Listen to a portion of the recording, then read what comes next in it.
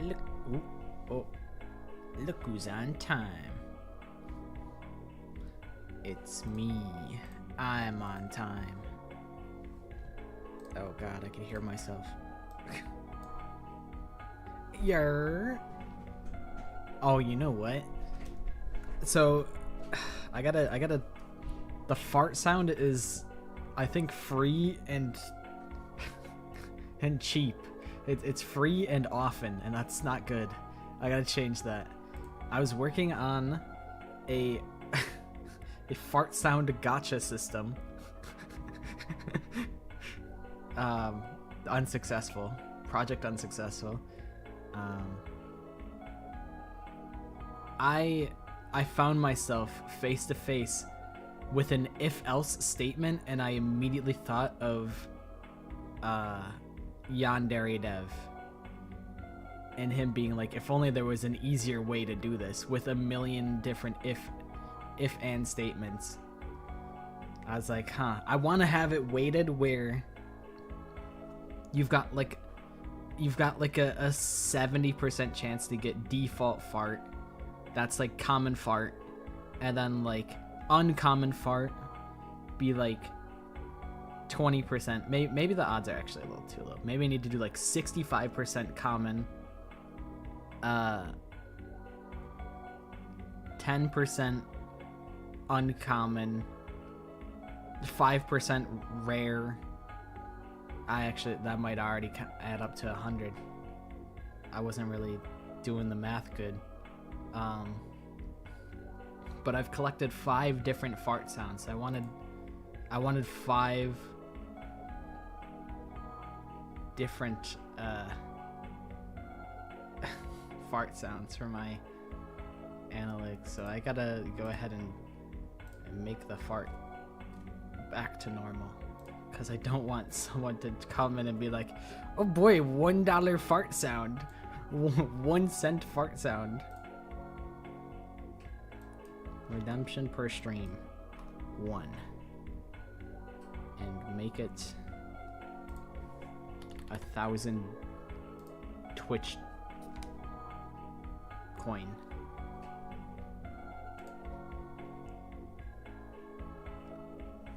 Is that Epimutation created by the Barbie Rampa? It is. You know, I downloaded this game like in March, and I'm like, I'm putting my foot down. This is happening. I'm gonna play this. Also, hi guys. Sorry I wasn't able to read chat because I was fiddling. I was fiddling with my settings. I was fiddling with highbrow humor. The fart sound. Just dropping in to say hi. Sadly can't watch the stream today because I have a ton of homework to do and want to focus on that. That's such a shame because I have things to I have to interrogate Guy at some point. I have to interrogate him. I found out crucial Guy lore that I have to ask about it. But I'll wait until I get the opportunity.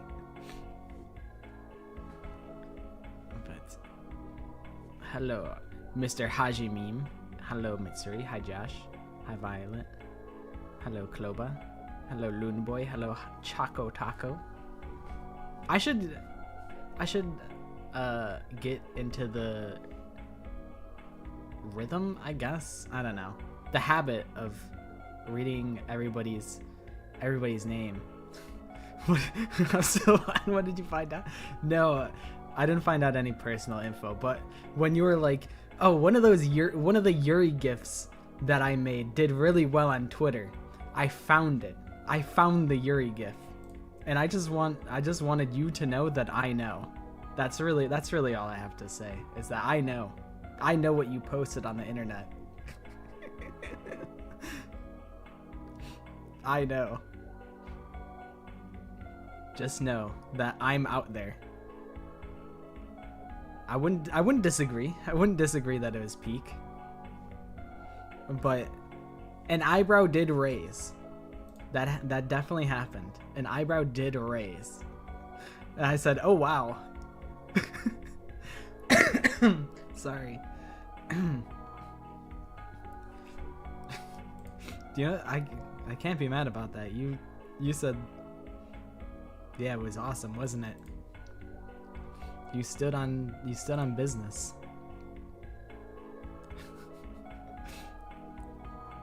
You did what you needed to do. You're the lore keeper. Hold on, I gotta clear my throat properly.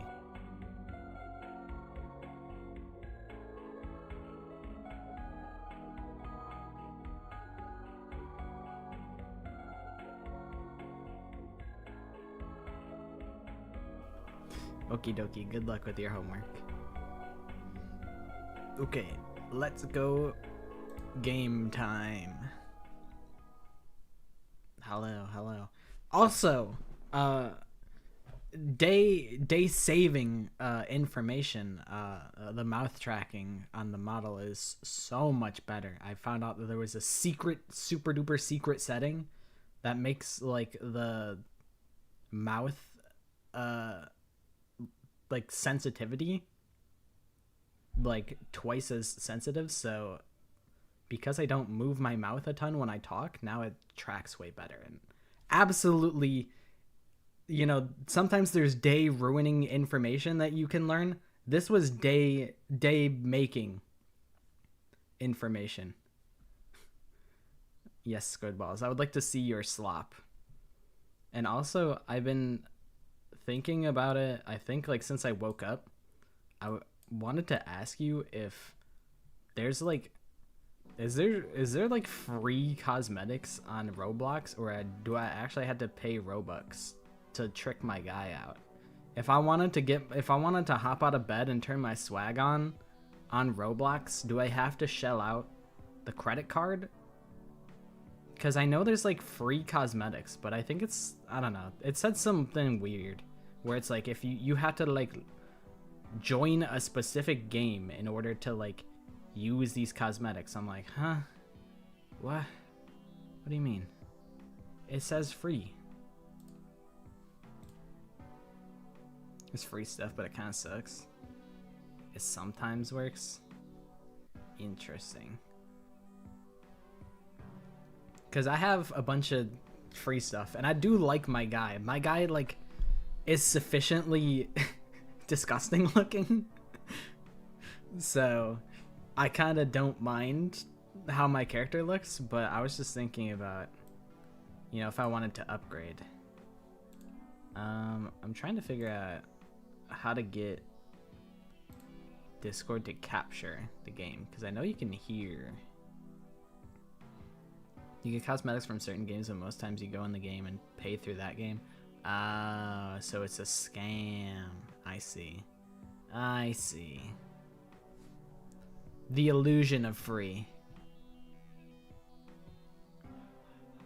Thank you for your insight. Because I was literally thinking about DMing you either like this morning or last night. And I was like, nah. I'm like, you know, I could really just Google it. I could ask somebody, or I could just Google.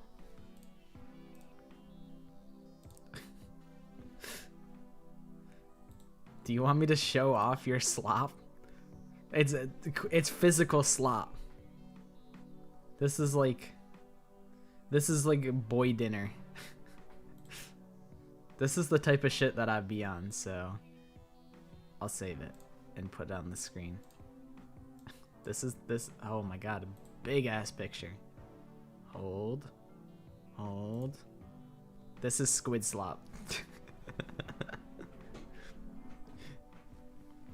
You know, Boafay, you showed the whole world the sandwich that you made, and if you hadn't criticized my sad sandwich in the past, I would have said something positive about your sandwich.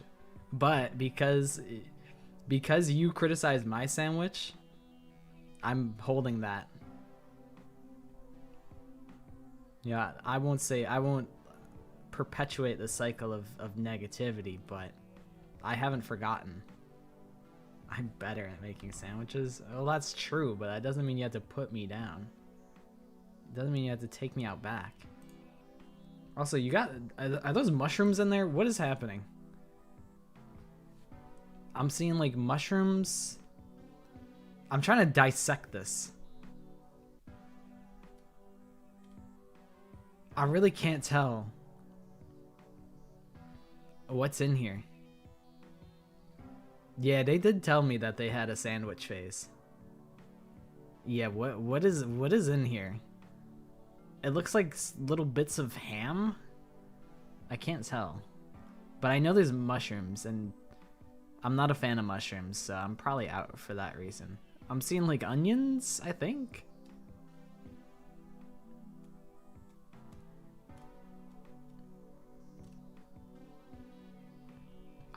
I gotta get this game on the screen. What if I try window capture? Give me 1 second. Bang. Bang! It's up! We got game! Yeah, Boafe says, here, let me do a voice note. And the voice note is, Apocalypse is a little bitch. I'll beat the shit out of Apocalypse if I ever meet them in real life.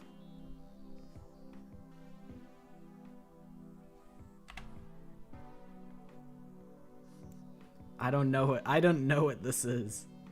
I don't know what's in here. Is there rice? It looks like oats. You got like mushrooms and oats. Hold on. I'm getting the intel.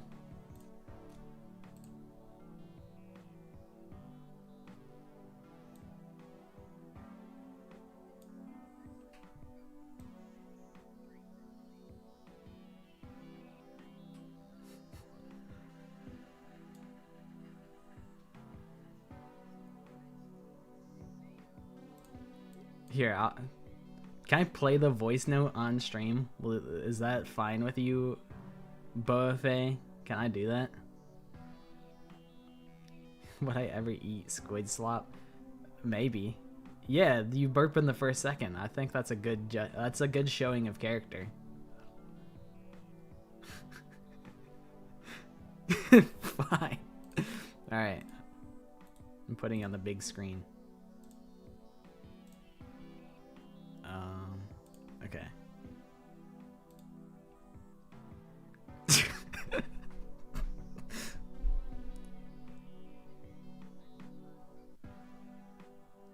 It's tofu.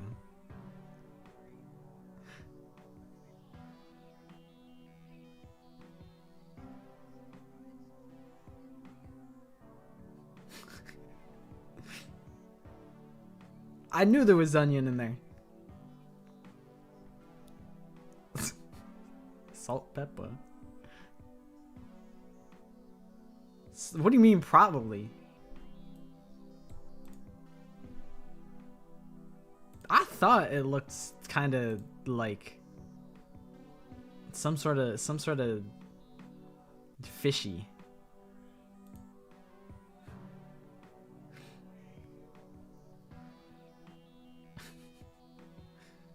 This is actually what we do. One of my friends, I say friends. He probably doesn't even know I exist. But one of the people I watch stream, they just recently moved out, and I'm like, all right, what did you eat? Like, what are you cooking for yourself? And they refuse to answer, and I'm like, it's boy slop. This motherfucker is absolutely making boy slop. This is making me realize I don't really like imitation crab. You have a whole pan of it. I guess you just gotta tank it. Also, I just lost my cursor, so I'm gonna restart the game because I messed something up. And if something isn't working, oh god, it's still missing. What have I done?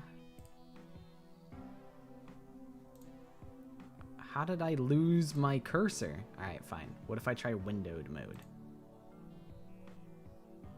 And then back to full screen. Fuck. Alright, whatever. Windowed mode works fine. Okie dokie.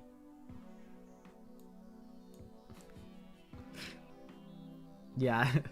everyone has to send show and tell their own like food journey. And through like through shame, we'll all learn to become better cooks.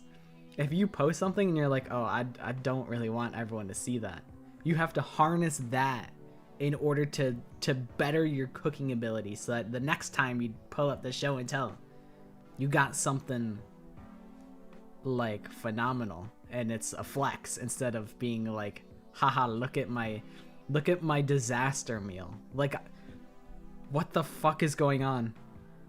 Oh my god, Twitter started auto-playing. Holy shit, that was so loud. Oh my god, I started sweating. That made me start sweating. I don't think you guys heard it, but maybe you did. But holy shit, I started sweating. You know, funnily enough, I literally had chicken Alfredo today. It was not someone moaning in my ear. It was a mashup of Nokia transitioning into Thriller by Michael Jackson.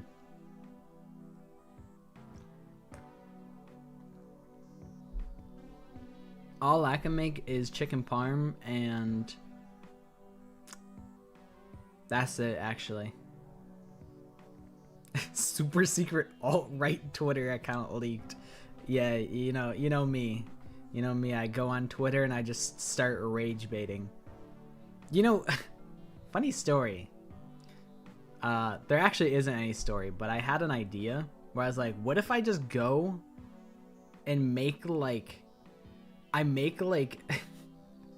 some fucking alt-right pandering like content where I'm like, these are the wokest, cringest games ever, and then I monetize the shit out of the videos, and then I get paid off of alt-right fucking,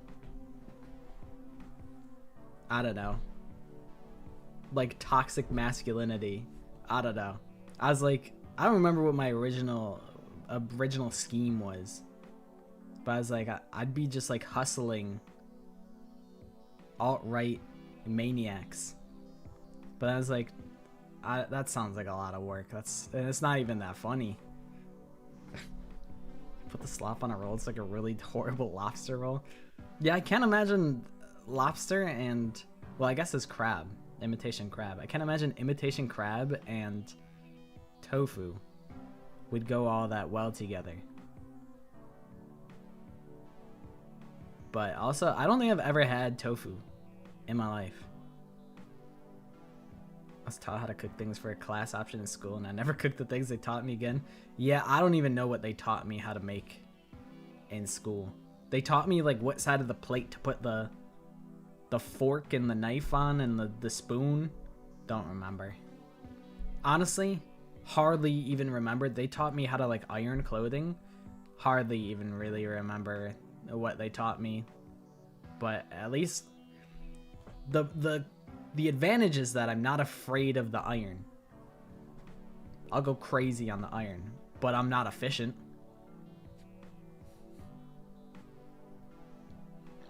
What school did I go to? I went to beep.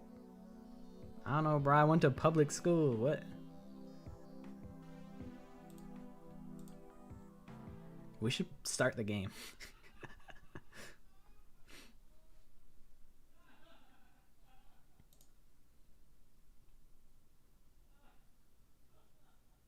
Oh my god, they also taught me how to sew. Ooh, that sucked so bad. But to be fair, no, I don't. I was like, but I still have the pillow that I made. But I don't think that's true. I have a pillow that I think my grandma made for me, and it was the same camo fabric that I used in that class. So I mistook the two. But yeah, they taught in this one class. This was this old old crotchety lady, like world's biggest hater. She taught us like cooking and ironing and my dad is tweaking. He's playing Madden with his friend. He's in anguish. He must be getting stunted on. Ironing, sewing, and cooking. They taught us in school. This was like 8th grade. Honestly, probably one of the more actually like the useful classes that I ever took. Ugh, another day, another dud. That lead was a wild goose chase. At least I'm finally home. My one bed, 500 square foot apartment for one 5'7" person. Hey, wait a second. Me. I decided to pick up the remote and turn on the TV so there's some sound other than my internal monologue. Good evening and welcome back to our exclusive coverage of the recent viral outbreak near... Doctors claim that the infection is unlike anything they've ever seen and the search for an effective treatment continues. Fucked up on your slop so bad you almost started gagging? Ew. You made frittatas, but we put them in plastic Ziploc bags and boiled them. It smelled horrible. It tasted them. I never had frittatas. One time, the whole fam got in the car to like drive, or like we were picking up like my dad and one of his like coworkers from a bar, and we're like, oh, we'll drive coworker home. He's drunk. We'll drive him home. So we drove for like 45 minutes. It was a long ass drive, and then he's like, here, come inside. I'll make you guys some food. Like we stopped at like a convenience store or like a gas station. I guess it was probably like a double whammy, whereas both. But we stopped, and then he picked up groceries so he could cook us frittatas. And we're like, bro, it's like midnight right now. This has been like a hour-long journey. Like, we're not all gonna come inside and have you cook for us. That's just too much. That's my only frittatas experience in my life.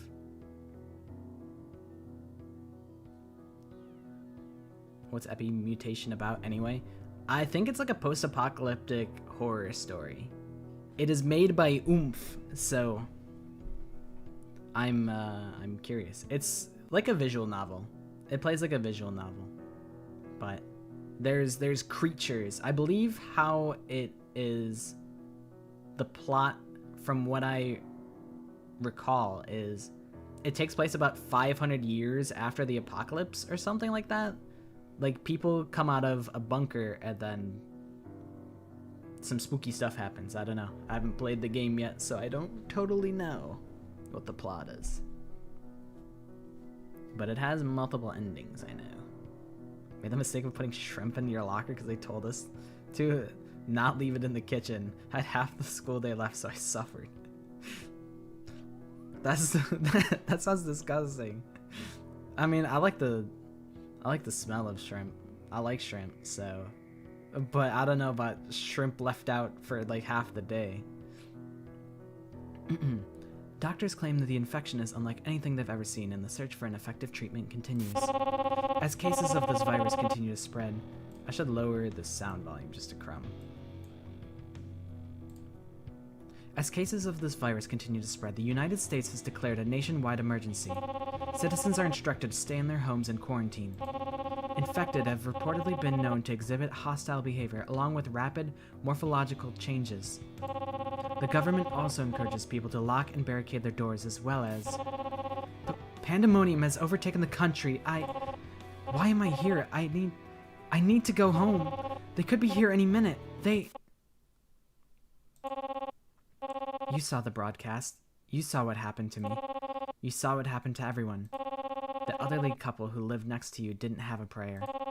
You saw one of them bisect the man delivering the mail. You trampled the receptionist's head on your way out of the lobby. Nothing. There's nothing left. There's nothing there, Spencer. It's only a matter of time. You will die.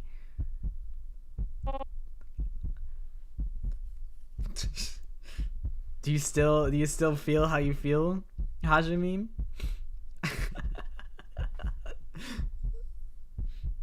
That shit had me sweating. I'm a sweaty gamer today. I don't know what's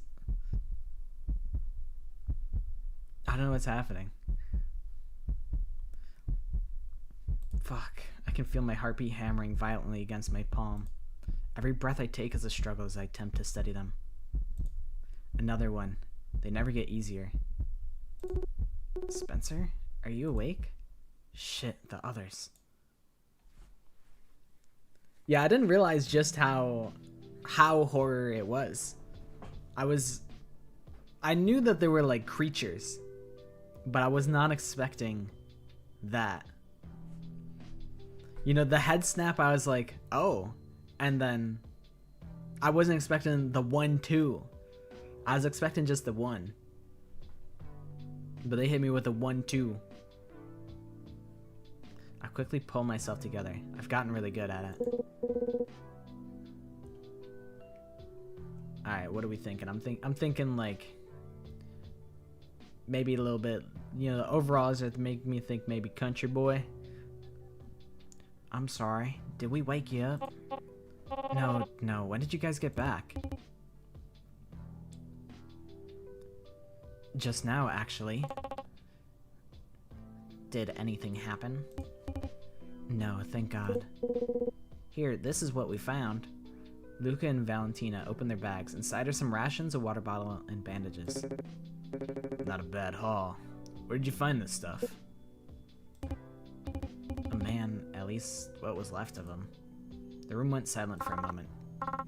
You did well. It would have been wasteful to leave it there. Amber takes the bags from them and begins to restock the shelves we have along the wall. Val, your leg.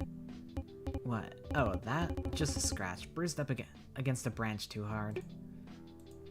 Nia takes one of the medkits from the shelf and sits with her on the side of one of the beds.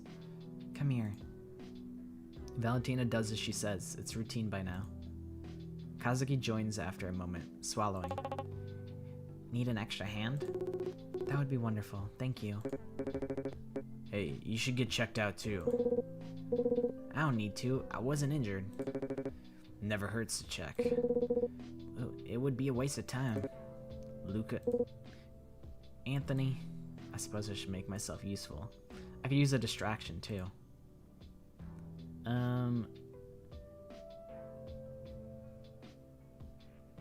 Give me Anthony and Luca. Sure enough, they're still bickering. You're being ridiculous. I'm literally fine. You said that after you fell off your bike too, and then we found out you lost a tooth. I was 8, Anthony. And? Give me one good reason you shouldn't go. Because I don't want to waste Nia's time. You know, like a considerate person, which you aren't being right now. Oh, come on. What else are we gonna do in here? Okay, I can't listen to this anymore. I have to step in. I mean, like, kinda Anthony's making a good point. I mean, there's no harm in, like, getting looked at anyway.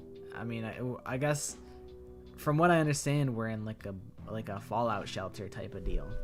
So, like, we're kind of just in here vibing. Well, Spencer, really?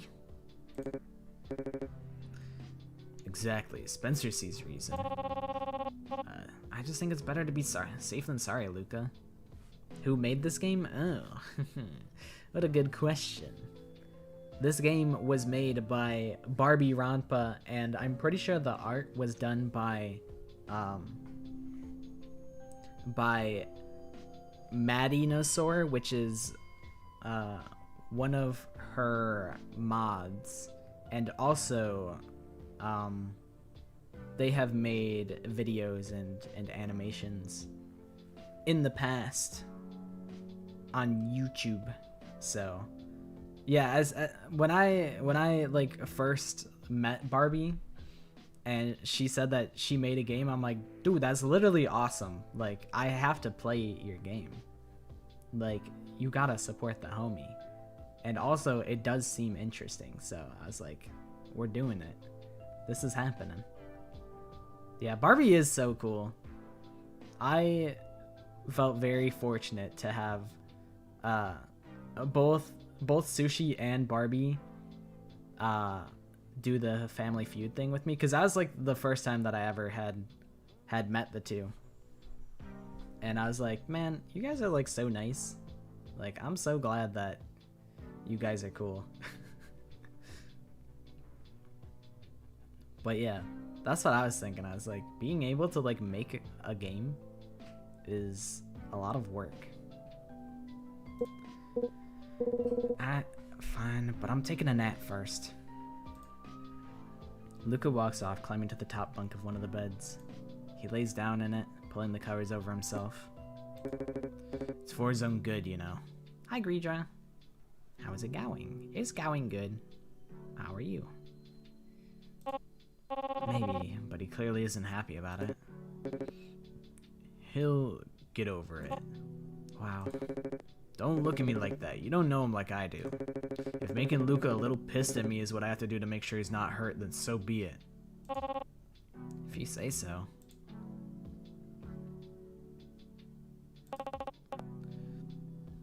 How does it look, Nia? It's a large cut, deep too. I'll bandage it to keep it clean. You can walk on it, but you shouldn't run or it could reopen. Other than that, it shouldn't be an issue. Kazuki lets out an audible sigh of relief. You underestimate me, Kaz. It'll take more than a scratch to take me down. Yeah, you're right. Am I interrupting something? The trio looks up at me, clearly not having noticed I was there. Oh, Spencer. No, not at all. The nurse just gave me the news. The tree branch scratch is not fatal. I snort. Ah, yes. What would we do without her? Oh, stop. You give me too much credit. Not at all. You got all the way through nursing school. You're incredible, Nia. Hey, watch it. No. That's not... Calm down. I'm just messing with you. Come on, Kazuki. You should know better than to hit on someone's girlfriend. Oh, they're dating? Oh, shit. Hell yeah. And also, Anthony and Luca. Come on. We gotta have Yuri and Yaoi. Maybe we can manifest it. I wasn't. Defeated, Kazuki groans as he buries his face in his hands. Spencer, do you need me to take a look at you? Huh? Why would I? Oh, that. Damn it, what do I say? Nope, everything's fine. If you say so. Nia bites her lip as she turns back to Valentina. She definitely knows the truth, but I've dealt with this for a year. I can handle myself. Anywho, I'll leave you guys to it. Alright. Take care, Spencer. Hey, need some help? No. I'm already beginning to regret this choice. Amber puts another bottle on the shelf. 3, 4, 5. You know, counting out loud to yourself is kind of annoying. Hovering over people's shoulders when they didn't ask for your assistance is also pretty annoying. Well, unfortunately for you, you're not my boss. I'm pretty sure he's long gone, actually. Amber just rolls her eyes and grumbles under her breath. I'll count if I want to. It's my shelter. I think you mean our shelter. My shelter. I found it first. But you didn't build it now, did you? If you aren't going to help, then go away. Oh? So you do want my help. Amber realizes her Freudian slip, but it's too late. Fine, just undo this bag. Amber tosses it to me and I start to place the items on the shelves. Alright, all set. Amber looks over at my part of the shelf. You put this in the wrong spot. She slides one of the soup cans about 4 inches to the right.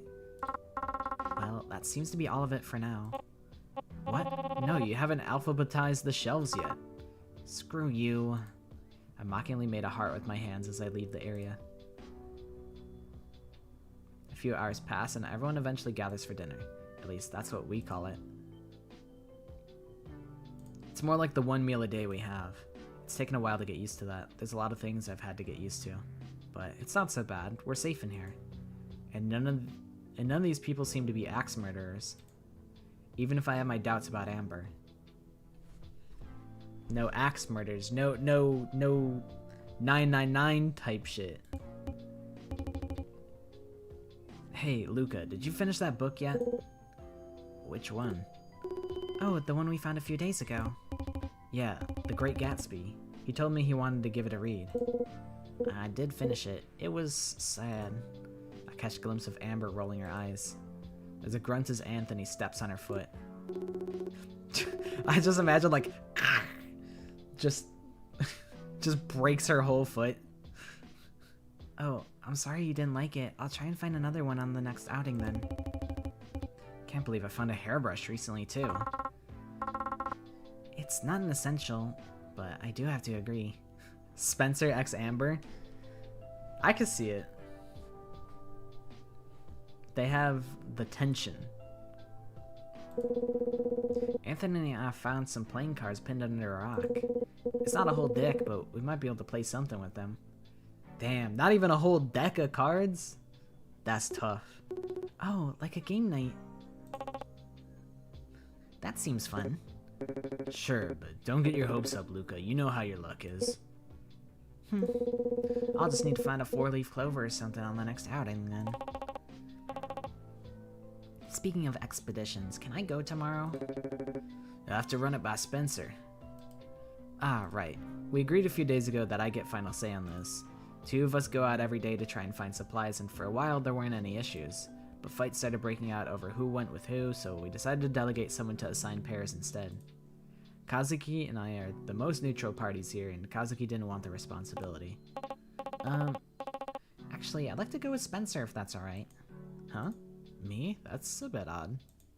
Kazuki and I have never been particularly close, but I don't see a reason to refuse, so... Yeah, sure, let's do it. Thank you. Nobody dared to breathe. This has happened before. We all know what's on the other side of that door. We just have to be silent. That's what makes them give up. It'll go away. It always goes away. It's 12 for you? Okie dokie. Good night. Yes, it's not good. It's not good stream to sleep to. But yeah, I'll be here on Thursday for FNAF, which will also be at midnight. So maybe also not the most optimal for you as well. But enjoy the rest of your night, Mr. Hajime. The power comes back. The noise has stopped a few minutes ago. I think we should call it a night. Everyone nods weakly in agreement. I slowly climb into my bed, the sobering reminder of our situation still ringing in my ears. Yeah, I'm not sleeping well this time either. Day 399.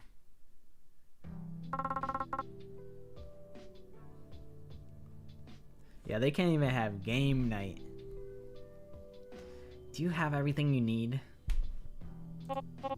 Yes, Amber. Did you check the batteries in your flashlight? Yes, Amber. Did you check your bag for tears?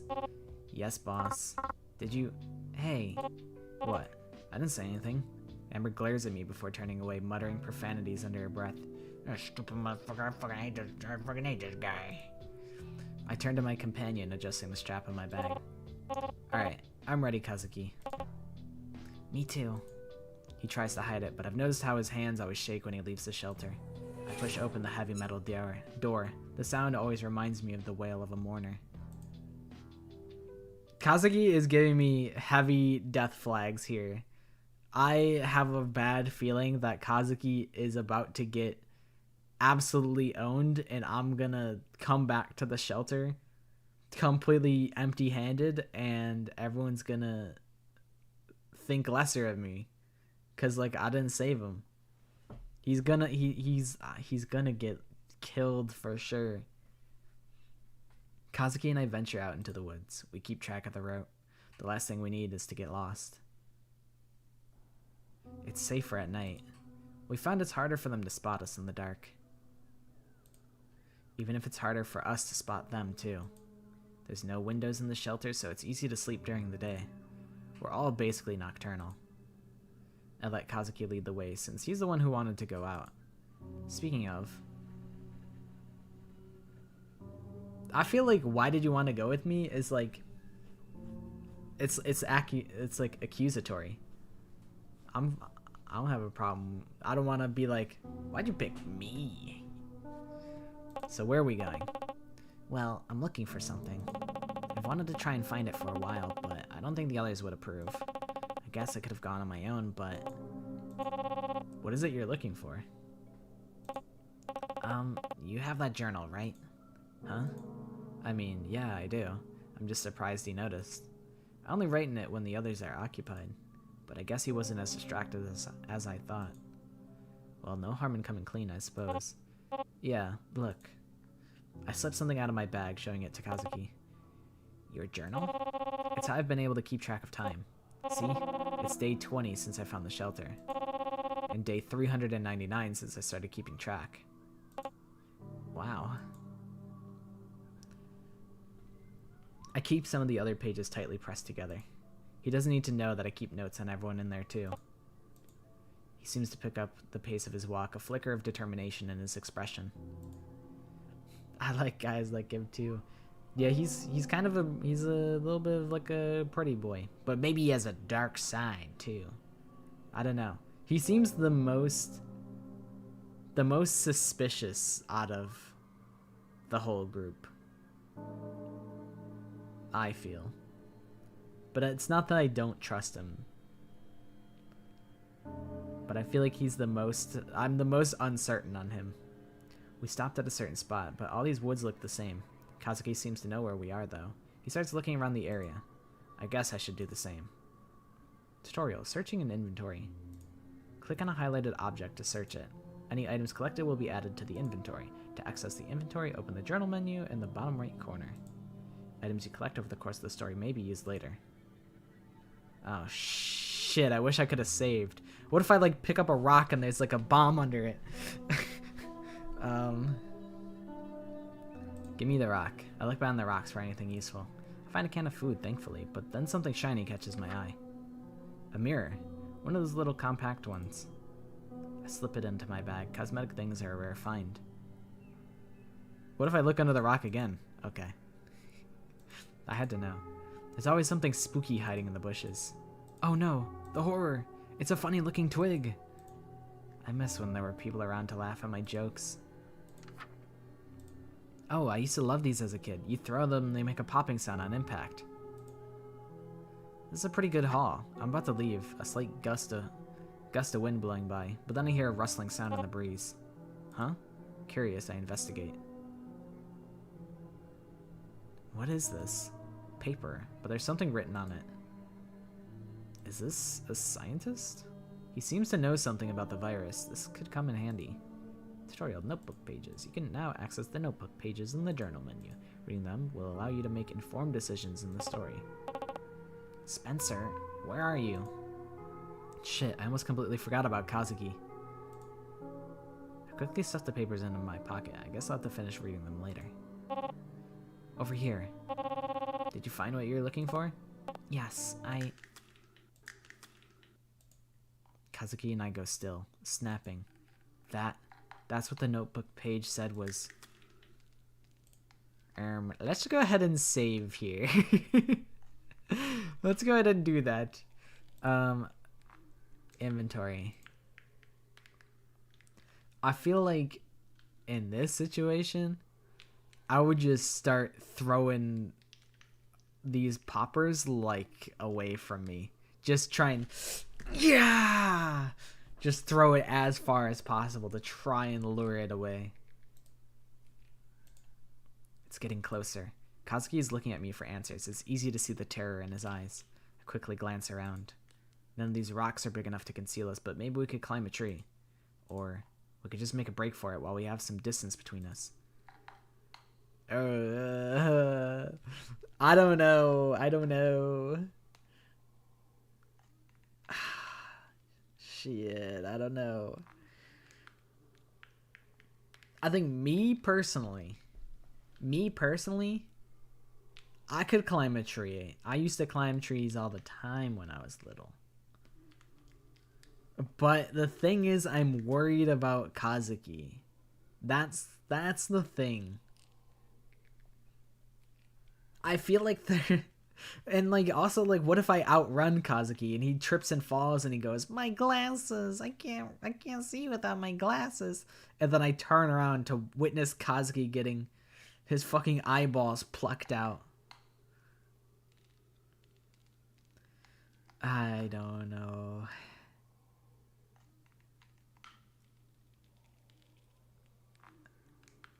I think...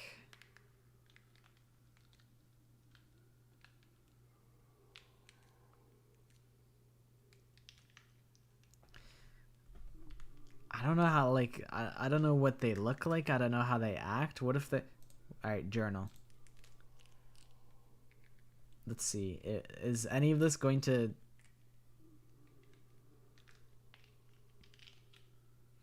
Alright, Dr. Victor Khan. What has he done? I can only ponder this question over and over as I sit here in what remains of our lab. My only possessions are my lab notebook and pen. He has escaped, but I hear the agonized screams of the others. I do not know how long this door will hold. They are monsters. It is hardly fair to call them humans anymore. They are drawn to sound, having demolished most of the machines in the lab with such ease. Their claws are like razor blades. Their strength is uncanny, and their eyes. Oh God, their eyes. I have so many things I wish to say, and I do not know how much time I have to say it. The only reason I have evaded their notice is due to their mutated physiology. Due to their newfound height, their line of sight is far higher than a normal human's. They see tall things, but seemingly struggle to look down. I took refuge under one of the desks, but that horrible snapping sound echoes in my ears, following them wherever they go. I do not know who will find this notebook, or if it will even be found, but if you do, I pray, save those of us who can be saved. My only comfort is the knowledge that my...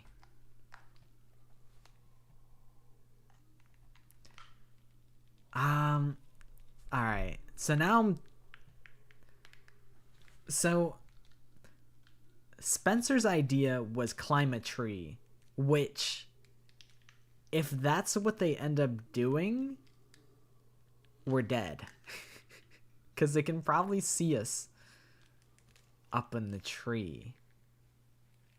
But, like, if we hid in, like, some bushes, we might have a better set of odds. The note doesn't say much about if you can outrun them. But I have a feeling that if we hide in a tree, we're donezo. So I think we run. I think we're running here. Because I think Spencer would take us into a tree. Run. Kazuki looks at me like I've lost my mind. But it's our best shot, and I don't intend to waste any more time. I grab his arm, yanking him with me as we take off. Our footsteps make a fair amount of noise, but I don't have time to look back. I can only pray that Kazuki is a good runner, too. Spencer! Shit. I don't even need to turn around. I know what I'll see. He fell, and I have to... I might have... I knew Kazuki's dumbass would fall. I mean, like... I feel like if I go back, I just watch him get his eyeballs plucked out.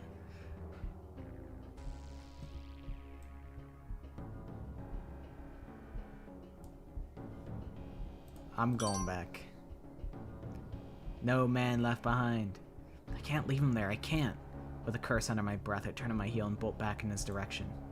Sure enough, he's scrambling to stand up, and behind him I catch a glimpse of...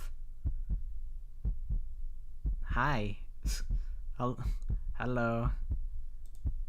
And... Spencer... I snap back to reality and hoist Kazuki up with what little physical strength I have. Spencer... Run now. Express your undying gratitude to me later. We bolt as quickly as we can back to the bunker. The snapping does not slow, but we're faster. Whew. We clutched up. I throw the door open and shove Kazuki inside before slamming it shut behind us, startling everyone in the bunker. I wait, but the snaps do not follow. What happened out there? One of them found us. Kazuki, you're bleeding. Huh? I look and sure enough, there's some pretty bad gashes on his leg. Let Nia examine you. Is that really necessary? I'm fine. It's not up for debate. Do it now. Okay. It's not really my business, but I can't help but eavesdrop on the conversation. Force of habit, I suppose. Ah, these gashes are deep. What did this? When I fell, I tripped over some sharp rocks. They cut me pretty bad. I see. Nia goes quiet as she begins to bandage him up. Hey, Nia? He lowers his voice. I have to strain to make out what they're saying. How do you think the virus spreads? I don't know. Nobody does for certain, remember? The world fell apart before there was a public consensus on how it worked. And since I've thankfully never experienced it firsthand, I really have no idea. Oh, I just thought maybe since you were a nurse... Oh, I didn't even think about the fact that it's like a disease. It's like a mutation. An epimutation, if you would. Is epi short for epic? Because it turns you epic mode? I don't know. But, Kazuki's about to turn into a goddamn skinwalker. You don't think it's like in the movies, do you? This entire situation is like something out of a horror movie. But regardless, I cannot say for certain. I'm sorry. Kazuki swallows, and the rest of the examination is conducted in silence. What did he want to go out for? Huh? Kazuki, he has never once asked to leave the shelter. I'd assumed he was terrified of it, actually. Yet all of a sudden he's volunteering, so what did he want to do out there? I don't know. He didn't get to tell me before the monster showed up. Did you at least get any supplies? Oh, yeah, I found a can. Good. Then this whole thing wasn't completely useless. Put it on the shelf. Yes, ma'am. Amber flips me off but turns away. We spend the next few hours in uncomfortable silence. Some would say it's sus how the mutations are among us. Epi. I don't know what you were cooking with that. Sometimes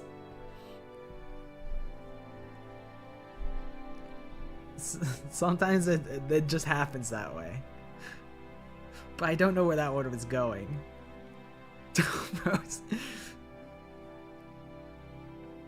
It's the epic mutation. The epi...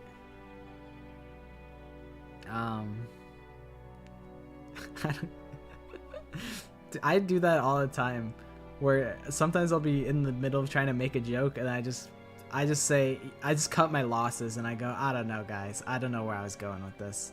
We're going nowhere fast. That happens to me all the time. I just give up. But it is sus. You do. You know, you gotta go for it. If you never try and make the joke, then you'll never land it. You have to keep trying, and then you'll just become more comfortable with navigating your way to the punchline. But sometimes the path to the punchline is sometimes it's not very clear. Miss 100% of the shots you don't take. Noir would say that. He would definitely say that. Noir also would invite you to the wedding.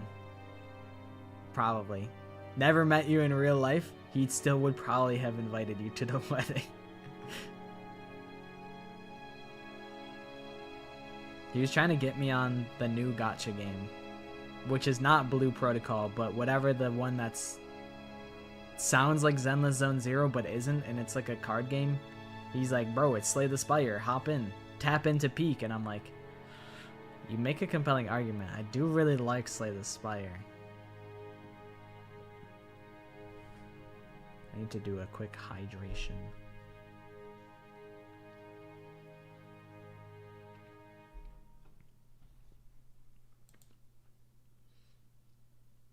I catch a glimpse of Amber counting the supplies. Again. Nia's cuddling with Valentina on her bed as they mumble a conversation to each other. It should have been me! It should have been me, not her! Anthony's on his bed napping and Luca's reading in his. Hey, Spencer. Kaz, what's up? I wanted to thank you for coming back. I know it's probably more logical to leave me behind, but you didn't. I'll remember that. I want to show you something. Kazuki glances around, ensuring no one is paying attention to us before he reaches into his bag and pulls out fucking rocket launcher. You risked your life for a sketchpad? I know it sounds silly, that's why I didn't tell anyone. But you're always writing in that journal, so I thought maybe you'd understand.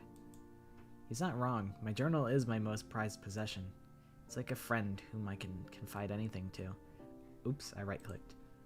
Someone I can trust unconditionally to keep my secrets. Thank God right-click doesn't skip the dialogue like it does in all the Spike Chunsoft games. It's one of the only things that has kept me sane all this time. But why a sketchpad? Are you a writer? Kazuki shakes his head. He opens it and shows me.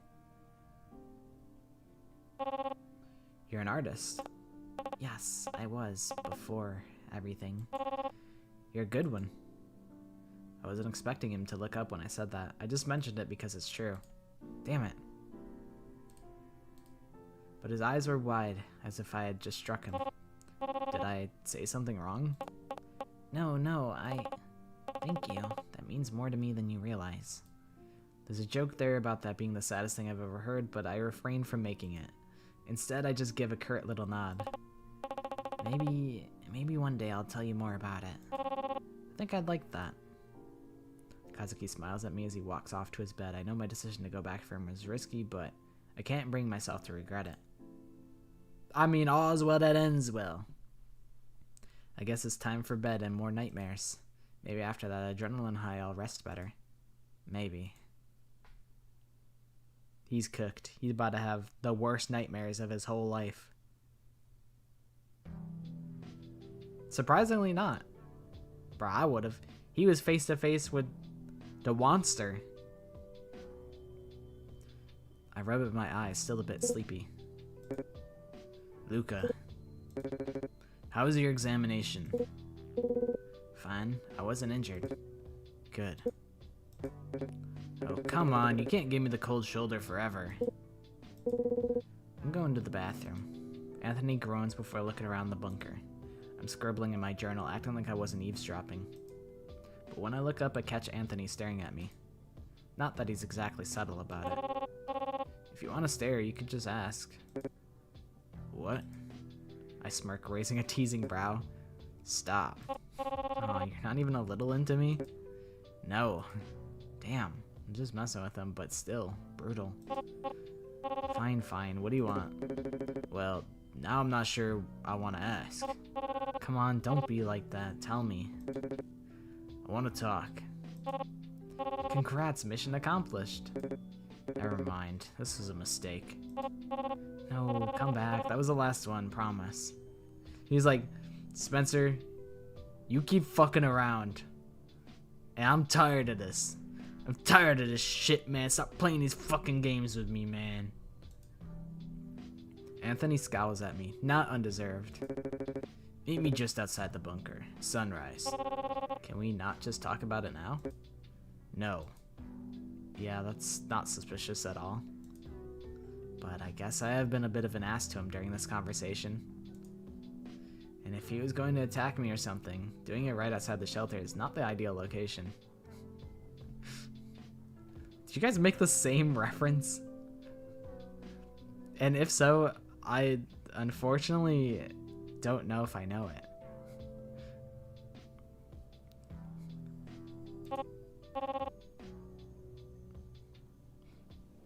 What is it a reference to? I'm tired, Grandpa? Fine, I'll be there. Good. With that settled, I'd turn my thoughts to the day's duties. Everyone's glancing at me expectantly. How does everybody know this but me? What is it from? It's a ref to a movie in a popular... What movie? Tell me the movie!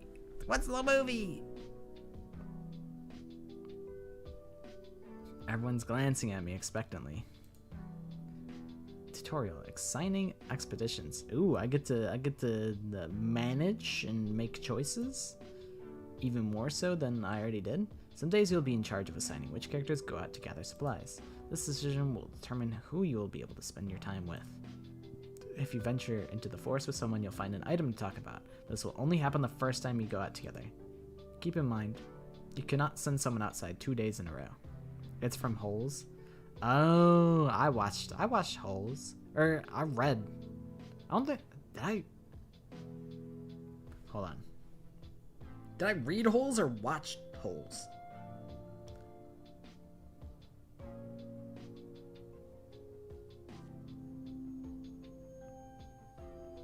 I don't remember too much about Holes, but wasn't like the other kid named like Zero, and then it was Stanley Yelnats, which was just Stanley backwards. His last name is just Stanley backwards. If my name was Stanley Yelnats, it would be over for me. If you were Stanley, it's over. I'm getting my name legally changed immediately. But also, hi, Maddie.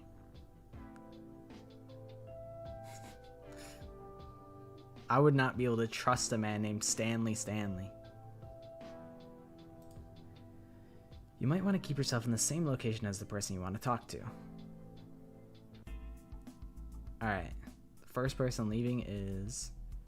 I feel like never send Nia out, because, like, she's the nurse.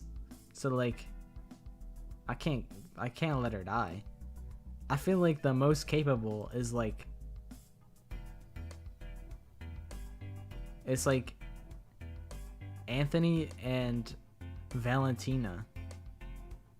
I feel like those guys are probably the most athletic. Oh yeah, she do got band-aids on her leg. You're so right.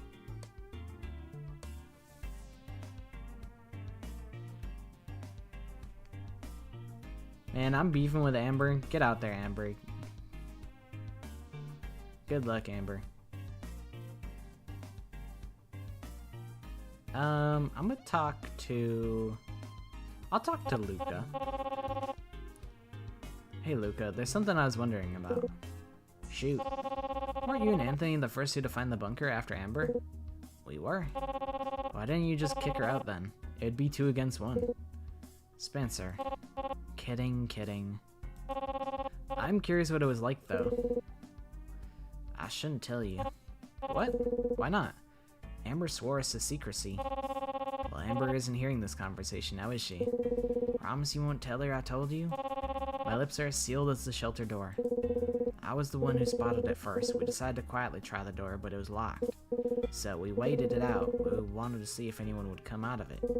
And a couple hours later, she did. That's how we found out the door only locks from the inside.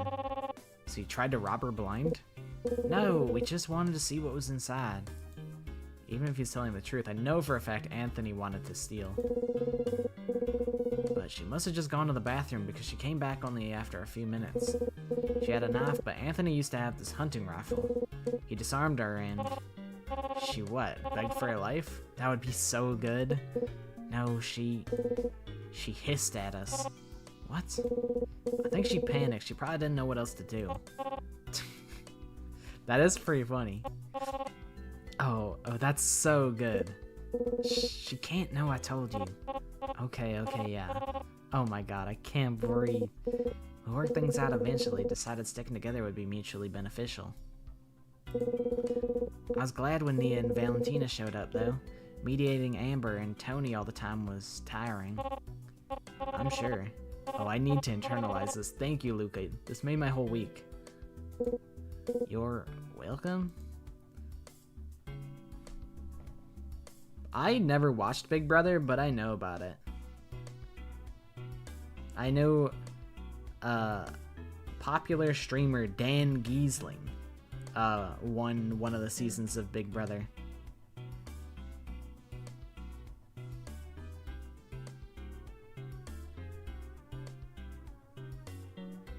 I'm giving out reminders like I give them to my friends when they play a game. I gotta let you carry out the possible consequences of your actions.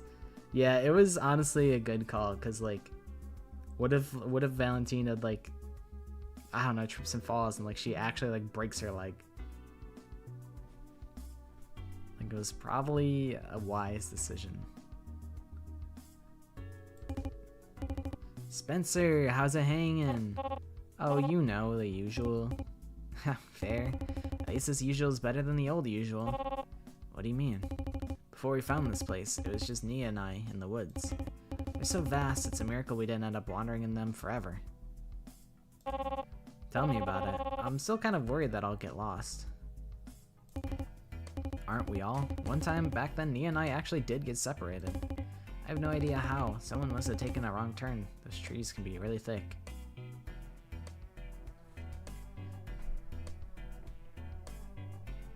I watched like somebody analyze like Dan Giesling's like strategy, because I'm like, well, I know Dan Giesling, so you know, I'm a little bit more invested in how he won Big Brother rather than like just some random guy.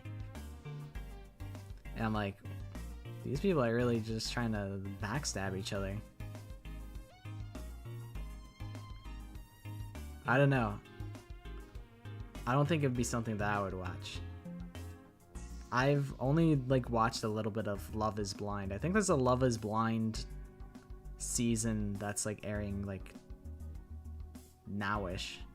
Not like at this very moment, but like it's ongoing. I'd win Big Brother.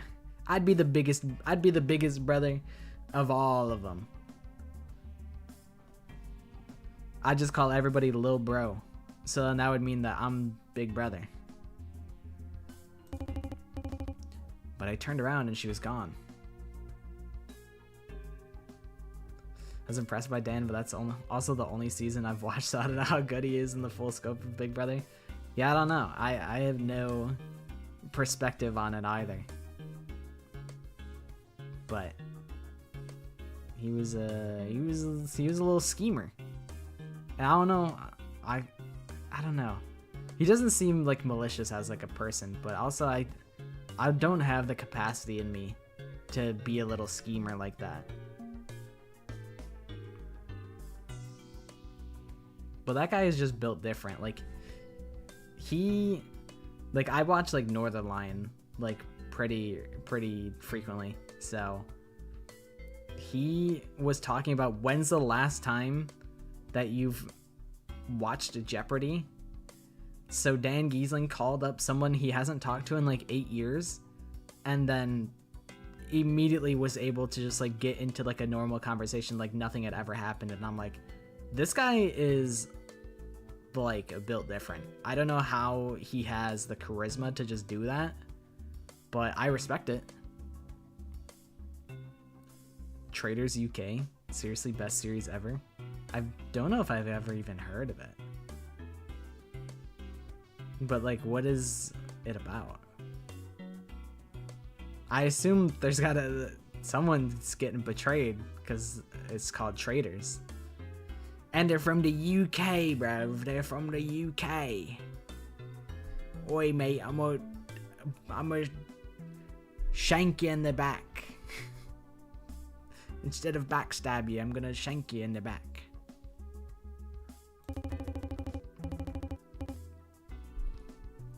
I didn't know if one of those mutants got her or she fell down a ditch or what. I I don't think I've ever been that scared in my entire life. But you found her, right? Yeah, technically. Technically? I did find her, but there was some piece of shit holding her at knife point. He demanded she hand over all her supplies if she wanted to live. Thankfully, I was able to get the jump on him and everything was okay. He fled and Nia wasn't hurt. But it sucked. Because she was in danger? Not just that, this is the first survivor we'd found and he turned on us. You'd think we'd help each other. We aren't the enemy. But this is what desperation does to people, it seems. Sorry, that probably isn't the kind of epic tale of heroism you wanted to hear. Sorry, you were still pretty heroic in my book. I bet Nia was all, oh, my hero. Knock it off. She gives me a playful little shove and the conversation ends on a lighter note.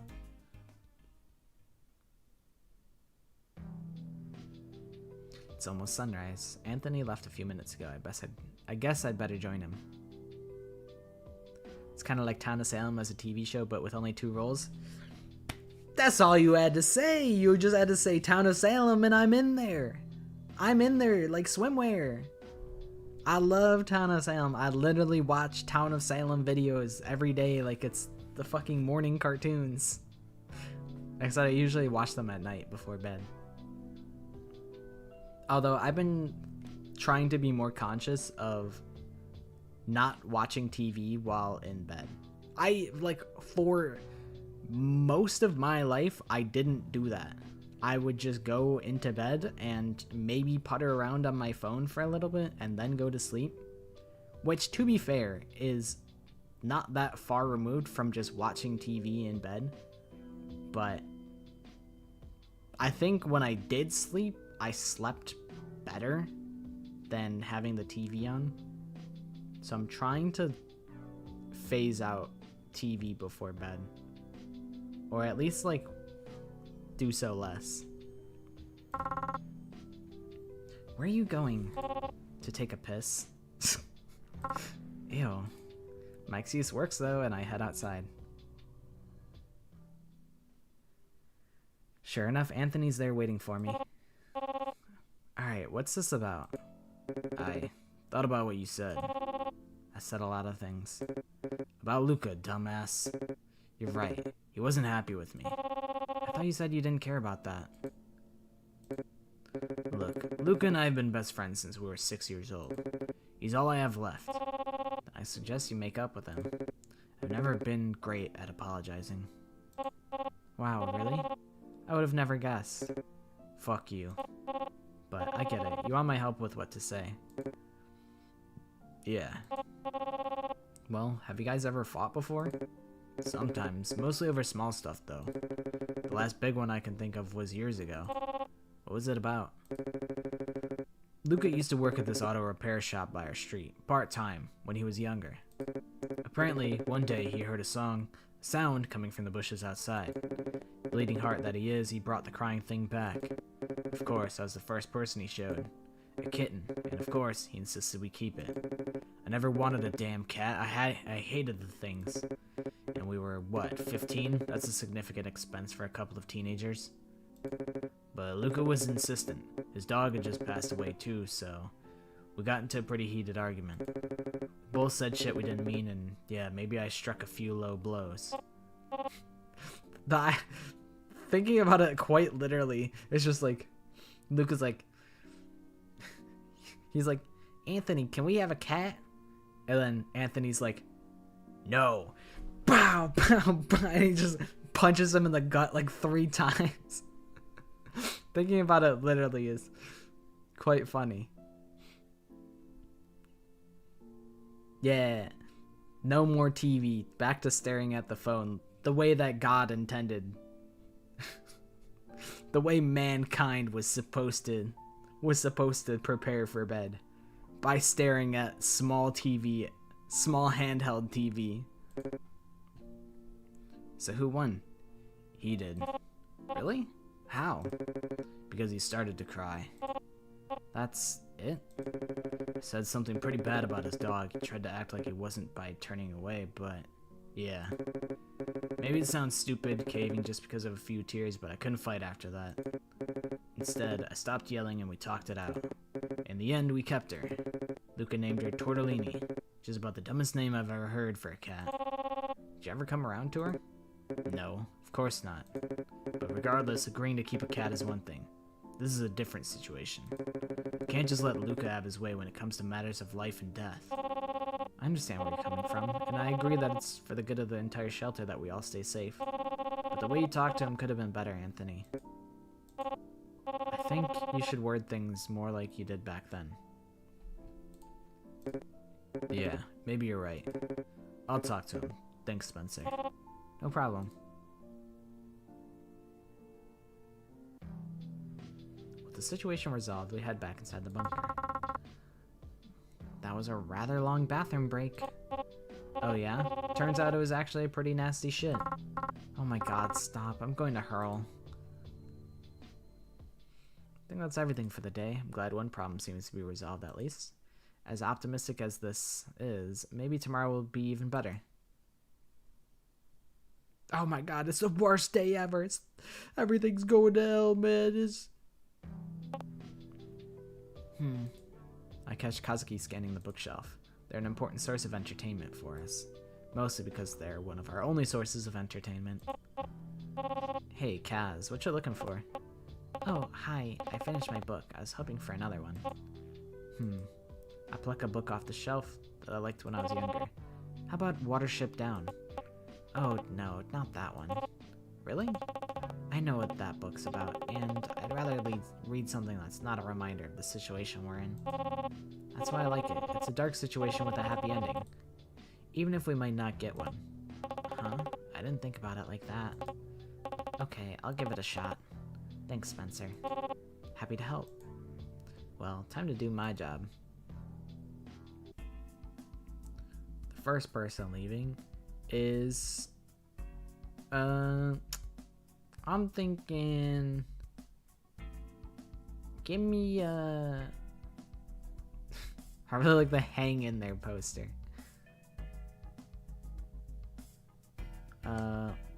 Shit.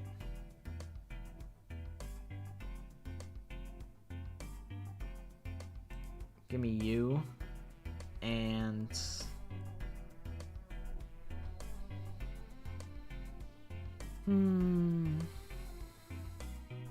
me. You and me, Luca.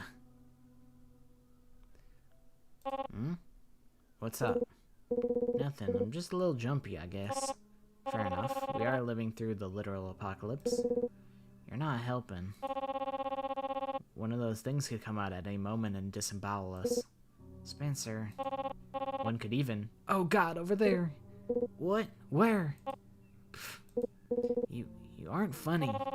I'm pretty funny. Hey, what's that? I'm not falling for that again. No, I'm serious. Look. I pick up something that catches the light on the ground. It's a broken collar with a shimmering little dog tag. Oh. Luca picks it up, turning it over. I used to have a dog. You did? Yeah, Apollo. He was a golden retriever. I named him after the sun god because of that. Was he a good dog? The best. He would sit with me while I worked all the time. One of those classic family dogs, you know?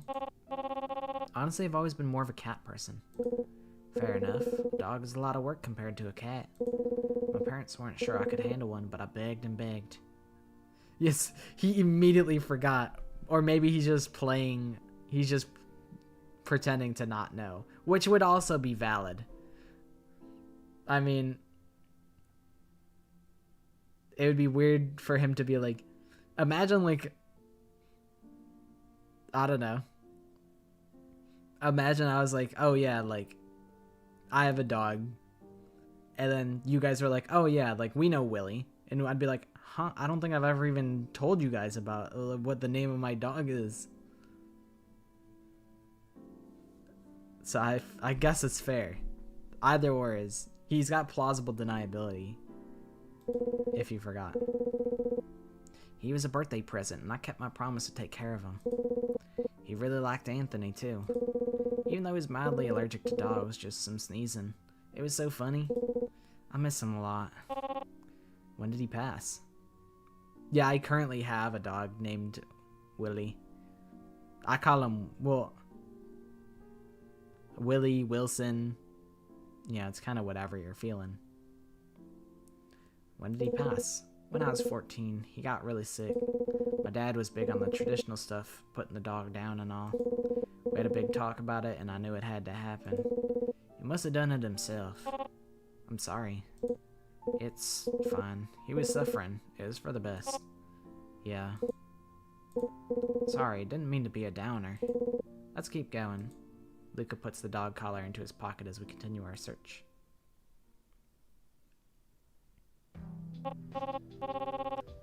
Hey, Valentina, can you toss me the hairbrush? Here. Thanks. As much as I hate having to share a brush with everyone, at least we have one. Valentina finding it on the expedition was like winning the lottery. Dude, I remember when the first dog that I ever had passed away and I saw that, was I a good dog? No, you were the best, with like the Grim Reaper, I fucking bawled my eyes out. I was absolutely bawling. And I'm not talking about basketball, I'm talking about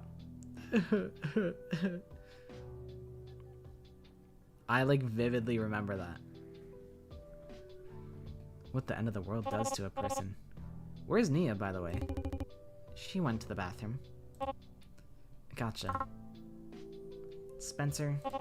Hang on, Ams. I'm not done with the brush yet. What? No, that's not what I want. I'm taking the boys into the woods. Why? I found something the other day. A toolkit. I think it could come in handy, but it was stuck behind a large rock. The four of us may be able to move it, though. And you're taking Kazuki instead of Valentina? I wish to leave at least one physically capable person here in case something goes wrong.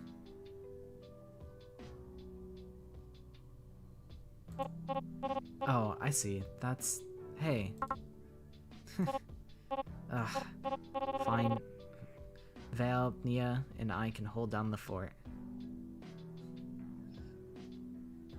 Who are you referring to, Amber? Thank you. We'll be back soon. Oh, hey Nia. Amber just left with... She doesn't answer me, instead just standing there and staring at her hands. Okay. I glance at Valentina, wondering if I said something wrong, but she looks as confused as I am. Hey, what's wrong? I heard something while I was out. I went to investigate it, and it was one of those mutants. It had impaled something on its claws. It was horrible. It flung it off, and when it was gone, I went to see them. I don't know, I thought maybe if they were still alive, I could... It was a boy, a teenage boy. If I'd just gotten there a little sooner, then maybe I could have... Hey, none of that. You know the situation we're in. Sometimes there's nothing we can do. Yeah, Amber's pretty. I like her. She's also got some spice on her. And I respect a character that can bring the spice. That can bring the sass. But I'm supposed to... Mia's voice finally breaks as her eyes fill with tears and she buries her face in Valentina's chest. It was horrible, Val. His eyes. He was in so much pain. He was so scared. Oh, babe. Valentina rubs her back as I press my lips together and stand awkwardly to the side. I'm third wheeling like a motherfucker right now. Hey, I have something for you. She sniffles as she lifts her head from her chest a little. I was saving it for a special occasion, but I think you need it now. Hey, Spencer, can you look under my mattress? Oh, sure. I find Valentina's bed, sticking my hand under the mattress and feeling something solid brush my fingers. I pull it out, both women watching me, and... a book? Not just any book. Look. I bring it over to them, handing it to Nia. Her eyes widen as she reads the title aloud. Captain Underpants. Flowers for Algernon? Algernon? I found it about a week ago. Isn't that book, like, really damn sad?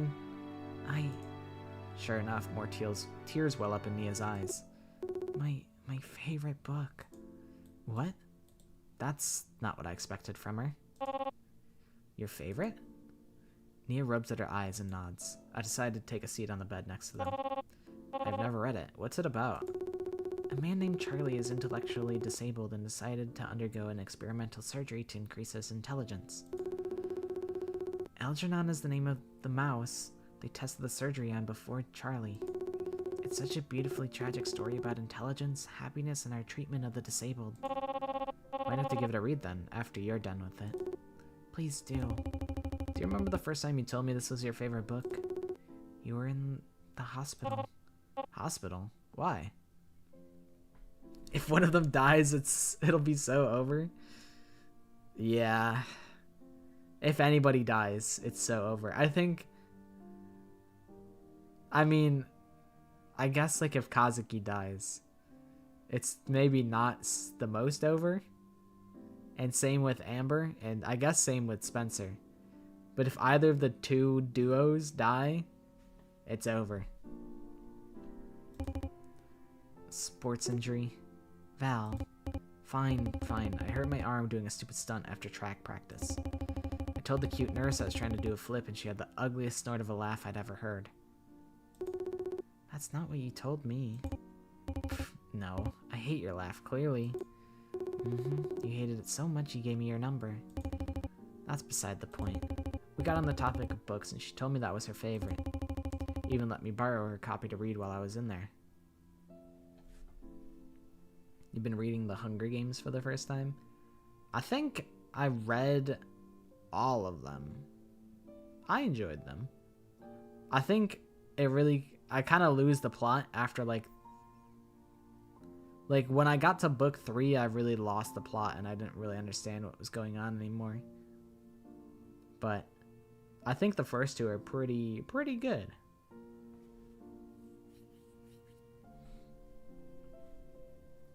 And I mean, I must have enjoyed the 3rd and 4th.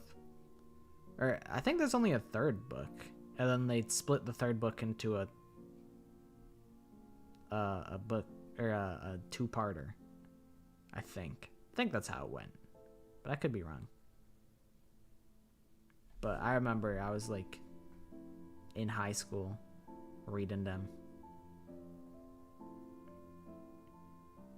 I used to read all the Warrior Cats. I used to read The Hunger Games. I used to read all the Percy Jackson books. Those were classic.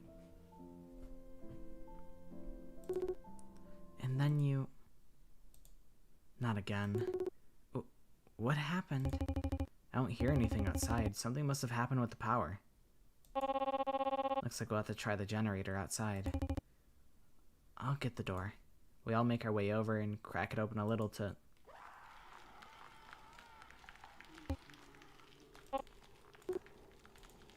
And we immediately close it again. They said, oh hell nah. There's so many of them. We can't go out in that. Can't we just wait until they're gone to fix the generator? Yeah, that's absolutely what we're... yeah, they're kind of all out there. Fuck. No, Amber and the others will be back soon. If we don't get rid of them, they're goners. Shit. But how do we do that? We need to distract them, lure them away.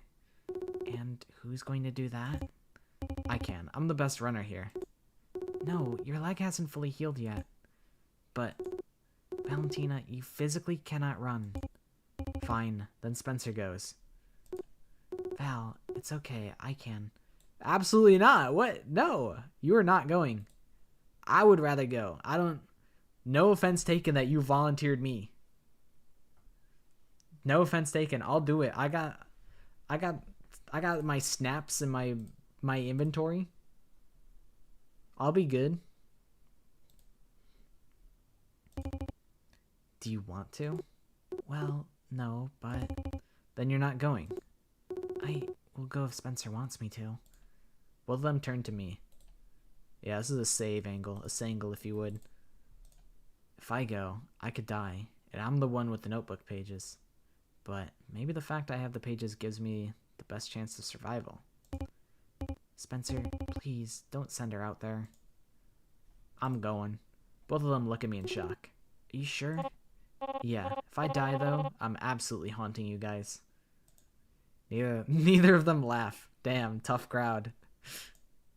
I feel around until I get my bag and approach the door with a deep breath. But then, I feel a hand on my shoulder. What? Shh. It's just me. Oh, Valentina, what is it? Thank you. And come back. I'll try.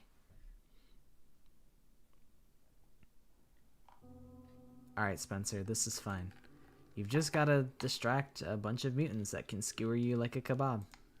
But as long as I'm quiet, everything should be... Shit. I look down at the snapped twig under my foot, and without even looking up, I dart behind the nearest tree. Fuck, they definitely heard me. Oh shit, okay. I need to distract them before they get here. I'm gonna be gutted. It's probably a popper angle, right? I don't know what the mirror is gonna do for me. Right, the poppers. If I throw them, I can hopefully get them to go the other way. I've got a decent arm, too. I reach into my bag and gather a handful of them. With all my strength, I throw them as far as I can. It worked. It worked. I could cry in relief as the monsters run off to chase the source of the noise. That should keep them busy. Avoiding any stray twigs this time, I slip back to the bunker.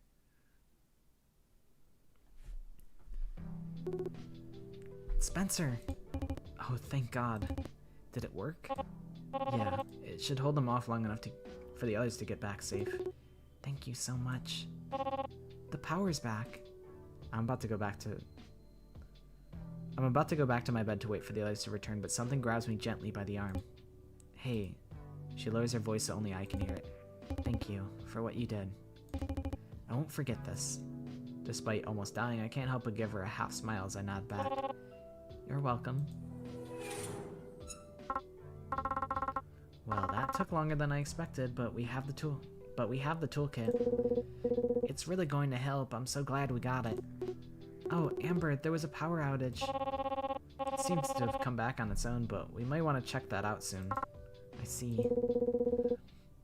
I think that's enough excitement for the night. Can we go to bed now? Seconded. I mean, it's a good thing that I got the plot armor. It's a good thing that I put the plot armor on.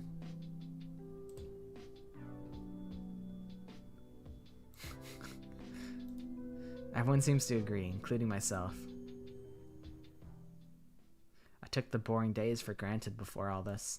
I'd give anything for a day where nothing happens now. I'm tired, so very tired. Day 402.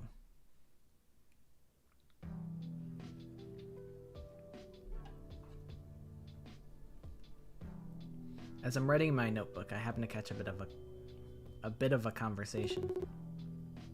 After the expeditions? Yeah, it won't take long, but since we're about to go out, I can wait until after. Oh, alright. Attention, everyone. I just checked and it's midnight. The floor is yours, Spencer. The first person leaving is...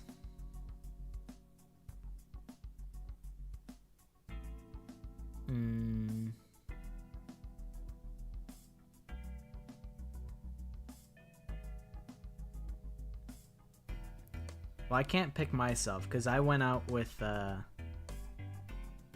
my god, why do I not remember what his name is? It starts with an L.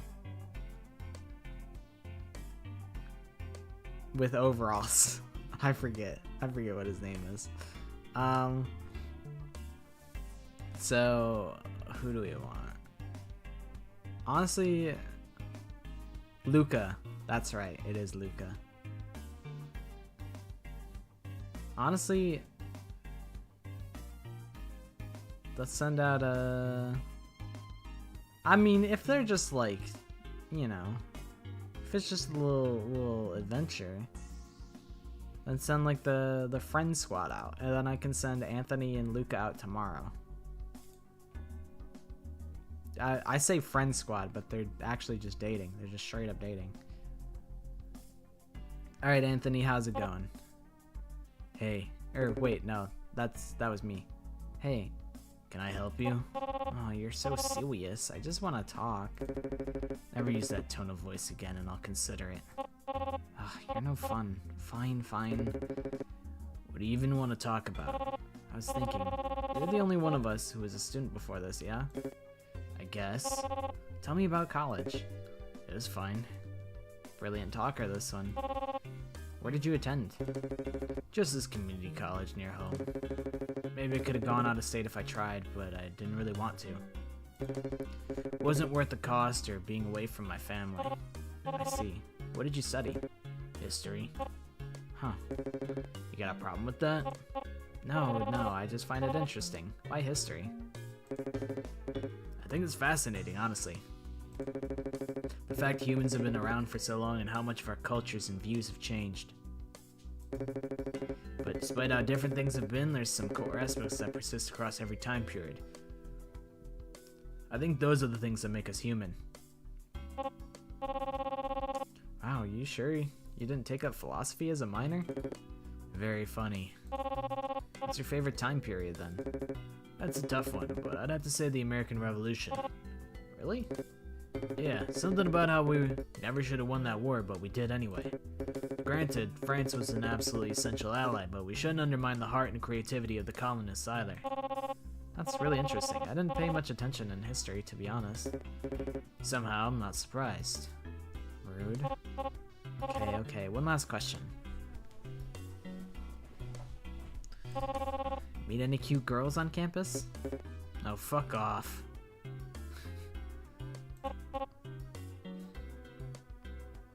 History's based. Can't be mad at history. Lucas, close enough. He is kind of Lucas coded. Hey, Ems. What do you want? To talk? Is that a crime? Unfortunately, no. What is it you wish to discuss? I was just wondering what you used to do before you found the bunker. I mean, you always brag about how you found it first, but since it isn't yours, you had to have been out in the wild for a bit, yeah?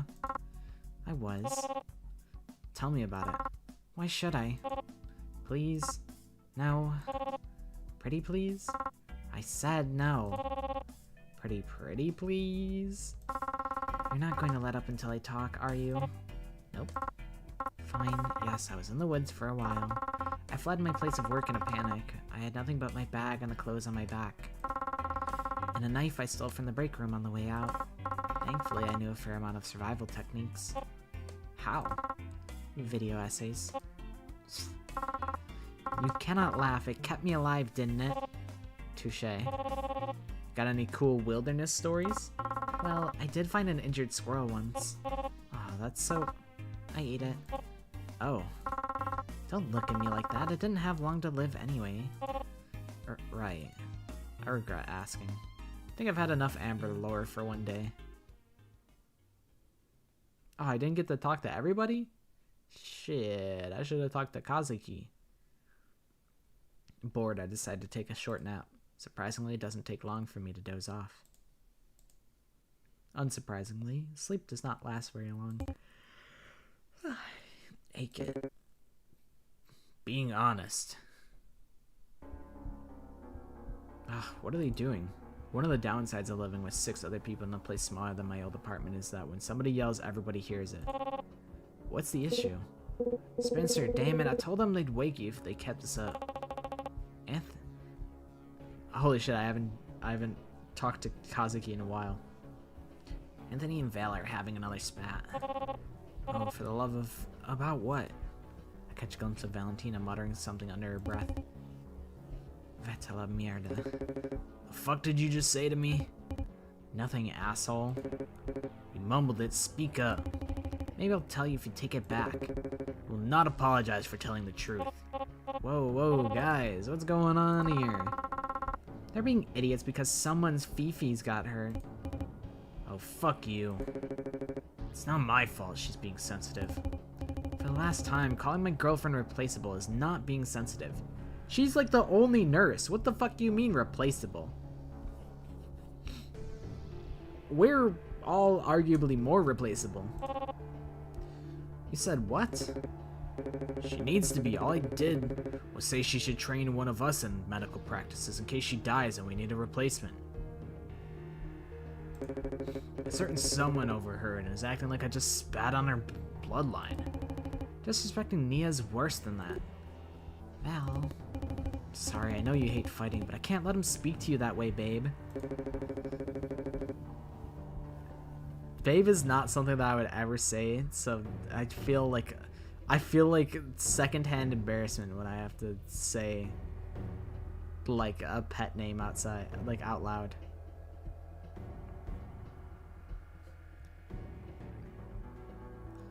I fear my teachers dropped 12 nuclear bombs on me. I got back-to-back tests tomorrow morning and afternoon. Well, hopefully you can survive the nuclear fallout, Casey.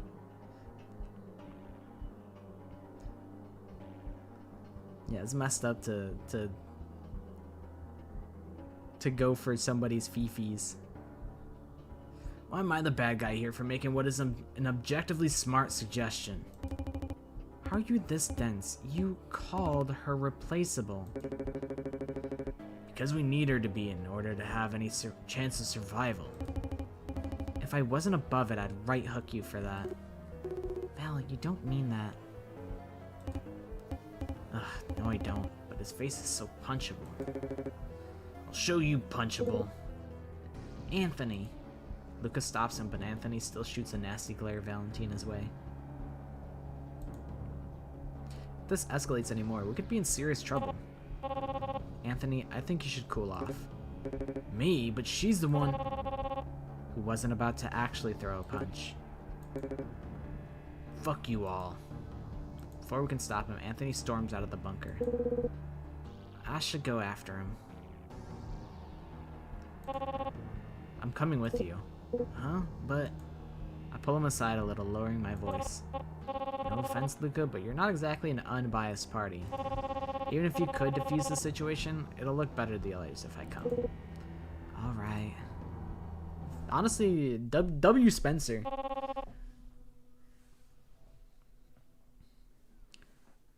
Tomorrow's your Friday since you get a fall break? Oh, hell yeah. I didn't even know that. I didn't even remember that fall break was a thing. But hey, you take any dub that you can get. I also agree. I think Anthony was an asshole by saying that she was replaceable, but like, you know, I do think it's probably wise to have everybody be a little bit medically trained.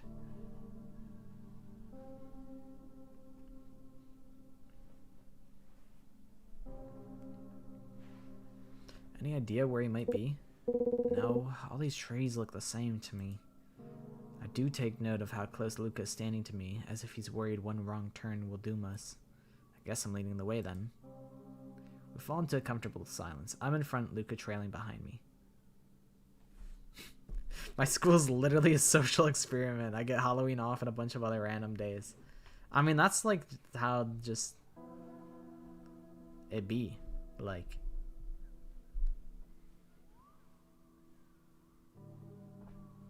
although having every week in March last year you had Mondays off, that feels like they just were just distributing like a break across like the whole month. They're like, fuck it.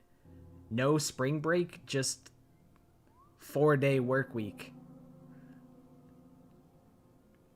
But I mean, that's like how work is, where it's like you just get like holidays off and that's about it.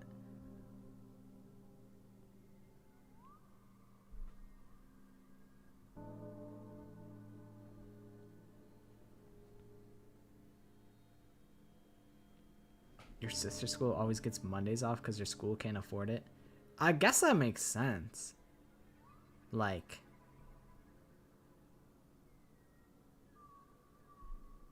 it's probably just, you could just save on money if you just have people there less often. Kind of based when you think about it. Pay for the Monday, eh? Nah, take the Monday off. Save that money.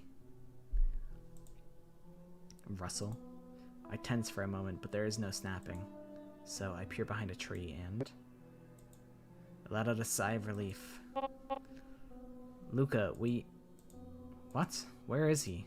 When did he stop following me? Who's there? Show yourself. Hey, it's just me. Oh, Spencer. Anthony drops the rock he was holding. What are you doing out here? Looking for you? Obviously. Oh.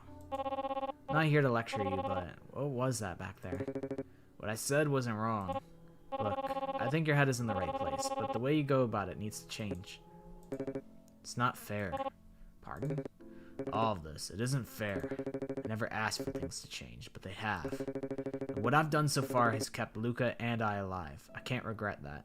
Luca's missing. He's probably dead. He's probably fucking dead. He's dead. He's so dead. But it's not just you and Luca anymore. You're living with 5 other people now. It's not going to last if you keep fighting with everyone. I just wish this never happened. I know everyone does, but still, my whole life was uprooted. My school, my home, my family. Luca's the only part of that life I have left. I didn't really have any other friends. Guess I don't really know how to handle other people like he does. Look, I get it. This sucks. We've all had to adjust to this new life. But this is the safest we've been in a while. That's why we all stay at the shelter, right? Do you really want to risk all that? No, I don't. I'll try harder to watch what I say. Besides, Luca would never forgive me if I fuck this up for us. Where is Luca, by the way? Shit. I was hoping you wouldn't ask. I can't tell him the truth, can I? He'll blame me if something happened to him, or worse. But if he is in trouble and I don't come clean.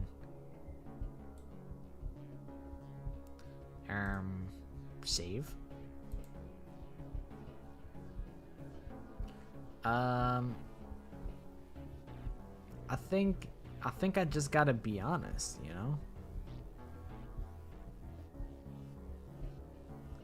I mean, do I really though? Like, what if I just say that, you know, we split up to look for you, and then, you know?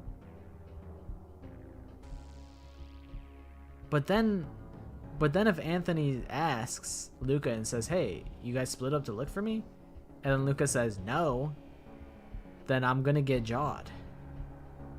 But I mean, regardless, no matter what, we're gonna look for Luca depending on what I choose.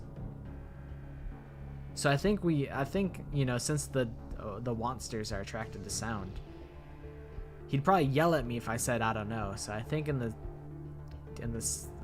best interest of self-preservation, then we split up. Really? Yeah. The longer we're out here, the more dangerous it is, so we'd cover more ground apart. And how would either of you know when you found me? We'd meet up by the shelter in an hour. How would you know an hour has passed? Using the sky? That's how we always keep track of time these days. Luca would never want to be alone out here. Tell me the truth, now. Shit. Can't come clean now. I have to lie in the bed I made. I am. Something must have happened to him. He doesn't even say a word before he's going back into the woods. I follow. Where was the last place you saw him? This way. Oh, the way he fucking slid in. The way he fucking slid in, like, my heart rate probably went up, like, fucking by 5. Anthony, Spencer. Ah, fuck. Luca, thank God. What happened? I fell down one of the smaller ravines. I'm so sorry, Spencer. He's just a little scratched up, but otherwise unharmed. Why would you apologize? I'm sure they were worried with how I suddenly disappeared. Damn it. You're full of shit. Huh? They told me you guys split up. I'm sure it was a misunderstanding. Technically we did, it was just unintentional. Bullshit. If Luca was hurt and you lied to me about it, he'd be... Tony, please, I don't want to fight. Everyone is safe, let's just go back. Fine. He backs down, but the look he gives me is clear. He can't prove I was intentionally lying, but he does not forgive me. Anthony didn't like that. You know, I kind of ran the gambit with that one. You know, All's well that ends well. I figured the worst case scenario was that he yells at me and we die. Okay, summary of what's happening is there has been a epidemic. Oh my god, I just understood. I just understood the epi part of epimutation. It's an epidemic mutation. Holy shit, I just pieced that together. Okay, so there's an epidemic that turns people into like horrific monsters that kill people, and we are survivors living in a bunker. It has been 400 days since the initial outbreak. Like COVID? Yeah, this is what alternate timeline if people didn't quarantine and they just kept going out in the wild with no mask on. This is what would happen if no social distancing. Oh, you're back. Yeah. I shouldn't have said what I did. I'm sorry. Don't apologize to me. Apologize to her. Sorry, Nia. Thanks. I know you meant well, but... I know, it was wrong. Don't make me say it again, please. Well, it's not the best apology, but it's a start. Nia gives a soft laugh, and as Valentina said, it's a start. I don't think we're immune.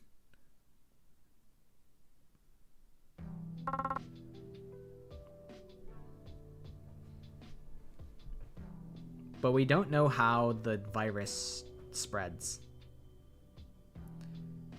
There you are. Good morning to you too, Amber. Knock it off. I have a request. Your wish is my command, O ruler of the bunker. Stop. I just need you and Luca to check on the generator. After the last incident, I want to make sure it's in good shape. Luca, I get, but what can I do with the generator? It's safer to have two people go. Why can't you do it? Anthony and I need to fix one of the bed frames. It's been squeaking. Okay, but why me specifically then? Because you're the most likely to make sure it actually gets done. Was that a compliment? No. It's totally a compliment. A few minutes later, Luca comes back from what I assume was the bathroom. Oh, Spencer, Amber said... She already told me. You ready? Yeah, let's go. I'm sure to keep my voice down and my eyes alert as Luca works on the generator.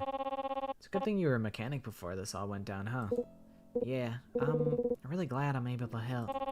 Did you always want to be a mechanic? Not specifically. When I was younger, my parents' car broke down a fair amount. We had enough money to get by, but we couldn't afford to constantly get it repaired or to get a new one. One time I decided to try and fix it following some information I read online and in books. And it actually worked. You should have seen the look on my parents' face. They were so proud. Soon enough, I started fixing up things for our neighbors and people on our street. Tony and I lived around a couple of other immigrants too. I only charged about half what most people would. It was mutually beneficial. Seeing how people lit up when I was able to fix their stuff, that's how I knew this is what I wanted to do. People on our street called me Il Piccolo Tutto Fair. I really miss it. He's Piccolo from Dragon Ball Z? No way. They called him Piccolo. That sounds lovely, Luca.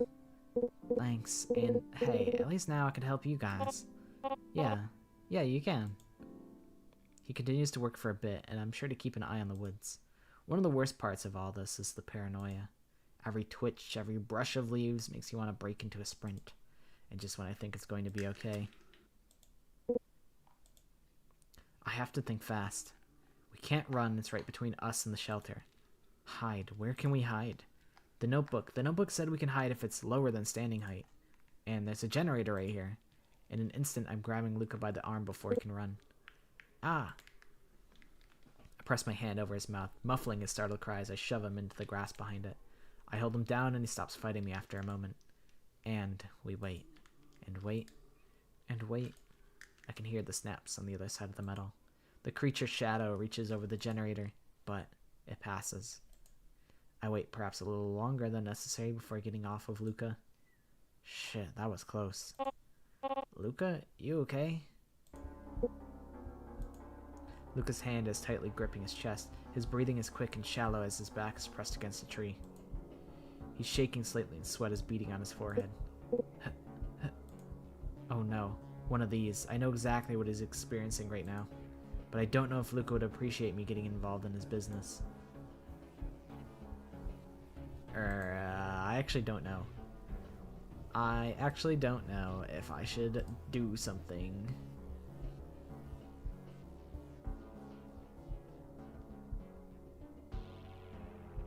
I feel like I guess I gotta try and comfort him.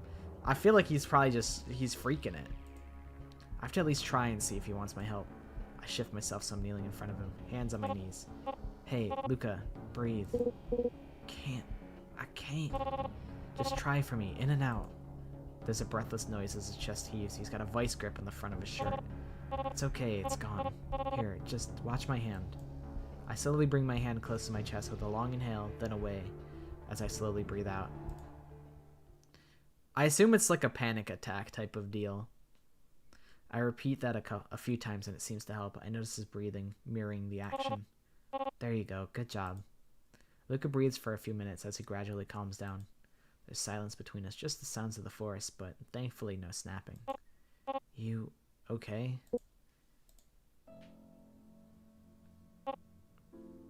Ah. His arms wrap tightly around me and suddenly I'm the one having trouble breathing. But I can't bring myself to push him away either. This is like such a banger scene.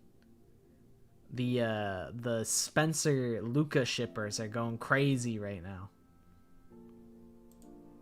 He buries his face into my shoulder, and after a moment I catch a trembling little whisper.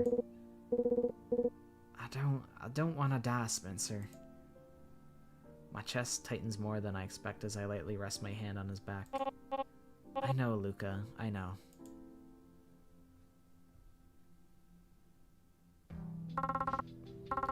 Took you long enough. Any issues? I glance over at Luca, who swallows and shakes his head. Nothing we couldn't handle. Good. A couple hours pass and it's time to go out. Alright, Luca, get out there, man. I know you just almost shit yourself, but it's time for you to get back out there.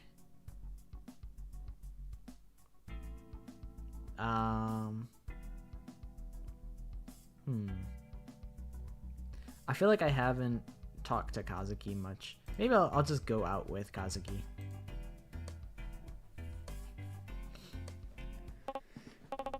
Ugh, I hate it out here. You don't think the shelter is claustrophobic? Not at all. It makes me feel much safer than the open woods do. Out here, anything could attack you from any angle. I can't stand it. Fair point, but don't worry, you've got me to protect you. Ouch, brushing past that one. I'm about to take another step when... Wait. Kazuki puts a hand on my chest, stopping me. Oh, hey, what's your deal? Sorry, it's just, you almost stepped on these. Glasses? The lens is cracked. No doubt someone lost them running. The only question is, if they chose not to come back for them, or they couldn't. He tenderly picks them up, turning them back and forth. What is it? Nothing, just... These look a lot like the glasses my mom used to wear. She pushed herself so hard to take care of me, and she never lets it show. There were nights she'd come home and hardly be able to stand, but she always had time for anything I asked. All she wanted was for me to be happy, and she worked countless extra shifts so I could go to art school. I couldn't believe it. It was my dream, and she was so proud of me. But she got sick. Oh no, with Alzheimer's. Fuck, Kaz. I had to take care of her, I had to. After everything she did for me, it was the least I could do. It was tough trying to balance it with school and money, but it was a fraction of what my mother went through. I swore to myself she'd spend the rest of her life in comfort. She deserved at least that much. And I promised I'd make her proud. I wouldn't waste the education or opportunities she worked so hard to give me. But now she's gone. She's gone, Spencer. I know, but... What was it all for? The world is over. All our suffering, it means nothing now. Kazuki, calm down. You're spiraling. Sorry. He shakily sets the glasses back on the ground. Can we go back now? But we just left. Yeah, okay. Alzheimer's is like so sad. 'Cause I don't know. It's kind of like, I don't know. Like my grandma had Alzheimer's, and it's just so sad to like see somebody know that they should remember something but they don't. It's honestly terrible. If I ever got Alzheimer's, just, I don't know. I don't ever want to reach that point.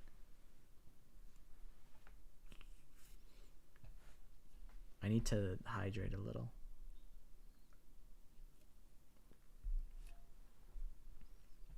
I'd assumed the rest of the night would be uneventful, and I was half right. We all went to bed, and I expected it to pass like every other sleep, but... Spencer, wake up. 5 more minutes. Oh, hi, Nia. Groaning softly in complaint, I crack open my eyes. What, Nia? What is it? I know what you said a few days ago, but I'm worried about you. What is she... Spencer, do you need me to take a look at you? Oh, for the love of God. I told you I'm fine.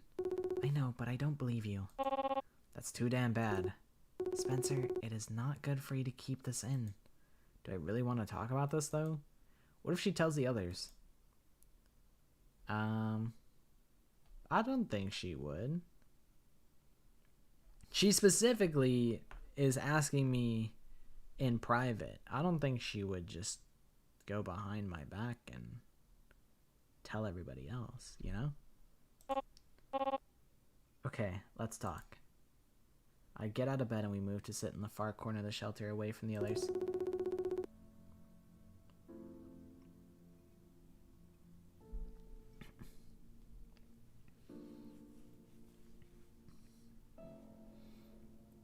I've noticed you seem to have somewhat frequent nightmares. Yeah, something like that. It's to be expected given the situation. I'm sure we all do to some extent, but you and Kazuki seem to have them the most. Kazuki has nightmares? You haven't noticed? I shake my head. I guess it's hard to when I'm having so many myself. I have no idea what's happening or why, but assume that everybody wants you dead at all times. I mean, the people in the bunker be beefing, but I think they vibe with me. I think Anthony's kind of got beef with me, but I think I'm on good terms with about everybody else. You know, it's just the skinwalkers outside that are constantly putting us in life and death situations, you know. There's that. I have a theory that it's because you two are on your own. What do you mean? Well, I have Val and Luca and Anthony have each other. You two didn't come here with anyone you knew. Huh, I never thought of it like that. Hold on, Amber didn't come with anyone either. True, but it's Amber. I don't know if anything can bother her aside from a disorganized shelf. My eyes widen momentarily at the remark before I snort. Wow, didn't expect that kind of comment from you. It's just my observation. Huh, maybe I've underestimated Nia. Anyway, I just wanted to let you know that if you ever need to talk about these things, I'm here for you. I know we haven't known each other long, but I hope we can be friends.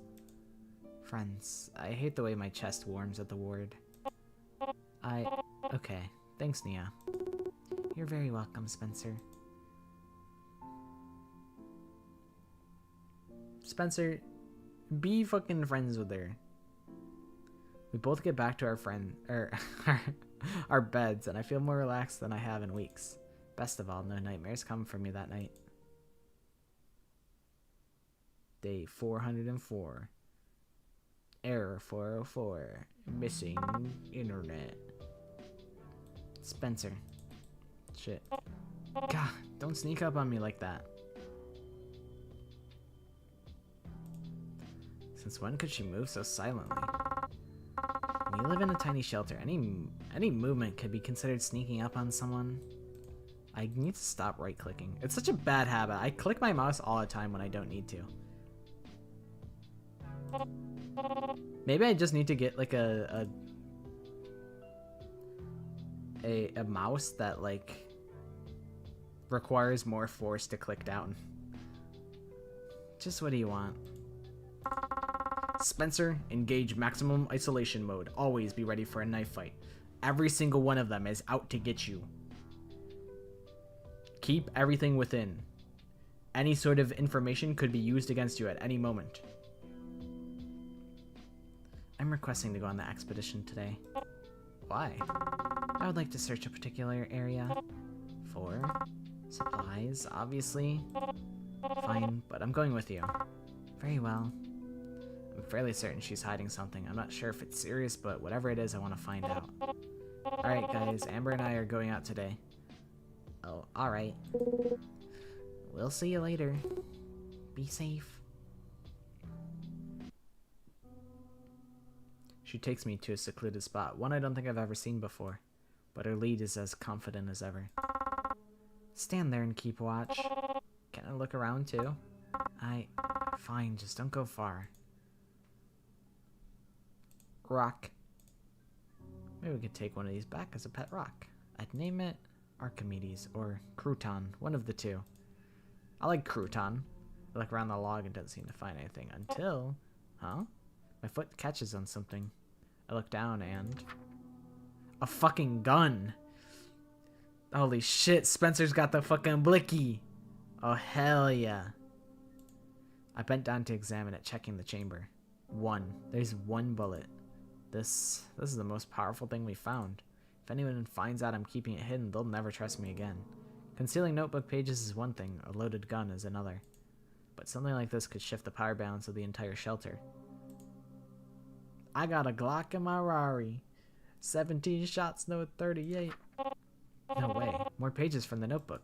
With Amber nearby, I don't have time to read them right now. I quickly stuffed them into my bag. Spencer, where are you? Shit, Amber. What am I gonna do about the gun? My only option is to... you know what? I kind of feel like I should tell her. I mean, you could hide it, but also, like... shove it up your ass, they won't find it. I feel like I should just tell her. I mean, what is she gonna do?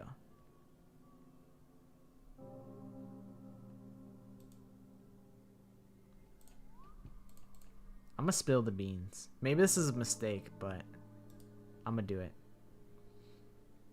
I can't hide something like this. I just have to trust her. There you are. Did you find anything? Yeah, look. I carefully hold the gun out for Amber, my fingers well away from the trigger. Oh my god. Yeah, I know. Is it loaded? One bullet. We should bring it back. Are you sure? I know it could be dangerous, but it could save our lives in an emergency. I believe it to be worth the risk. Okay. And then Anthony picks up the gun and he just goes, Valentina, bah! And then just blasts her. Thank you for telling me you found it. Yeah, no problem. This is the communal Glock. Everybody shares equal responsibility with the Glock. I just hope it was the right decision. We start to head back to the bunker and the silence seems more awkward than usual. I decided to take a gamble and break it. Hey, what was your life like before all this? That's rather sudden and blunt. I was just wondering, all you said was you used to do financial analysis. Does it really matter? The world has ended. Our old lives are gone. I think it matters. I've found that people's past experiences shape their actions in the present. I never thought of it that way.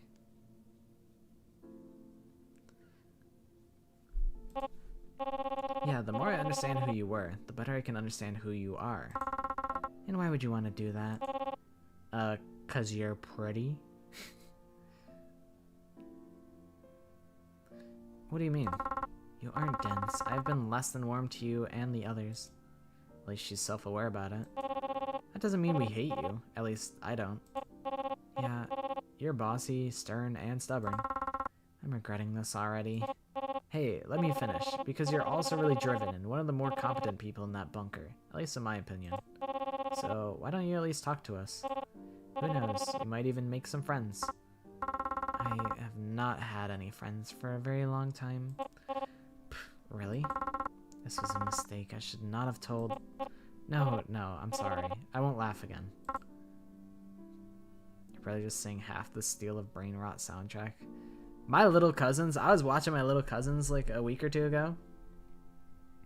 And they were telling me about how the mechanics of Steel of Brain Rot work. I was like, you know what? I'm at least like... I'm learning what the kids are into. Because I really don't know. I have like no visibility on that. So I'm like, you know what? Go ahead. Tell me what Steel of Brain Rot is. And they're like, well, if you get... You gotta get... You can hit the lucky block or like the admin block. And then you can get a secret brain rot, which is about like 20 million. And I was like, okay, so it's just a tycoon type of game. I'm like, really, the more that things change, the more they stay the same. It's all about watching the number go up. It's just Horse Plinko. It's just different version. It's just a new age version of Horse Plinko, and Horse Plinko is already like kind of new age. Either she has a tragic backstory or she was doing some shady evil shit back in the before times. I feel like maybe her job just fucking sucked and she's like, whatever, who even cares? Everything's fucking fuck my chud life. Hey, I've never had roommates before either. I guess we're both learning something new. If you don't want to talk to everyone at once, you could start with me. There are things I would rather forget, but if what you say is true, then perhaps one day. But if you tell anyone about this conversation, I will evict you from the shelter. Don't worry, I'm really good at keeping secrets. Except for that gun that I found. I couldn't keep that one a secret, though. There is one thing, I think... Amber and I go completely still as the screaming sounds echo through the trees. Roblox has 3 games. Obstacle course, survive the something, number go up.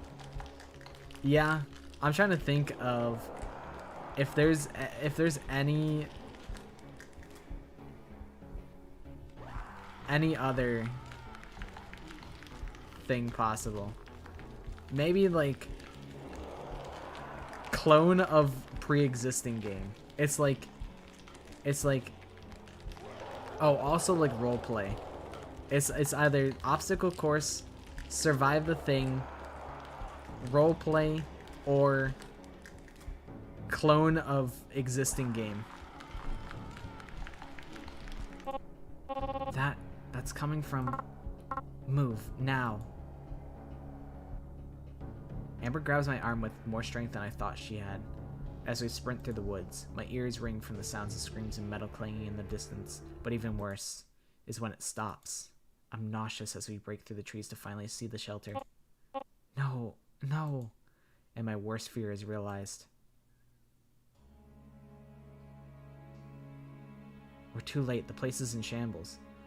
But y'all motherfuckers are alive? I thought all of you guys were gonna be fucking dead.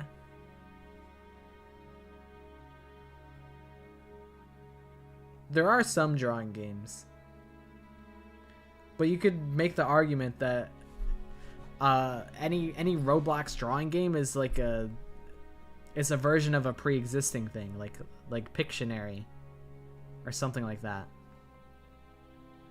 We're too late. The place is in shambles. Blood paints the ground and walls. This has never happened before. The shelter is safe. It's supposed to be safe. The only consolation is everyone seems to be alive for now. What happened in here? One of those things got in. How? They've never gotten through the door before. I think the door hinges were coming loose from use. Fuck, and none of us noticed until it was too late. It's my fault. It's all my fault.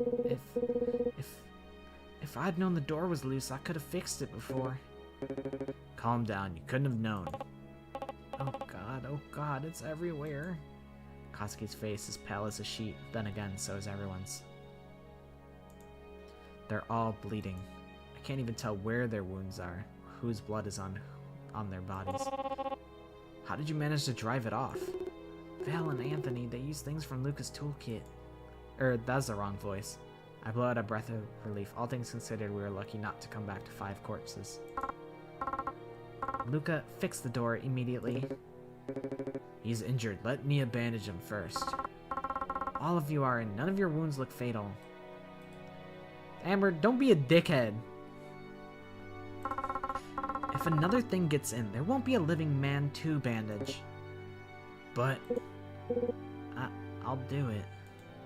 Anthony grits his teeth, but he knows he doesn't have a valid argument here. Fine. I will get the med kit. Nia gets to work bandaging the injured as Luca repairs the door. No one has anything to say. I shouldn't either. I really shouldn't. But a close encounter with a mutant. This bunker is tiny, and everyone was injured. I don't want to do this, but I have no choice. If one of us is a danger to the others, for the sake of everyone else, I have to speak up. Hey, guys. All eyes turn to me, tired and fearful. The drawing games have points usually, so that's also a number go up. True. I've watched Tokyo Drift 3 times in the past 2 days. Tokyo Drift is a great Fast and Furious movie. There was a point where me and the squad were watching Tokyo Drift in like VR chat, because there were like VR chat worlds that just had like movies in them. So we would just watch. I think we watched like the first 3. I think we got to Tokyo Drift. Tokyo Drift, great movie. I think we need to check for infection. Huh? Infection? Spencer, why? We don't even know how the virus spreads. I've been keeping notes. I think I have a good idea how it works. What does everyone else think? I suppose it does come down to them. If they're going to listen to me, they'd be putting their lives in my hands. I trust them. I vote yes. Spencer isn't selfish. My answer is yes. They're a liar. I don't trust liars. Spencer's a good person. I think they want what's best for us. I say let them try. Okay. That's a majority. Okay. If I read those notebook pages, I can try to identify the symptoms. Oh, okay. Notebook pages. Next page. Anthony's just pissed because I fucking lied to his face. But I thought he was too much of a crash out to trust him with the truth. I miss VR chat. Man, I don't. I was never really into playing VR chat. I have like VR, like I have like a Quest, but I don't know. And I even have my 3D model is ported to VR chat, so I could be a VR chat delinquent if I wanted to, but I just choose not to. Alright. I'm gonna sip some water and then play game.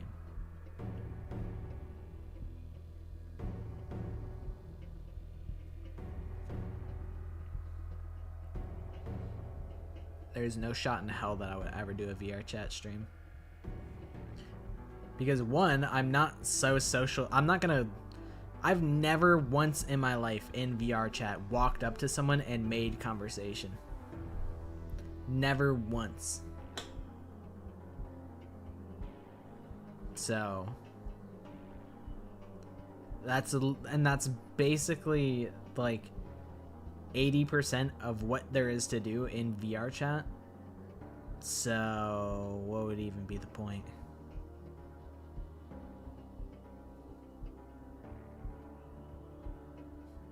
Never public lobby VR chat on stream. Yeah, you'll get like somebody trying to, I don't know, just be super ignorant like immediately. Or it'll just be like, I feel like usually what happens is like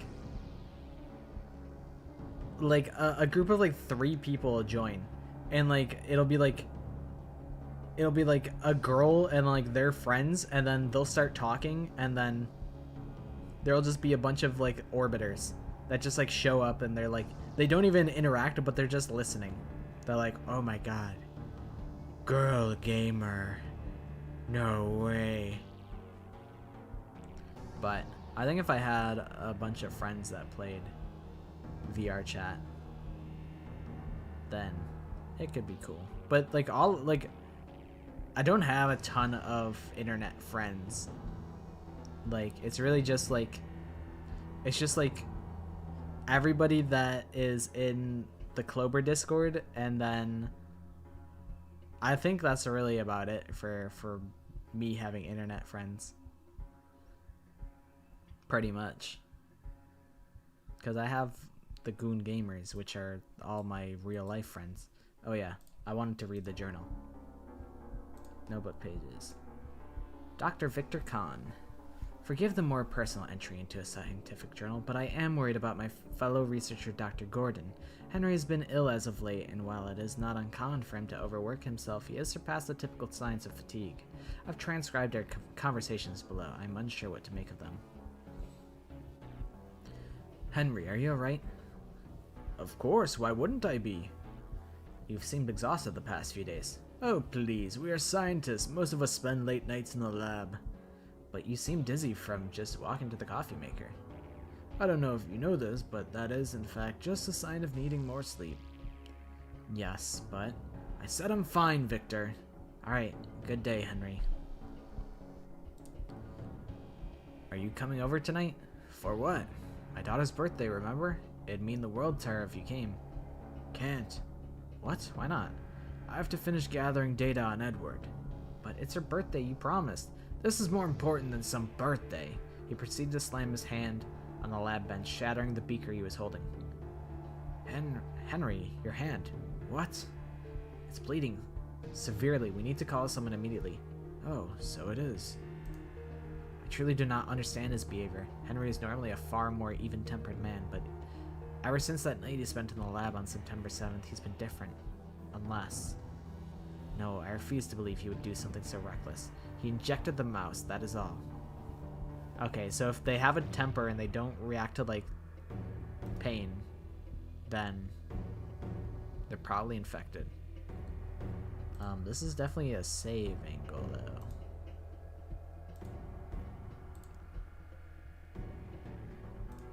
Then I can interrogate the others. I'll ask questions in order to gauge their reactions. I'm gonna talk to you each individually. After that, I'll determine if someone is infected. And if they are, we'll cross that bridge when we come to it. I'll need to talk to Amber. She was with me. But I should start with... give me Kazuki. We'll go left or right. Yes? How are your injuries? Not painful, especially compared to last time. Maybe I'm finally getting thicker skin. Do you think anyone is infected? I don't know. There's so much blood, it all happened so fast, my head hurts, and I just want to go to sleep and forget this ever happened. Are you okay? Yeah, I don't think I'm hurt. Valentina and Anthony were really brave. I don't know what would have happened without them. How could you guys let this happen? Huh? Hey, that's not our fault. If anything, Amber should have kept the shelter in better shape. She's the one who always pushes us around and says it's hers. So, I don't know. Kazuki says, oh, I'm not super hurt. And also, you know, he was kind of mad at Amber. So, Kazuki is, he's sus. He's a little sus. Alright, let's talk to Anthony. What do you want? Are you okay? No, how could I be? I'm exhausted. Fighting off one of those things takes a lot out of you. You and Val saved the others, though. Yeah, maybe. How are your injuries? Not great, honestly. Val and I took the hardest hits. But Nia's got us patched up. My side's still really sore, though. Hurts like a bitch. How could you guys let this happen? Excuse me? This wasn't our fault. If you even think about saying that to Luca, I swear to God. Whoa, okay, got it. Good. Think anyone is infected? Fuck, I don't know. I really don't. Don't ask me that, please. Okay. So I think Anthony's clear. I think he's clear. Valentina. What's up? Are you okay? Fuck no, that was too close. I just saw red when I was attacking that thing. I've never felt that way before. Facing life or death that close must do that to a person. How are your injuries? Not as painful as they look. I've been getting scraped up long before the world went to shit. It hardly bothers me anymore. How'd you guys let this happen? Fuck you? You think this was our fault? I did not just put my neck on the line for you to waltz back in here and blame us. Okay, sorry. Do you think anyone is infected? No. I've been in many scrapes before. I can't imagine now of all times. My luck can't have run out. I don't know. I feel like Valentina that's kind of 2 for 2. She said that she wasn't really feeling like pain. And I mean, admittedly, Spencer's a dickhead for asking, how could you let this happen? But still, she got mad at me, which is kind of a sign of infection as far as I understand it.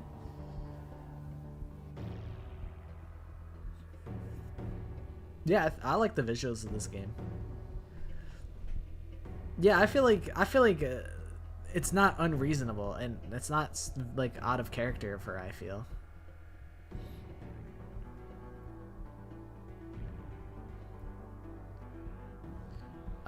Give me Luca. Oh, hey. Are you okay? Yeah. I'm alive thanks to Val and Tony. It could have gone so much worse, so I'm happy. I'm pretty tired, though. I think it's the panic wearing off. How are your injuries? They don't really hurt at all, honestly. He is really good at bandaging us up. Anthony used to joke I had a super low pain tolerance, but I think it's gotten better ever since all this. Depressing as that is. How could you guys let this happen? I know, it's my fault. I should have known the door was coming loose. I'm a mechanic. Sorry, I don't mean to complain. Let's move on, please. Think anyone is infected? No, I don't. How are you so sure? Because we can't be. Alright, Nia. Are you okay? No, none of this is okay. I hate this. I hate being so afraid all the time. I thought the shelter was safe, but now I'm so tired, Spencer. How are your injuries? I was the least injured out of all of us, so I'm okay physically. Val made sure of that. Yeah, I have no fucking idea. I mean, I think it would be a dead giveaway if, like, Anthony's got, like, a big chunk of him missing and he's like, I'm good. That would be, like, a super obvious tell. So I like that it's super, like, you really have to pick apart their dialogue. How could you guys let this happen? Don't even try that with me. We're all suffering right now. Why would you make it worse? Right, sorry. Do you think anyone is infected? I don't know how this virus works. It's so confusing being medically trained but having no idea how to identify a sickness. I'm not used to feeling this useless. I'm sorry, this whole thing has left me shaken. Let's just move on. Well, that's everyone. There's no turning back now. I have to make a decision. I don't know. No, I get you though.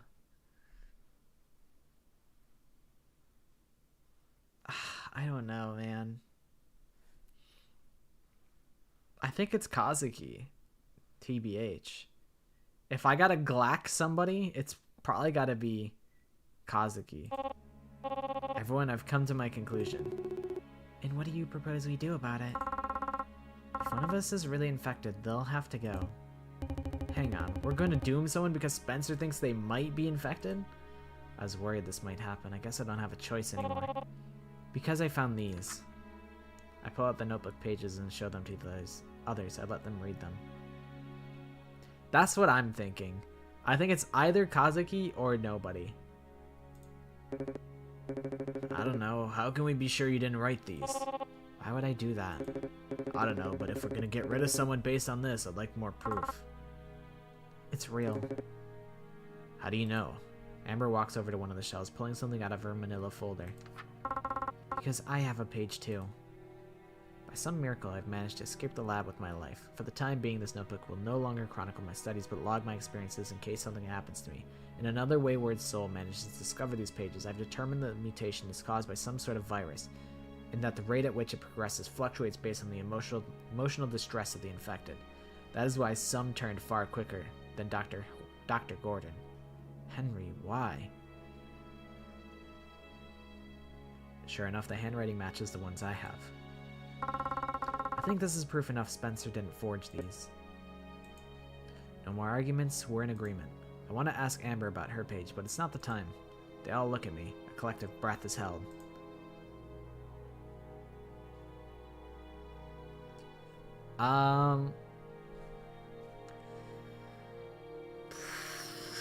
I don't know.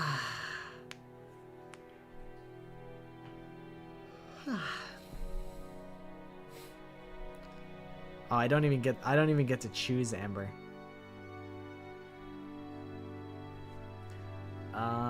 Shit. I'm kind of feeling like I think of anybody, it's Kazuki. But I'm almost tempted to hit no one, and then like if Kazuki turns and murders all of us, then we just rewind time and we shoot him. We blast him.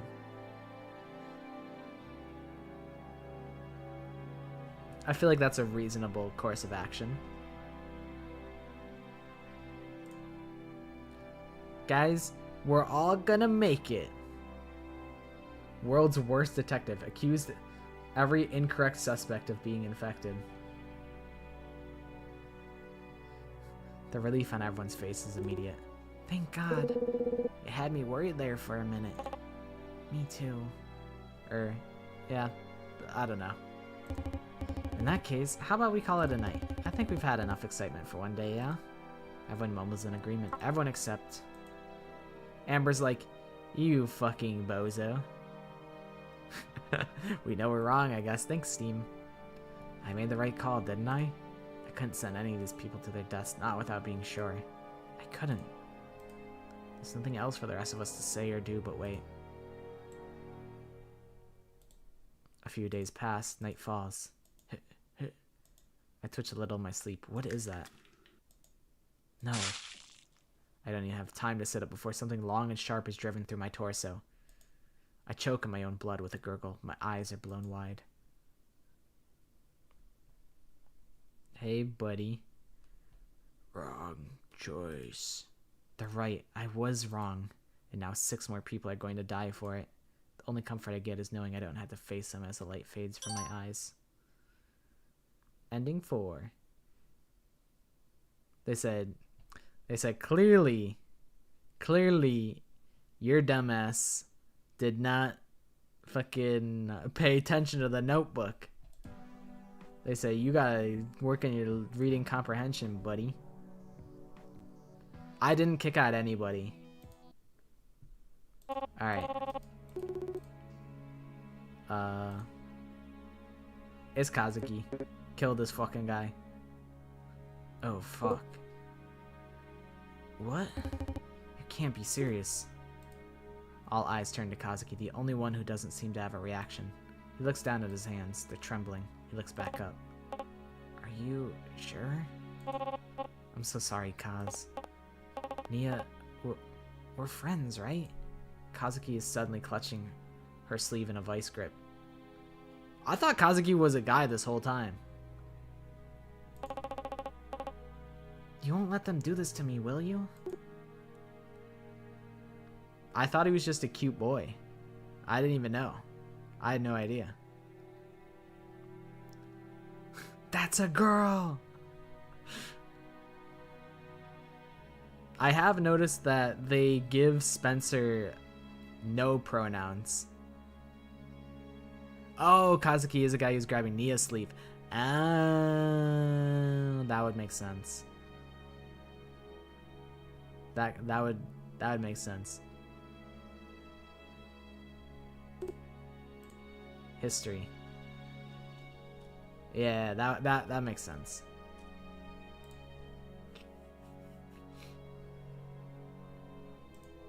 Realizing she was not going to answer, he turned to Luca, come on, you're nice, aren't you? You won't let them kill me, right? I'm sorry, right? Please, let go. Get him off. No, wait. Anthony and Valentina pry Kazuki off of him. He thrashes for a few moments before suddenly the fight leaves him. But I don't feel sick. Just tired. That's the wrong voice, whatever. His voice is so small it makes him sound far younger. What's going to happen to me now? We have to send you out. It's the safest option for everyone involved. But maybe I could... What if I give him the gun and he fucking shoots me in the head?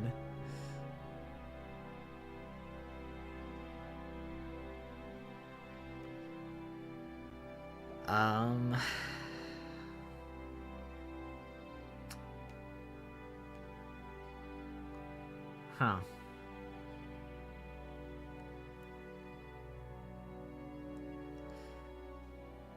I mean, we just condemn this man to basically say, hey, kill yourself. Like, yeah, I'm like, he's a man with nothing to lose currently, and we're gonna give him a loaded gun. I don't know, bro. What I would do is I would mercy kill him. I feel like the best course of action is to mercy kill him. Go out back and fucking hit him with the of mice and men. But I'm willing to see. I need to know what he does with it. I look at Amber. She seems to understand what I'm suggesting. And she nods. I gesture to Amber, who pulls out the gun. Ah, a gun? Take it. Okay. He takes the weapon, putting it in his bag as he shakily makes his way to the door. Bye, guys. Even his final words to us were so simple. The door squeals open as he stumbles out of it. Anthony is the one to close it behind him. He doesn't say anything, but he doesn't need to. It's done. Nia breaks into a sob. Valentina curses under her breath. Luca buries his face in his hands. Amber isn't even facing us. And the only comfort I get is knowing I did all I could. There's nothing left to do now. All we can do is keep living. I've been trying so hard to convince myself I only care if I stay alive, but I'm going to keep looking for these pages. I'm going to see if maybe there's a way to stop this. Maybe I can stop something like this from happening again. And as I move over, I happen to catch a glimpse of something sticking out of the drawer by Kazuki's bed. Numbly, I reach for it. It's a piece of paper. And with shaking hands, I gently unfold it.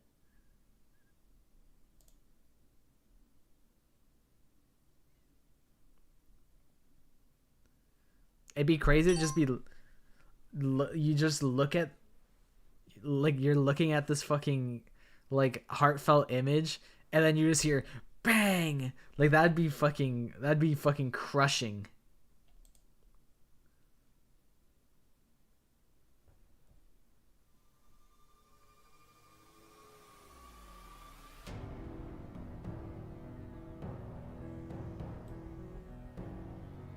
You unfold it, it's the part 4 JoJo stand that can pull a gun out of paper.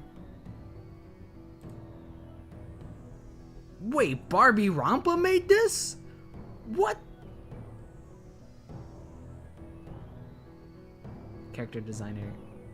Character artist, Maddie Nasor. I assumed that she did the character art. I didn't know for certain. Nuria, the artist.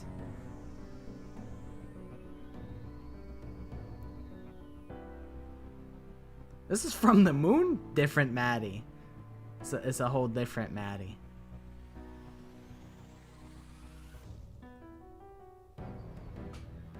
Poor Kazuki.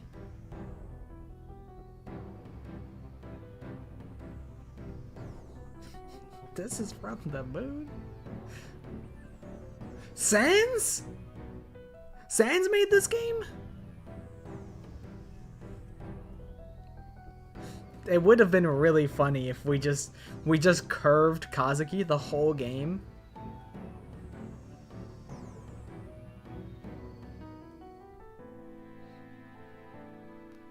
Although I guess, like, what if we just abandoned him from the jump? Now I'm kind of curious.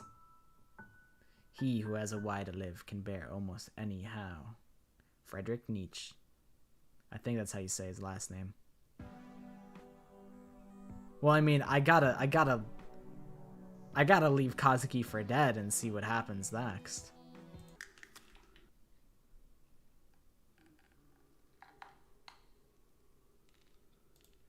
Nietzsche.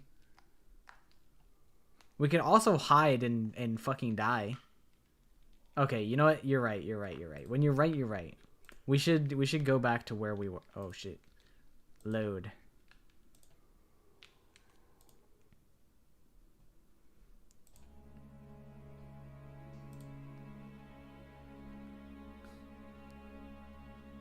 Sorry, bro. We locking you out. Lock me? No. It's like a switch being flipped. His eyes flash, and in a blur, he lunges for me. I bring an arm up to protect my face, but the attack does not come. My eyes open to see Valentina and Anthony holding him back by the arms as he snarls. Let go of me. This isn't right. They're a liar. They're lying. Luca, open the door. But, please. There's the familiar groan of the door opening as Kazuki's struggles intensify. No, you can't. You can't do this to me. Val, Lucas, Nia, Spencer. Amber is the one to shut the door. The last glimpse of his face we ever get is twisted in pain and despair. It's worse than any of the mutants I've ever seen out here. All we can do is listen. We can't even cover our ears enough to block out the noise. Let me in. Let me in. You can't do this to me. I thought we were friends. You're supposed to be my friends. You promised. I can't. Where? I'm sorry. I'm so sorry. It hurts. It hurts so fucking much. I don't know how long he was screaming. It could have been 5 minutes or 5 hours. Either way, I'll never get those cries out of my head. They're etched into my memory for the rest of my life. What? None of us sleep, even after the screaming stops. I want to check. Huh? Outside, I just want to check. Okay, I'll come with you. Nobody else had anything to say, and I don't blame them. The door creaks open, and what we find is not Kazuki nor a mutant. Part of me wished I was wrong when I pointed the finger at Kazuki. Part of me hoped in a day or two we could let him back inside and forget any of this ever happened. That we could go back to our usual life, broken as it was. But that was only a fantasy, because I was right. It was Kazuki. Kazuki, who we doomed to slowly, painfully turn into one of these agonized monsters.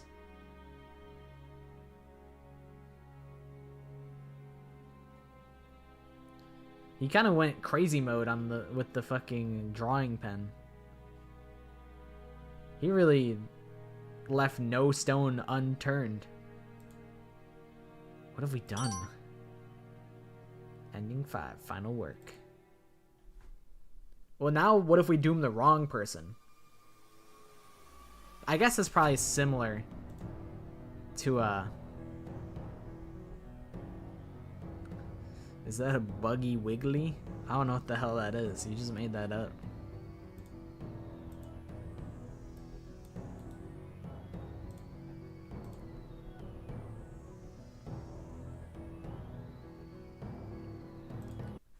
I feel like if I damn the wrong person, I feel like I just get the wrong ending. Huh? Very funny. Now, who is it actually? I'm sorry, Anthony. You should be, because it's not him, right, Luca? Maybe they're right. We don't know how it works. Spencer does, at least more than any of us do. What are you saying? Let me go. If I come back in a few days, then we'll know, right? I'm coming with you. No, please. I couldn't stand it if I hurt anyone else, especially you. I refuse to let you go out there alone. It's not happening. If you go, we go together. I'm sorry, Tony. Hopefully I can apologize for this later. What are you... Crack. What the fuck? Anthony howls in pain as Luca takes a hammer from his belt and hits Anthony in his shin with it. Luca! Holy shit. He said, hell no, you're not coming after with me. Bonk! He grabs his bag and throws the door open as he sprints outside. Anthony tries to pursue, but can't with the pain in his leg. No, Luca! Luca! But there's no response, and all the fight leaves Anthony as his eyes fill with despair. The only thing we can do is hope he'll come back, like he said. There's nothing else for the rest of us to say or do but wait. A few days pass, night falls. And then I get owned. Once again. And then the spooky, scary Skillington appears. Wrong choice. They're right, I was wrong, and now 6 more people are going to die for it. Well, like, what if Luca lives? Actually, I guess, when you think about it, if Luca comes back, right, he'll open the door and just find the bloodbath with the mutant still in here, so I guess Luca would die, still.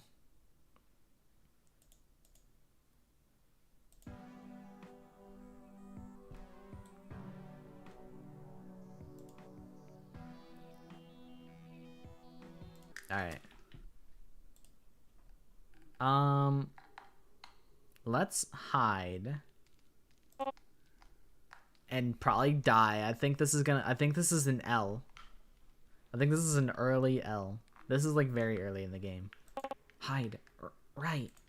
Kazuki doesn't protest as I tug him over to one of the trees. I help him up into one and we manage to nestle ourselves onto one of the branches. I press my hand over my mouth to attempt to stifle my breathing. None of the rocks are big enough to hide behind, so this is our only option. We wait, and wait, and wait. The snapping seems to get closer. We just have to pray it passes by. Hi. Found you. The last thing I see is the spray of my own blood before everything goes dark. Ending 1, hide and seek. That is about what I expected. Alright, and now we run. I found you, faker. So now we run. Kazuki looks at me like I've lost my mind, but it's our best shot, and I don't intend to waste any more time. I grab his arm, yanking him with me as we fucking haul ass. Our footsteps make a fair amount of noise, but I don't have time to look back. I can only pray that Kazuki is a good runner too. Spencer! Shit. I don't even need to turn around. I know what I'll see. He fell, and I... fucking leave him. I can't go back. I can't. It's either he gets caught or we both do. It's the most logical decision. I have to stay alive. Spencer? Spencer? Spencer! His cries and my name ring in my ears. I make a break for the shelter. My gasps for breath drown out the snapping noises. That, or they're too distant to hear anymore. I don't slow down though, not even as I see the shelter in the distance. I throw the door open, sprint inside before slamming it shut behind me, startling everyone in the bunker. Despite this, no one asks me what's happening. We all know that if you are running, it's from one of them. I wait, but the snaps do not follow. Where's Kazuki? It's hard for me to breathe for more reasons than one. But I don't get to answer because... Not again. Luca covers his ears as the banging persists, and for a moment we all attempt to wait it out, just like yesterday. However, unlike yesterday... Let me in! Let me in! No way. Open the door, Nia, Val. Don't just stand there, open it. Wait. Nia does not. She rushes to the door, pulling it open as Kazuki nearly falls through it. What happened out there? Spencer left me behind. I did not. If I went back, it would have just risked my life too. By the time I even got to you, you could have probably stood back up. You didn't even turn around to look. You left me there to die, you... Enough. Everyone will have their own opinions on the situation. We did not have time to argue about it. Kazuki, let Nia examine you. But... Now. Fine.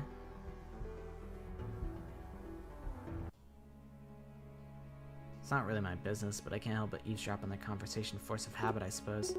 Ah, these gashes are deep. What did this? When I fell, I tripped over some sharp rocks. It cut me pretty bad. I see. Okay, so this seems to be the same dialogue. I thought Kazuki would die, and it would change the course of the story, but he survives anyway. So, I don't really know. I guess our next major option that we have is...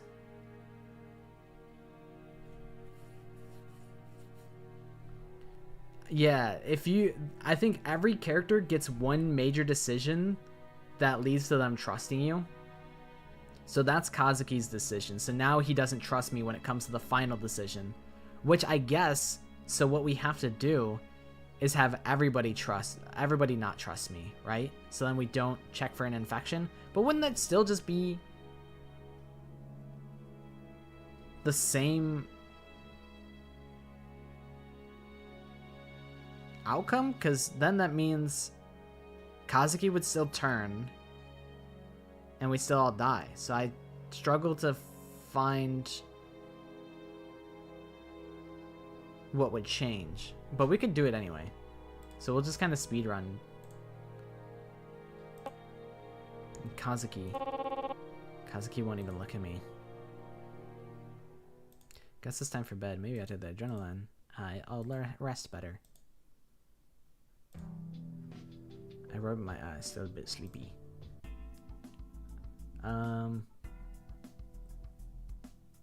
That's true. It is called misdiagnosis. And we also have the gun. So what if we just say, fuck it, I don't give a shit. And then we just, gah! And we just glack Kazuki. Come on, Kazuki, we're going out.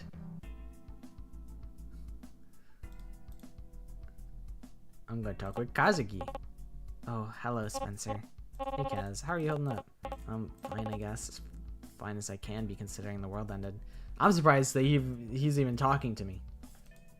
Well, he's not wrong. Let's talk about something nicer then. What'd you do before everything went downhill? I lived with my family. Really? Why so? Money reasons, mostly. My mom was a single parent and she worked so hard just to provide for us.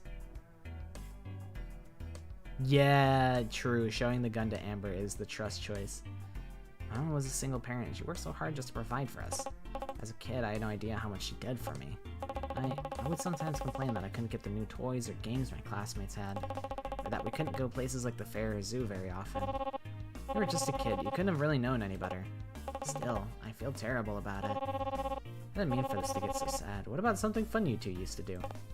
Oh, there was one thing. It was my 15th birthday. I don't know how she managed it, but my mother surprised me with 2 tickets to this big theme park that was in town. She said I could take any friend I wanted with me, and I did have a couple growing up, but I wanted to go with her. It was one of the best days of my life. We rode the rides, tried all these new foods, even played some of those rigged carnival games. I hope she remembered it too. I'm sure she did. It sounds like you were a good son, at least in my unsolicited opinion. Spencer, I got bad news. She had Alzheimer's. In the end, she fucking forgot it. This is like the worst part of it all. Is like if he probably like asked his mom if she remembered that, and she didn't fucking remember it. That's the worst part of it all. Thanks. I'm gonna talk with Nia. What's up, Nia? Oh, hello. What are you doing here? Or what are you doing? Waiting, there isn't much else to do around here. True. You're one of the bigger bookworms here, though. Got a favorite genre? Romance and fantasy, mostly, but I do enjoy some science fiction here and there. Nerd. I can't help it. I used to read all the time growing up. Yeah? Yes, my parents were decently well off, so I would get a few for holidays and my birthday. This girl in your history class called you because she needed the notes, and I was watching stream from my iPod, and I have no one's numbers saved on here. It was the Monster. They were saying, "Let me in." Imagine, dude, some creepypasta ass shit. What if on the call you just heard the like a creaky voice go, "Found you." I would shit myself. I would shit myself on the spot. Sounds like a typical nuclear family life to me. It was. We were very close. They were so proud of me when I got into nursing school, not to mention when I graduated. I'll bet. That's no small feat. Stop, you'll embarrass me. What about Valentina? Did you ever introduce them to her? I did. They loved her. They'd always joke that they wanted another daughter.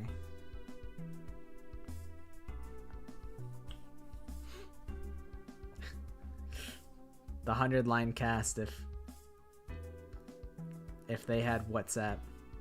Danielle America. Hey, I found Retsnam. I send that shit to... I hang up instantly. I'm not getting involved in Danielle's hijinks. Fucking Darmy. Darmy's always up to no good. I didn't even pick up. I got my bonnet on, and once it's on, I don't pick up the phone. That's valid. It's also like 9:30 for me, I'd say. I guess, I don't know. It depends how close I am to that person. That's true. Then canonically, they do get WhatsApp. They do actually get WhatsApp.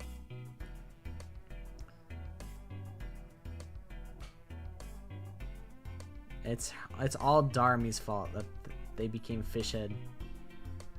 I still haven't done the other, like the meat route. I haven't done meat. I've only done fish. I have not touched the 100-line in like a month. I'm bad. I'm bad to the bone. I was always worried about letting them down. Nursing school was so hard for me. Some days I just wanted to give up and drop out. But I couldn't disappoint them. That was part of the reason I kept going. I knew they believed in me, and it helped me believe in myself. Believed it myself too. Low-key, it's kind of sluggish. That's what I'm saying. That's what I'm saying, bro. It's just, it takes so damn long. I'm a very momentum-based gamer. If I stop playing a game, I struggle to get back. Haven't even touched the Ita side of the flowchart. Yeah, I mean, I was definitely like, I was kind of zooming when I was not streaming. I only played once off stream. But I don't know, man. It just takes so long. And it's just a straight up visual novel, basically. It's just a very long visual novel. One day, I'm gonna make a 100-line review video, and I'm probably gonna have some negative things to say about it, and I'm gonna get hated on. The people are gonna come from my throat. But that can't happen until I give it the fair shot that I can and beat it to 100% completion, which will happen one day. Me when the visual novel is a visual novel. But like they promise Fire Emblem gameplay, and then you don't play any of the Fire Emblem gameplay. You just skip it all. You just skip all the Fire Emblem. They lied to me. And the Fire Emblem gameplay is good when it's relevant. I mean, you could choose to play it if you want to actively waste your time. I don't know. I feel like it's not on the player to play the same encounters again. They should have more unique encounters. That's how I feel. I feel like they did themselves a disservice to not introduce, like, I don't know, like map hazards. Like, I don't know, have a enemy that like puts up like spike walls so that like displacement abilities are more relevant. I don't know. I think they did. Like all of the mechanics that you can interface with in the combat are fun, but I would like more reason to interface with the mechanics. And like, I respect the extreme despair, like every character dies in one hit if they don't, like if everybody is basically one health. Like I respect that, but I wish there was more incentive to play it. I think that's one of my biggest complaints with the 100 line. Is like, because all of the encounters are like the same, it makes the rest of the visual novel feel samey, and I think that's just like, I don't know, they did their own game a disservice by not doing more with it. It's kind of just a missed opportunity, I feel. But also the game is like very ambitious, so like I get it. But that's one of my biggest gripes with the game. Must be nice. Well, anywho, I think I'm going to head to the bathroom. Wouldn't want to bum you out with all this talk of the past. Oh, really? I don't mind talking about it. It helps sometimes. Nah, I'm good. Enjoy your book.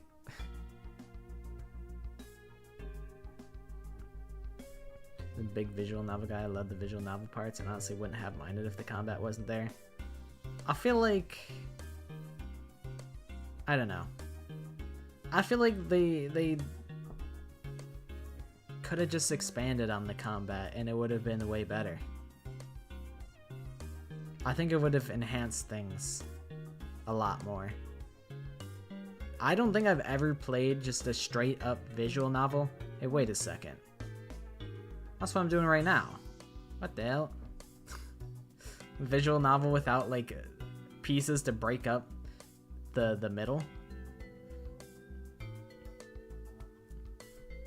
I don't think I've ever like done one of those. I did download Ever 17, which is like the original Uchikoshi game, which I heard is very long, and there's one route that's like a total slog. I have heard that. I haven't started it yet. I think it's probably going to be infinity until I even think about starting Ever 17. Wait until we get to cult route. You say we? I'm not streaming that. One random person did not like the game either. I mean, I don't know. It's very subjective. It's not that I dislike the game. I don't dislike it. I think where I'm at, I would give it like a 6 out of 10. Like, you know, like, don't get it twisted that like a 7 out of 10 is like an average score. A 5 out of 10 is an average game. It is an above average game. But in my opinion, I don't know. Whenever I play it, I'm like, it's just, I don't know. It just could have been more. like the combat could have been more. It is fun when you like the Route Zero is a really good time because the combat is you're constantly like you're getting new moves, you're leveling up. There's no alternate moves that you can equip on people. I think that's a missed opportunity. I think if you would unlock moves based on like your friend level, your friendship level, I think that could have been awesome. I think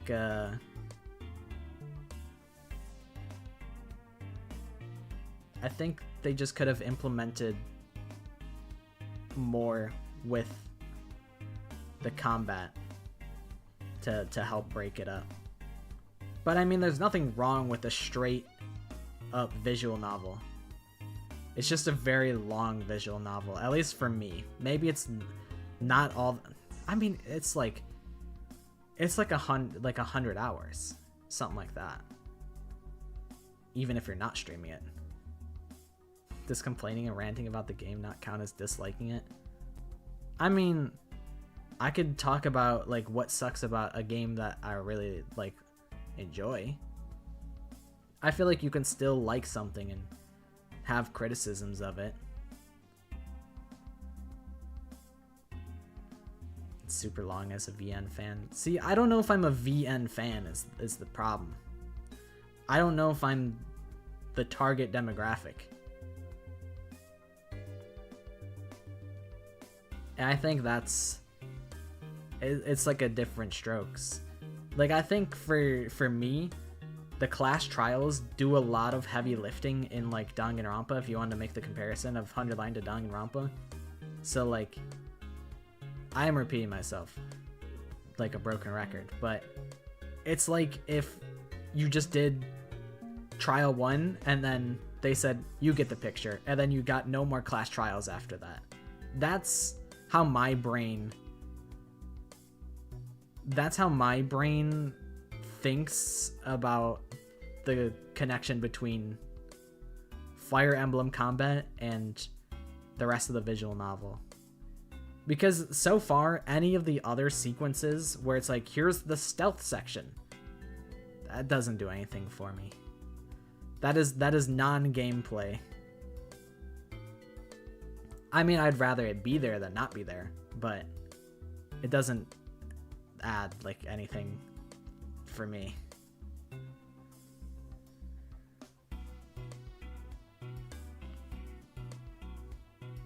But yeah, I don't know. I don't know. I'm just like, I don't know if I'm a visual novel guy. Even though, like, I don't know, like, Zero Escape, it's like, you get the puzzles in between to make the rest of the visual novel go over better. I don't know. I just feel like the if I had more to break up the visual novels, I think it'd be more digestible for me. Those puzzles are so annoying, I cannot lie. Yeah, I definitely had to look up a guide on many puzzles. The guide was mandatory. I was not that guy. I gave it my earnest attempt on every puzzle, but sometimes I was like, I don't know, man.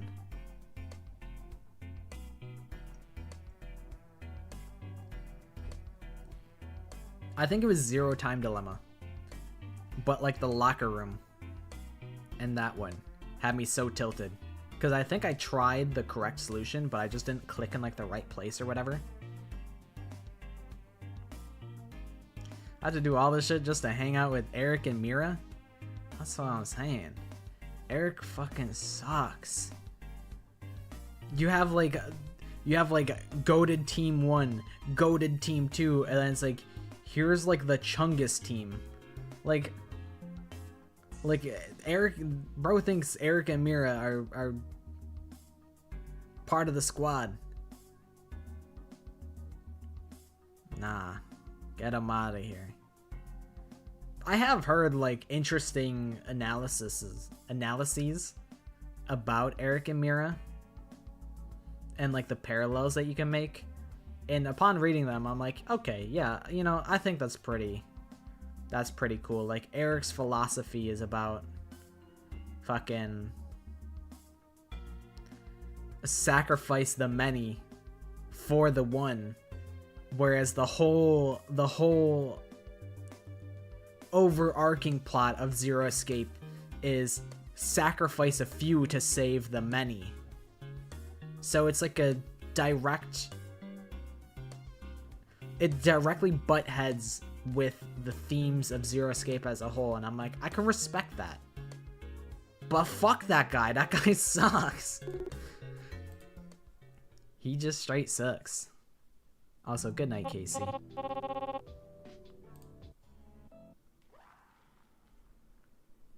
Oh, this is Valentina's check. I'm sending Nia. What? Okay. I said I would, so... No, you can't. I love you, Val. I'll be right back. Nia doesn't let her finish. She opens the door and slips outside. Nia! Door closes heavily. We're left in the dark. You selfish son of a... She said she was fine with it. Don't get mad at me on her behalf. Did you not see how terrified she was, especially after what she saw out there? Don't talk to me. You'd better pray she comes back. I'm not sure how long it is, but eventually, the power's back. Well, that took longer than I expected, but we have the toolkit. It's really going to help. I'm so glad we got it. Wait, where's Nia? I don't know how to tell them, but then... Nia! Oh, thank God, I thought. Valentina takes both of her hands to Nia's face. Are you hurt? What happened? I'm okay. I managed to get them away from the bunker, but they gave chase. I was able to squeeze into a small cavern where they couldn't reach, but they wouldn't go away. It took a while before they gave up. Gab was pretty goated. I can't lie. I fuck with Gab heavily. I'm just glad you're okay. No thanks to them. Everyone in the bunker turns to look at me. It's not that simple. What's done is done. Everything turned out alright. Oh, Amber, there was a power outage. Okay, now we can go speed one. I'm gonna talk about Amber. How's my favorite shelter mate? I'm absolutely not your favorite person here. Oh, you caught me. Shucks. If you just came here to bother me, please go away. No, there is something I wanted to ask. Bing? Were you always this uptight? Pardon? I just mean, you had to have been more relaxed when you were younger, right? Before everything went to hell? Not really, no. Oh, come on, really? How? If you must know, my mother left when I was rather young, and I was left with my father. He was good to me, but he was working for both of us. He did not have much spare time, so I quickly learned to take care of myself. Oh. Well, shit, I kind of feel like an ass. Come on, you had to have enjoyed something as a kid, yeah? What? He'll probably just make fun of me. To be fair, she'd normally be right, but... I won't this time. Cross my heart. Fine, I had a doll. Really? Yes, my father gave her to me for my birthday. She was my best friend. Did you not have other friends? Okay, I won't press anymore. That's uncharacteristic of you. Yeah, because this whole thing is making me sad. Much sadder than I anticipated. Just satisfied for now. If you say so. Hello, Spencer. What are you up to? Nothing much. I was just about to water Charlie. Who? Nia gestures over to the flower on one of the shelves. You named your plant? Of course, I name all of my plants. Back home, I'd have a whole bunch in our apartment window. Good thing Valentina didn't have any allergies. Yes, she would sometimes surprise me by watering them for me before I got home from work. I'm very lucky to have her. Even luckier you two escaped together. I know, we were home when it reached our area. I'd never seen a whole city just dissolve into chaos like that. It was like something out of a nightmare. I saw taxi drivers, our neighbors, the people who owned the cafe across the street. Seeing that much blood and death all around me and being unable to do anything about it. I'm embarrassed to admit it, but Val had to snap me to my senses. If it wasn't for her, I don't know if I would have been able to run. She's been my rock throughout the past year. But now I have you all as well. That's what I like to remind myself of when things seem hopeless. I'm not just staying alive for myself, but everyone who needs me. That's altruistic. Apologies, have I made this uncomfortable? I have been talking a fair bit. No, you're fine. Just giving me quite a bit to think about. Bored, I decided to... Me. We split up, man. Yeah. I should, let it pass. You'll thug it out. He probably doesn't need my help. I'm sure he's learned how to handle these on his own, just like I did. I turn away from him sitting there and keeping a lookout as I try to ignore the soft, distressed sounds he's making. It's longer than I expect before I hear him get up. Feeling better? He doesn't even look at me as he shoves past. Well, it's not my fault he can't handle his own problems. I click my tongue as I follow him back to the shelter.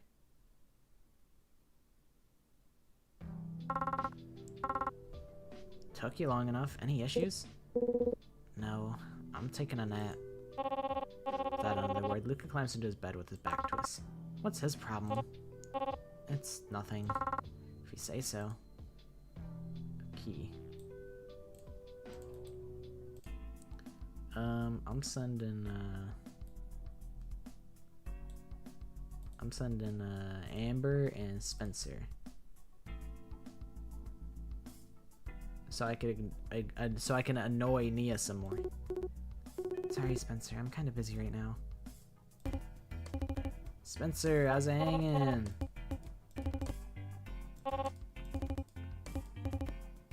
I think we heard this one before.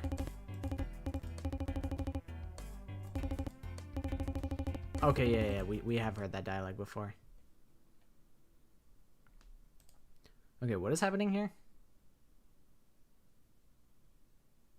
Oh, okay. Tell her off is mad disrespectful.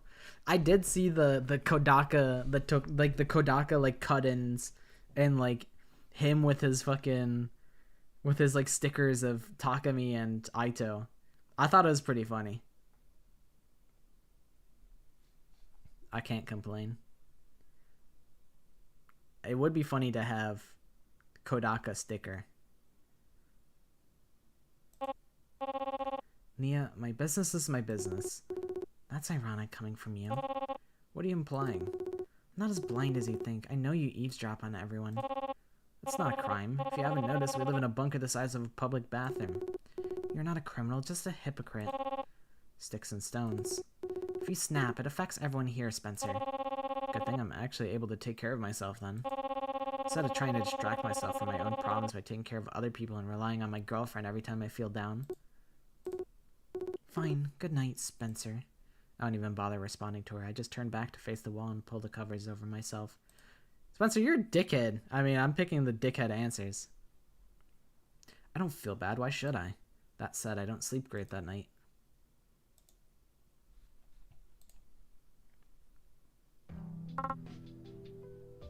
Key. Oh, I gotta loot. I hide it. It's too dangerous. I quickly hid the pistol in my bag before rejoining Amber. There you are. Did you find anything? No, sorry. What about you? Oh, I should have saved before that. Maybe. No, I don't think it would change anything. No, sorry. What about you? Unfortunately not. Guess she didn't find what she was looking for. We start to head back to the bunker, and the silence seems more awkward than usual. I decided to take a gamble and break it. Okay. I'm gonna save here.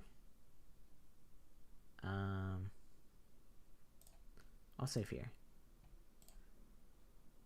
Okay. Spencer. Ah, hey, what's up? Explain yourself. Huh? What do you... Don't. My stomach drops as Amber holds my open bag to me.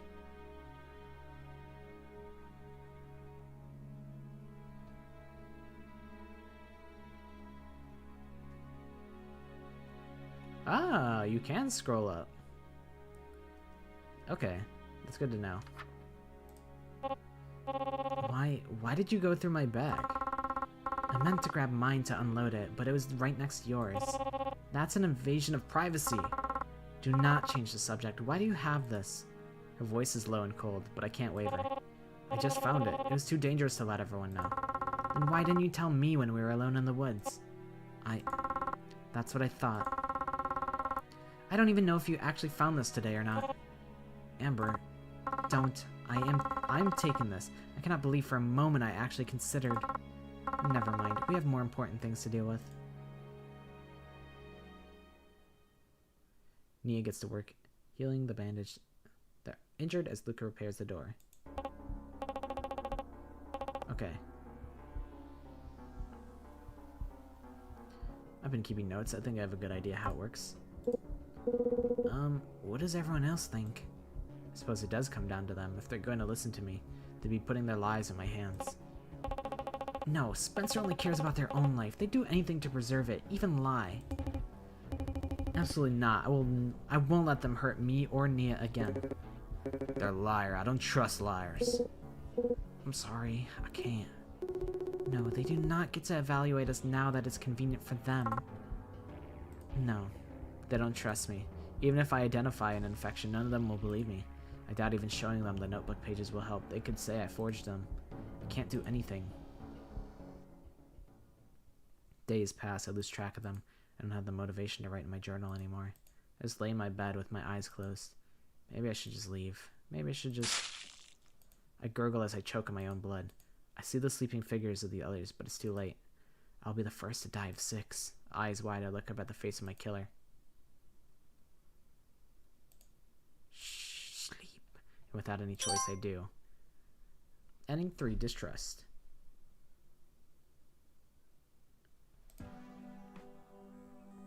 Achievements. Shit, what's ending 2?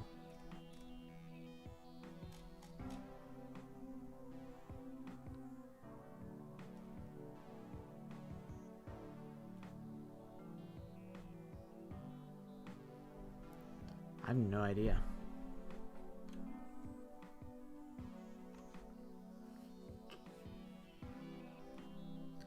That, but we have the gun. That could make sense. Like, if we tell Amber about the gun, then maybe we keep it. Oh, yeah, what if I... Ooh. What if I use the mirror instead of the poppers?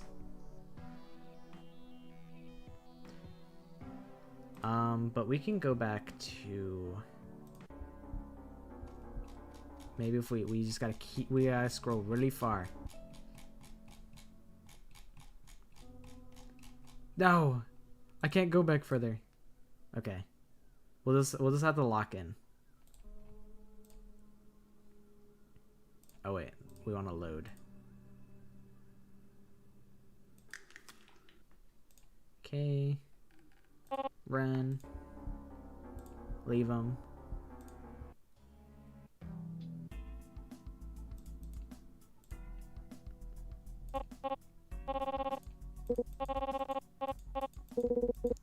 That's my life, yes. I'd lived on our street my whole life. Anthony's family moved in when we were 6. Since we're both Italian, my family held a cookout to welcome them. Like Anthony was having a hard time being in a new place. I remember him sitting by himself away from everyone. So I offered to let him build cars with me. I'd gotten this new set of builder blocks for Christmas. We went inside and assembled them together. That's when they actually started talking. And you've been inseparable ever since? Pretty much. My family was really nice for hosting that cookout. They were. It was my parents, my older sister, and my younger brother. Did Anthony have siblings? A sister, yeah. Our families are pretty close. We had a lot of dinners together.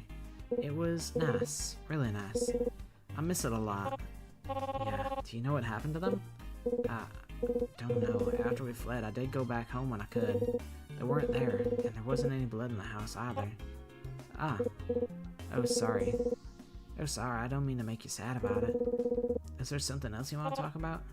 It's fine. Thanks for your time, Luca. Of course.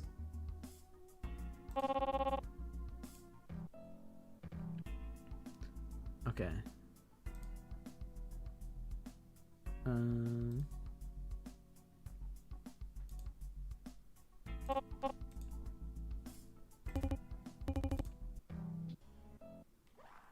Okay. You know what? I'll go. Fucking jump scare. Actual for real low-key jump scare. Use the mirror. The mirror, maybe I can reflect the moonlight with it. I pull it out, carefully angling the light to a distant tree. They stop for a moment, but... They're still coming? Why? What did I... Wait. Ah. There it is. Ending 2.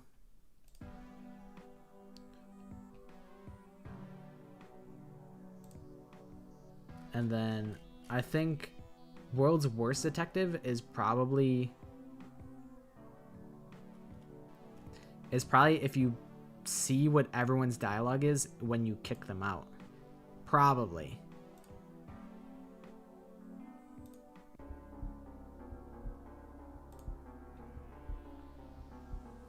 Let's kick out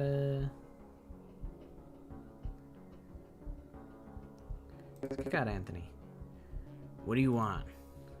Oh, this is oh shit. I think I can oh shit, don't overwrite. Go here. The infected person is Anthony. What? Are you insane? Spencer says it's you. We cannot take that risk. I don't like it, but we have to be safe. Fuck that. You can't kick me out. Anthony, go. Or we will make you. Fine. I made it on my own before. I'll make it on my own again. I'll be back in a few days. Totally fine, and then you'll see you're wrong. I'm coming with you. No, you're not. You're staying here until I come back. But I have a better chance of surviving out there on my own. He doesn't seem to have a rebuttal. Come back. I will. Anthony grabs his things and throws his bag over his shoulder. With one last nasty glare at the rest of us, he slams the door. There's nothing else for the rest of us to do but to say or do but wait. Dead. Boom, dead. It's Valentina. You can't mean they're wrong. Huh? I know they're wrong, which is why I'm going to prove it. Before any of us can do anything, Valentina goes to her bed sheets. Val, what are you... Valentina suddenly begins to tear the sheets into strips. Hey, those are valuable. She does not acknowledge Amber's complaints. Anthony, tie me to the door. What? Why? If you tie my hands and use the force of the door's lock, it should keep me in place long enough to prove I'm not infected. It isn't a terrible idea. None of us can come up with a counter-argument. Okay. The relief in Nia's eyes is slight, given the situation, but it's there. Anthony works to tie her up as securely as possible without hurting her. It'll be okay, baby, I promise. Okay, I love you, Val. I love you too. There's nothing else for the rest of us to do or say but wait. Still died. Still dead. We've done it. What? No. It's not funny. Val. Don't tell me you buy this shit. I don't know how it works, and I do feel really tired and dizzy. Because you almost died. That's a pretty normal reaction. We can't be sure. If me staying puts you and the others in danger, I don't care. You do not get to decide for the others. Valentina shakes her head as she holds Nia's arms. Please, you're all I have left. Nia, you can't. It's okay. Maybe I can come back in a few days. We know it takes less time than that to turn. We've all seen it. We all share a look. It's not likely someone will last that long out there. No, I'm not letting you. We all watch as Valentina takes the sheets off her bed. Val? What are you... Valentina suddenly begins to tear the sheets into strips. Hey, those are valuable. She does not acknowledge Amber's complaints. Come here, I'm tying you to the door. What? If I tie your hands and use the force of the door's lock, it should keep you in place. If you start to turn, we'll deal with it then. But I'm not sending you out there until I see it with my own eyes. It isn't a terrible idea. None of us can come up with a counter argument. Okay. The relief in Nia's eyes is slight given the situation, but it's there. Valentina and Anthony work to tie her up as securely as possible without hurting her. It'll be okay, baby, I promise. Okay. Love you, Val. Love you too. There's nothing else for us to do but fucking die. Yeah, she doesn't want to, she doesn't bother tie anyone else up. She doesn't bother tie Kazuki up. Or literally anyone else. That is pretty funny. Bonus scenes? Day 379. My pen scratches against the paper of my journal. It's a comforting sound by now. A sense of familiarity in a world that has so little of it. I quickly checked the previous page for a number. 377. Even 377 days after everything fell to shit. To be honest, I'm kind of surprised I'm still alive. Not that I ever doubted my skills, but in a world where one unlucky turn means you're torn apart, it's not always about resourcefulness. I've only gotten by through cave squatting or crashing in any abandoned structures I could find. The little handmade shelter I've been crashing at is one such example. I just wish the mutants had dragged the owner's body out after they killed him. I never did get all the blood out of the walls. At least he had some supplies, especially food.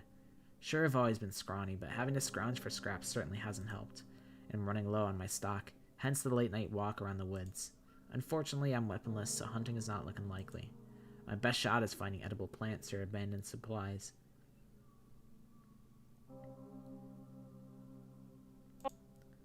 That's true. She was, like, desperation really, like, drives people to be extra resourceful. The trees are so unsettling sometimes. As I dart through them, my eyes flicker to the spaces between the trunks, desperately searching for any flashes of faces. Sometimes I think I see one, only to realize I've been fooled by some strange-looking bark. I nearly jump out of my skin when I step on a twig, breaking it. My hand rests over my pounding heart. I really had to stop doing that. I cannot for the life of me shake this bad habit of stepping sticks. I just need to step on these sticks, bro. These sticks aren't gonna step on themselves. I gotta do it. I take deep breaths to calm myself, in and out. Nothing, Spencer. There's nothing there. Just pull yourself together and... Ah! The scream makes my panic lurch into my throat. For a moment, I think I've been found and a mutant is going to run me through with their claws. But then I realized the sound was human. I hide myself behind a tree, peering out into the woods to see who it came from. It's okay. It was probably just an animal. Are you sure? Two people whom I've never seen before. The man is glued to the woman's side, clinging onto her arm. If it was a mutant, it would be a louder sound, right? It was probably something nice, like a bunny or a squirrel. Right. The pair continue walking, and I decide to follow. They look way too healthy compared to any other survivors I've seen out here. I'm careful not to cast any shadows as I tail them, checking for mutants all the while. They seem oblivious to the fact they're being watched, although the woman does glance over her shoulder once in a while. She's the one to break the silence, though. Luca, do you have a favorite song? The man, Luca, apparently plays with his hands as he glances around and answers. Not one. I'm one of those people who, like, can't choose one because I like a lot of songs, if that makes any sense. Oh, I see. I have a few that I love too, but I think my favorite is this one. The woman begins to hum quietly. She's a little pitchy, in my opinion, but can carry the tune. I've never heard this one before. Really? I suppose it is a bit older. I'm no singer, but it was one of my mom's favorites. I really like it too. The album it's from, well, most of the songs in it are pretty bleak. This is one of the only lighter ones. But it went on to become one of the artist's top hits. And I think that's nice, since, you know, negative things usually get more attention. At least they did in the news before everything. Yeah, but it sounds lovely. It's been a long time since I heard someone sing. Oh, really? Anthony didn't give you any tunes for the road? Anthony? Who the hell is that? Probably someone this guy knew beforehand. Ha, no, Tony doesn't sing. Oh, I see. Valentina sings, technically, but she places more emphasis on confidence and volume than actual pitch. Great, another name. Valentina, Yeah, I can see that. Hey, Nia? Finally, name to second face. Do you think that... Nothing, never mind. Are you sure? Yeah, maybe later. Okay. They're friendly, but they're still making some form of small talk. I doubt they knew each other before the outbreak then. Are there other survivors with them? A camp, maybe? I need to follow them. Maybe I can swipe supplies from their camp when they're gone. I tail them for a good while, and they lead me to a shelter. It's well concealed, leading into a hill. Unfortunately, that big metal door means I can't eavesdrop on whoever's inside. I can, however, camp out here to see if anyone else leaves. Once I get a better grasp on this place, I'll formulate a plan. Until tomorrow, then, strangers. Spencer said, I'm about to rob these guys.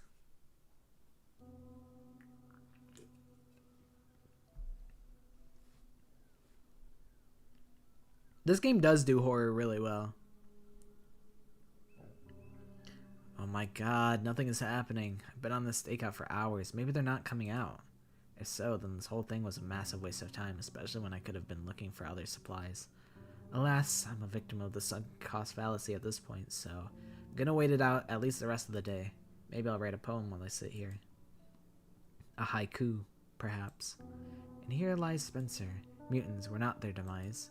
Cause of death, boredom. Not my best work, but it'll do. Not like I'm gonna run into an English major anytime soon. Shelter door finally squeals open. I shove my journal back in my bag. 2 more people, another man and woman. They don't say anything to each other as they head into the forest. I follow, and they seem far less anxious than the pair from yesterday.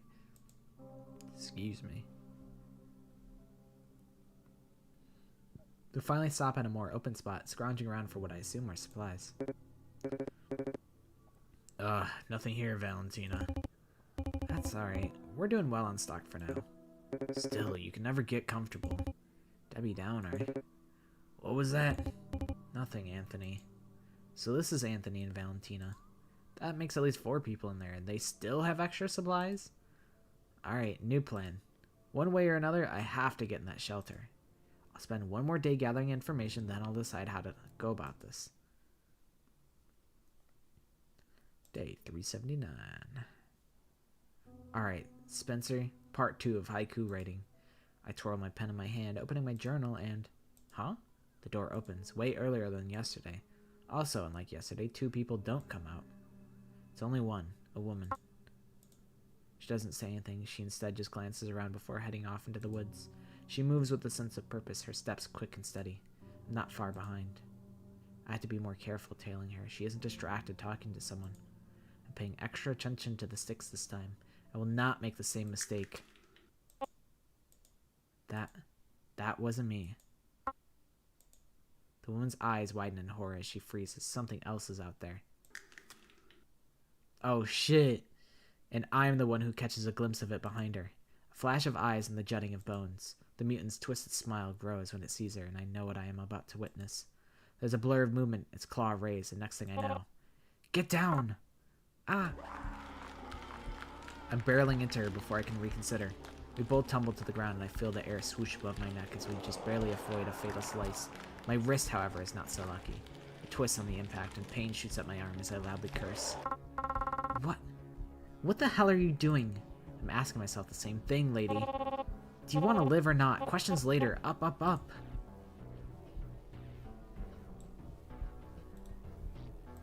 We scramble to our feet, the woman pulling me up with her. She takes off in a specific direction, and I'm following close behind. Based on the cracking and screeching sound behind us, so is the mutant. Where are we going? As you said, do you want to live or not? Questions later. Touché. We weave through the trees, hurtling logs and rocks until the hill with the shelter is in sight. The woman immediately bangs on the door. Open it, now!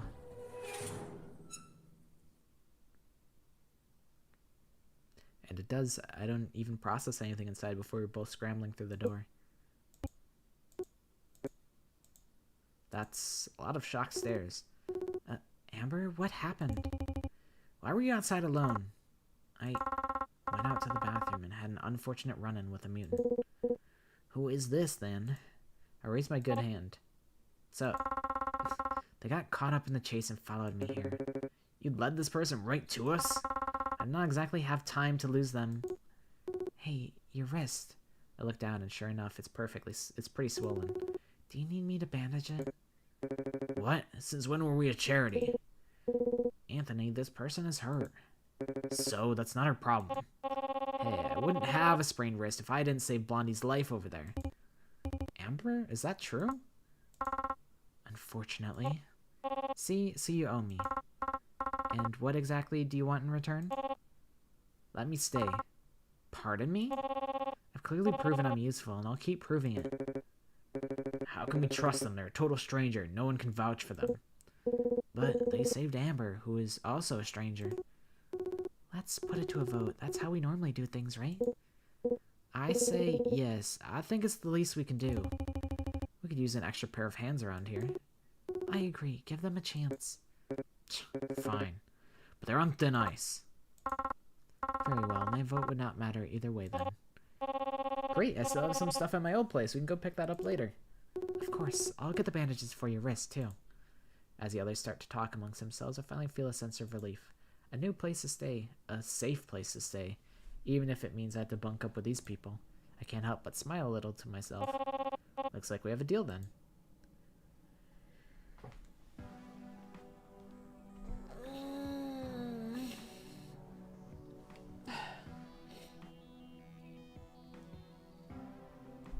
We've done it. I thought we were gonna play No I'm Not a Human today, but it ended up filling up the right amount of time.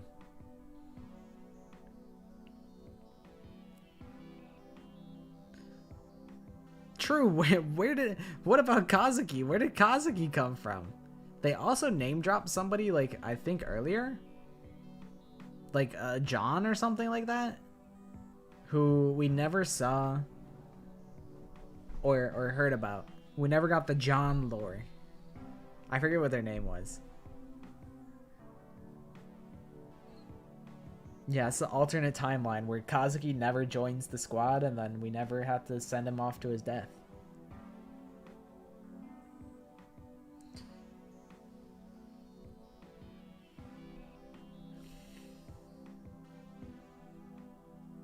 He must have been the newest member, but I don't remember them saying it. But logically, that is the only like logical conclusion, is that he must be the newest member.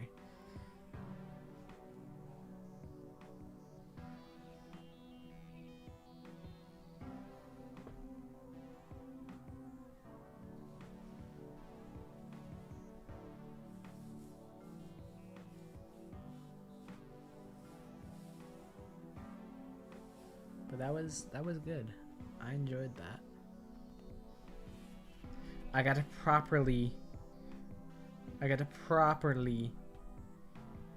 rattled. Just like looking at like the spooky scary face was consistently unpleasant in like a good way, like in a horror way.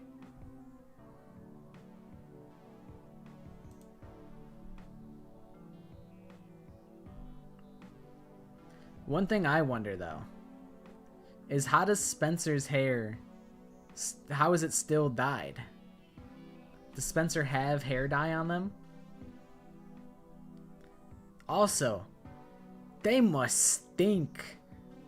They must stink. I don't know if I don't know if they ever get to shower and wash themselves. A big stinky sweaty bunker.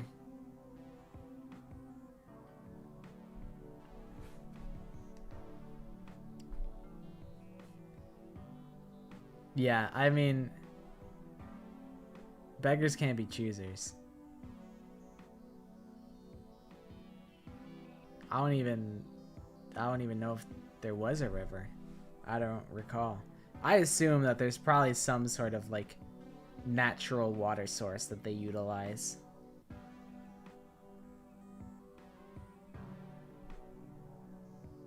But on average, they're all probably pretty stinky. I mean, there is, I don't know. Maybe like there's still running water in like the city. Like I assume they're like in walking distance to like a city. Or like some sort of like, maybe it's like a suburb or something. There's some sort of something within walking distance, because that's, Spencer came from somewhere. So maybe they're still running water. Maybe they can venture out and go take a shower or something, and it's like the squad goes to the spa.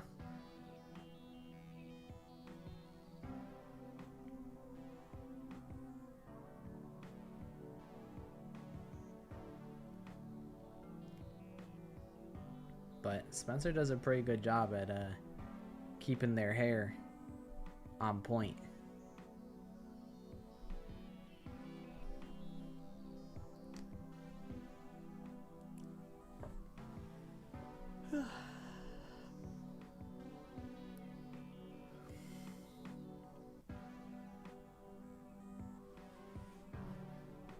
I also thought it was cool that they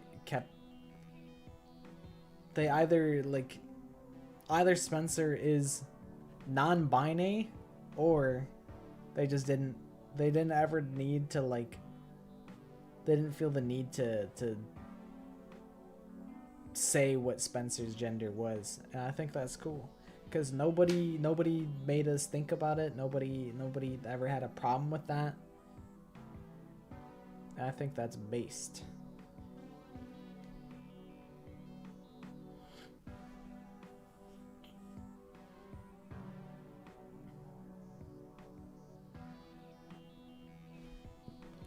I liked it. I had a good time. I feel like it was like the perfect length for me. I know some people beat it in like 2 hours, but oops. But like reading everything out loud tends to make it longer. But how am I supposed to know if I want to have sex with Spender in a gay way or a straight way? That's true. That is true. You don't get to determine. Is this still the waiting room? Huh. Yeah, it's still pinned in it. It's the ending room, because we just finished the game.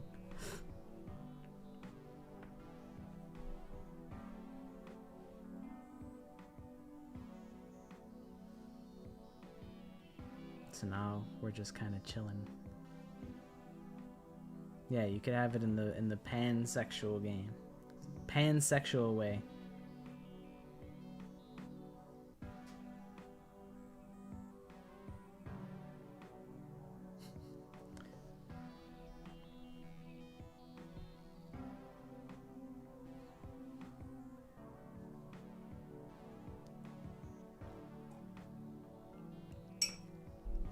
Yeah, we pretty much just finished it. We got all the achievements.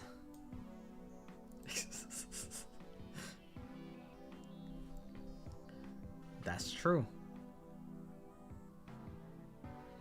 That's true. You can recommend it to all of your friends. I've been meaning to play this for months and months and months. And it ended up working out really good that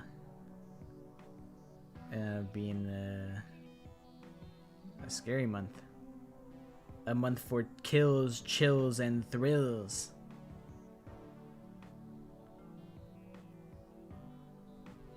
But yeah, I'm glad I got to support the homie, and that the homie is making things that I don't even have to be like, oh yeah, no, that was great. Like, no, it just actually genuinely was very good. Like, I don't even have to. I can say that with my whole chest and mean it, and I think that's pretty sick. That brings me great joy. The woke agenda sneaking into the post-apocalyptic world.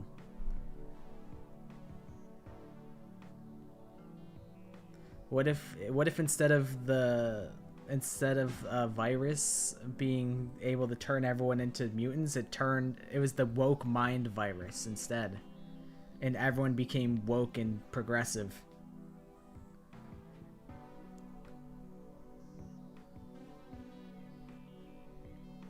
And then the whole city fell into chaos because everyone was too busy being inclusive and bisexual.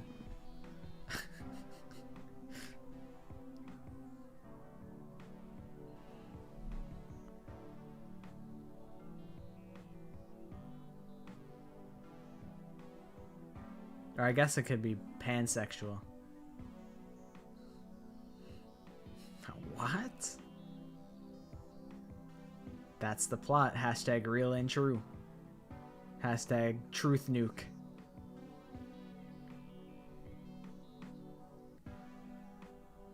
That's not actually what the plot was.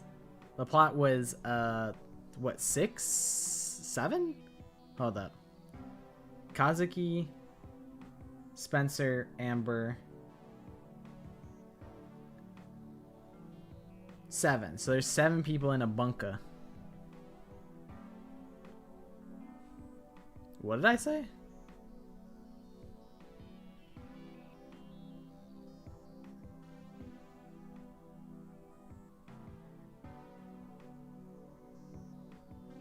I don't know what I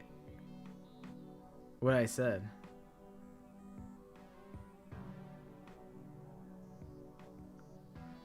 Oh. Man, you guys are worse. I'm victim blaming you guys for that. You guys have been poisoned. You guys have been poisoned, and I'm still pure of mind. I don't catch it when it happens. I don't even process it.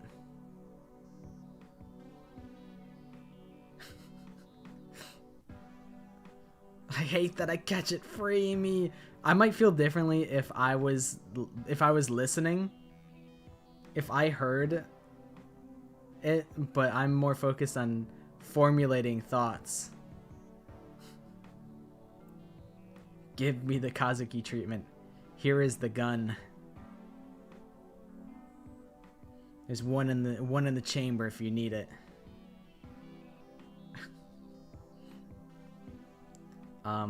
But what was I saying? So the rough plot is 7 people are in a bunker in a post-apocalyptic world where a virus spreads that turns mankind into monsters, and the monsters, they be killing. Basically, they're just trying to survive in the bunker. This is a 6-1 channel. We should just I could just pick a random number. Although I feel like if you just repeat one number and you don't do the hand thing, then how can you know that it's a version of 6-7? 21, 21, 21. Is it working? Is it catching on? 6-1, 6-1. I do like 6-1 because it's like the anti-joke to the. It's like a whole nother level of anti-joke on top of the anti-joke. Like 6-7 is not. It's like an anti-joke in of itself. And it's aware, like, people are aware that it's like an anti-joke. And then 6-1 is like, it's like a second level of irony. Like 6-7 is level 1 irony. 6-7 is level 1 irony. 6-1 is level 2 irony. And I'm trying to get to level 3 irony by extrapolating it even further.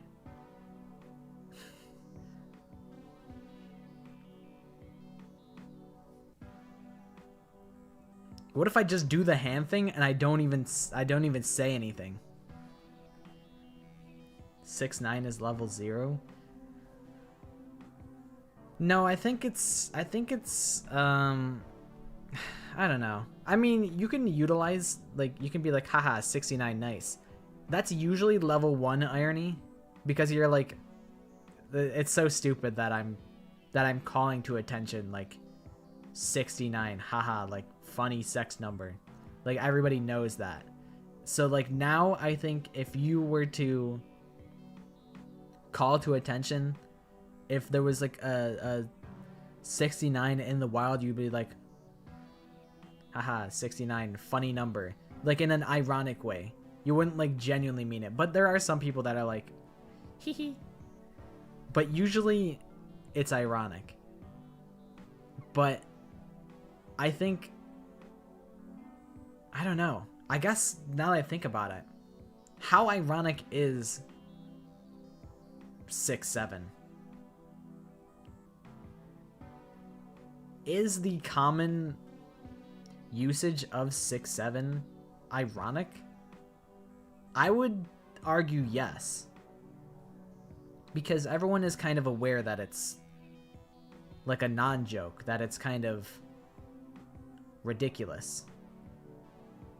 But it's still a cognito hazard regardless, and people are unable to resist. Yeah, I struggle to see an unironic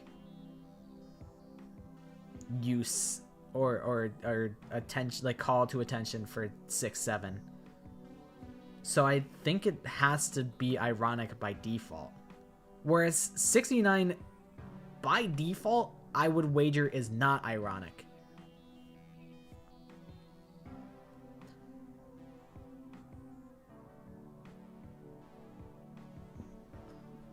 The problem with 6'7" is that there's no joke to it. Yeah, I mean, it's kind of just... I mean, the joke or whatever is that, like, LaMelo Ball is, like, 6'7", and then it's, like, said in a... It's just said in a funny verse. It's just stimming. It's just a completely distilled version of stimming. It's what it is. It's like... That's just what it is. As, like, purified into, like... It's like getting from point A to point B. It's like, I want to stim right now, so I have to say something that's to stim. Whereas, like, you know, in the past, you might be like, you might quote something like, I don't even know. What would be like a stim phrase? I don't know.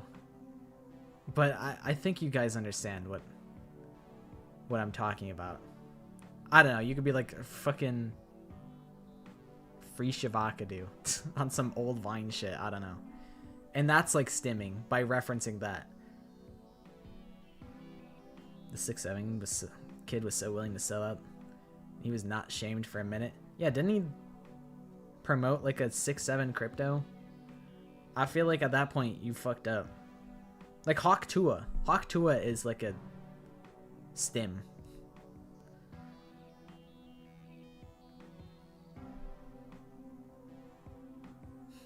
Haha, 1. I don't know if I've watched many of the fan dubs by Snapcube, but I don't know if I know that scene via soul. I don't know if I know it deep in my soul. But I like the fan dubs. He did and immediately rug pulled it. That's the fate of every crypto. Hawk Tua coin. 6'7" coin. Cryptos just exist to get rug pulled. The one thing is mostly in Sonic 06 because Sonic holds his hand and single finger up a lot. 1. $10 million. That is insane, because I think if you're old enough to buy crypto, you're old enough to know better. But I think the thing is that everybody assumes that they're included on the scam. I think every crypto bro buying into any crypto, it's just a competition of selling who can sell snake oil. I don't know if there's any crypto bro. This is my conspiracy theory. Every crypto bro knows that it's all snake oil, but they fucking lie to each other and feign positivity with each crypto, because a crypto is only profitable if you can convince people that it has value. So it's in their best interest to constantly lie and say that they have faith and they believe in this crypto and that it's definitely going to be popular, and if you buy into it at this price point, you will get X money back guaranteed. And then they buy into it, and then you've fallen for it. You were the victim. You thought that you were going to be the person benefiting, but there's always someone ahead of you. Like, that's how every crypto goes, at least with any shitcoin. If you have like something that's actually, I don't know, I feel like the only fucking respectable crypto is Bitcoin. Because, like, you know, Dogecoin, I mean, that's fucking Elon Musk coin. Like, that's Reddit coin. Fucking, I don't know, there's like Ethereum. I don't even know what Ethereum is, I just know it exists. It's like somewhat accepted in some spaces. But I think conceptually, the idea of a universal currency is quite appealing, because, like, you know, not every state's currency is worth the same amount, so I feel like conceptually it's a good thing, but it's just glorified gambling. It's just stock market. That's what has been boiled down to at its current iteration, which is kind of unfortunate.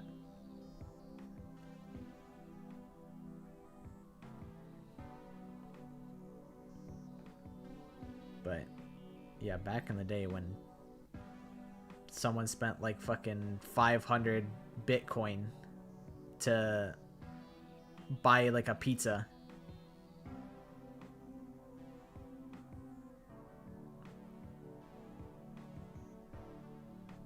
yeah, I'm gonna make a pocketless pocket coin, lint coin. I'm gonna make a lint coin, and then, you know, it only costs 0.001 to buy it, and then you buy into it, and if once the price goes to $1, then you can pull out, and then you just made 10x your money. But the trick of it all is that I'm selling it at 50 cents. I will be rug pulling my own crypto. The idea of someone making a crypto, but just ironically, the call to action of the irony to rug pull their own crypto is too strong that they have to rug pull their own crypto just for irony. Even if they had intentions of making it legit, they're like, dude, the most ironic thing to do right now would be to rug pull my own crypto. So, like, you have to do it. For the meme, for the joke. Joke so enticing that they have to sabotage their crypto. The Silk Road getting nuked fucked up crypto's ability to be legitimate. What is the Silk Road? Is that like a thing, like, past, like, you know, what the actual, like, historical Silk Road is? Like, was that like a website or something? Gambling? You know, I don't think crypto is too bad now. My dad was telling me about this investment fund that he's been investing in this year and how it's gone up like, I don't even know, like 20% of what he's invested in. And I'm like, God, I know that like right now it looks really profitable and good, like I should invest, but I'm like, I just don't think it can't grow forever. There's not infinite money. Eventually the market's gotta go down. I just don't know when it's gonna happen. So I'm like very hesitant to invest it. So I've just been holding on to my money in like a bank account that makes a solid amount of interest. It's like, I don't even know, like 5% or something, which is pretty reasonable, pretty solid. Named after the old Silk Road, is basically you'd use crypto for buying and selling of illegal goods. But I think if that continued long enough, it'd become an open secret. Ah, okay. The Silk Road, I see. An open secret that crypto actually has value, and then people would actually start using it as money. I could see that. I could definitely see that.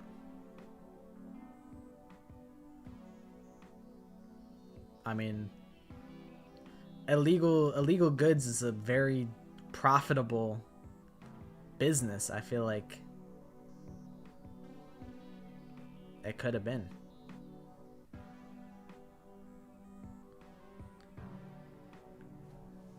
I definitely agree with you with that speculation, with that hypothesis.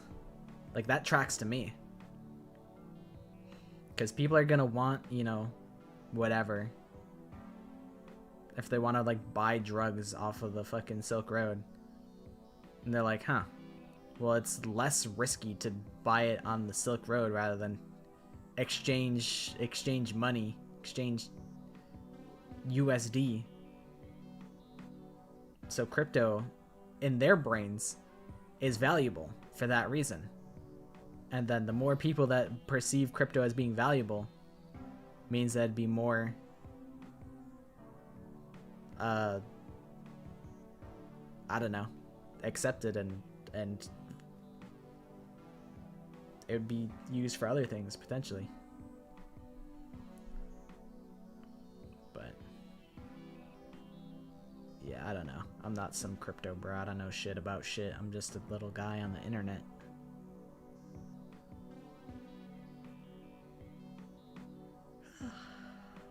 Oh, also a sleepy little guy. I got up moderately early. But fun game. I enjoyed Epimutation. I'm glad that I finally played it. It was a nice little bite-sized horror.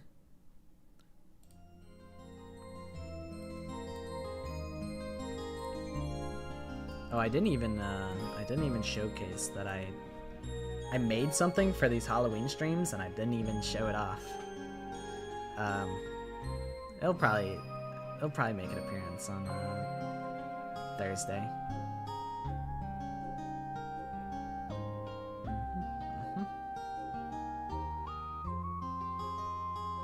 I was into crypto in the early days, but yeah, modern crypto is just shit coins and rug pulls, and there's no point trying to get in on established coins now. Yeah, I feel like, you know, it's just so volatile, and it's like, at this point, it's just been turned into glorified gambling. It didn't have to be that way. It wasn't that way before. So I feel like if you were like a legacy crypto enjoyer, or like a knower, it has a certain stink to it now, where if you said that, hey, I'm a crypto bro, it's like, ugh, yikes. But it didn't have to be that way. That's just the fate that everybody else just stinked it up. Yeah, great game. I should know. Yeah. Wish there was more, but it's great overall. Yeah, I was very glad that there was a little bonus chapter. I was expecting that we would see the the aftermath of what happens, like how Kazuki's death affects everyone else. I think it was a solid stopping point, but I was expecting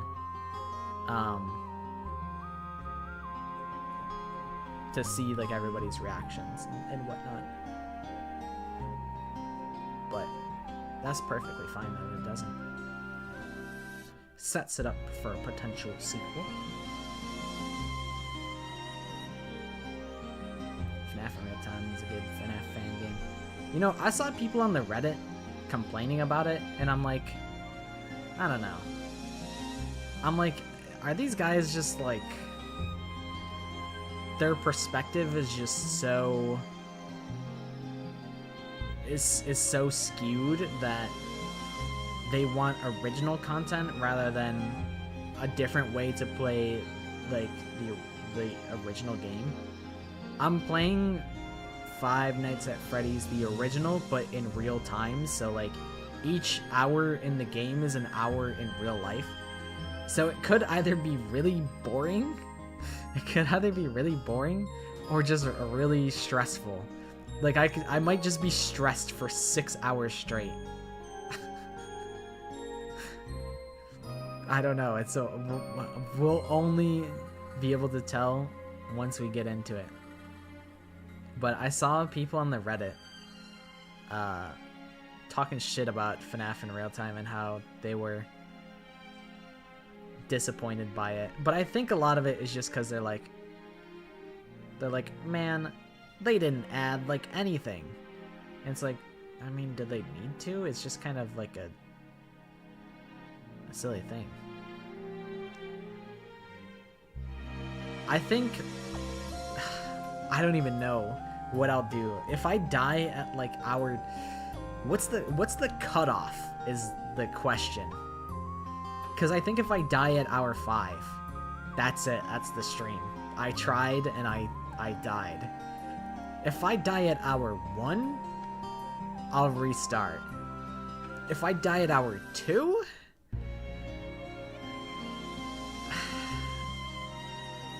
I don't know.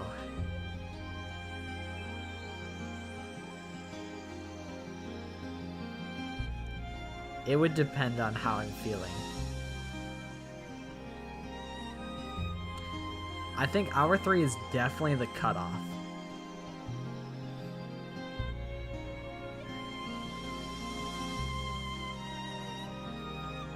Because if it's from midnight to 6 a.m. as a guaranteed 6-hour stream, which is already pretty long. So I'm like, if I die at hour 2, like, it could potentially go 8 hours, which I think is probably doable. But the thing is, I'm just playing FNAF for 8 hours straight. That sounds insane. Thinking about it, contextualizing it in that way feels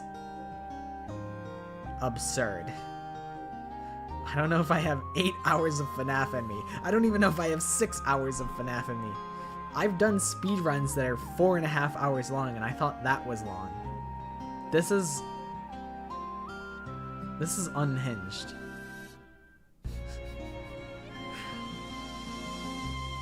We're gonna have a lot of time to yap in FNAF. Yeah, if I die in hour 2 and I restart and I go for another 6 hours, I just clocked into my 9 to 5.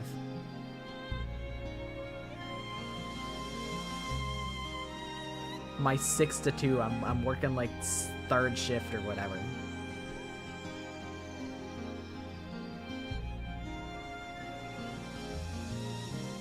The funniest thing you could do is starting at midnight.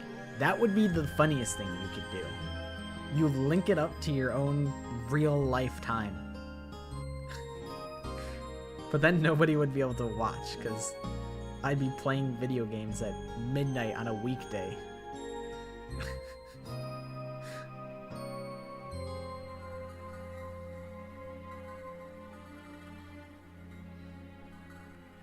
Me and Violet just chilling in Freddy Fazbear's security office for 6 hours straight. At 6 a.m.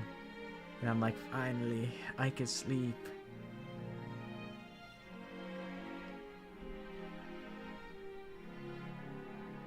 You know, now that you say that, there's a 6-hour mode, I need to make sure that the 6-hour mode is unlocked.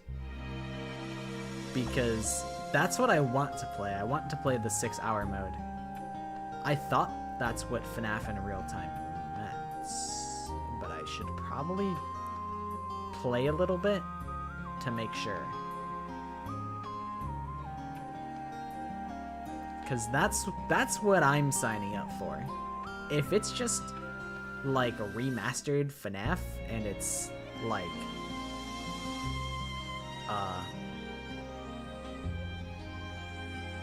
remastered FNAF and freaking the animatronics move in real life and that's in real time and that's it, that would be not what I was looking for. Because I want 1 hour of real life time to 1 hour of gameplay. Stay up until 11 a.m. a lot of the time, so at 6 a.m. is easy. I've been on that sleep schedule many a times. I just did an all-nighter on like Sunday, I think, to try and fix it because I didn't want to be staying up that late, even though I think it suits me the best. But my sleep schedule always is just slipping. So I got up at like, I think like 10 today, which is a lot better than 5. I need to do a little bit more research for the FNAF stream, because I think if I'm playing, so here's the thought process. If it's 6 hours of the first night of FNAF, that might be really boring because a lot of the animatronics, as I understand the game, I don't think Foxy even shows up on night 1. I don't think. So maybe like 6 hours of like night 3 would be good.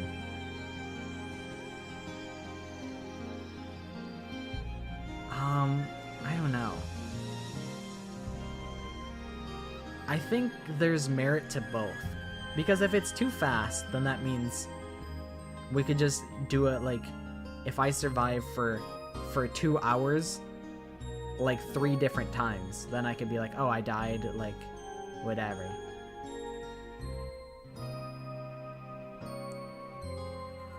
And if it was too slow, I think that's like a test of will. And I think that also has merit. You're forced to sit with your thoughts for like 6 hours and just exist. I think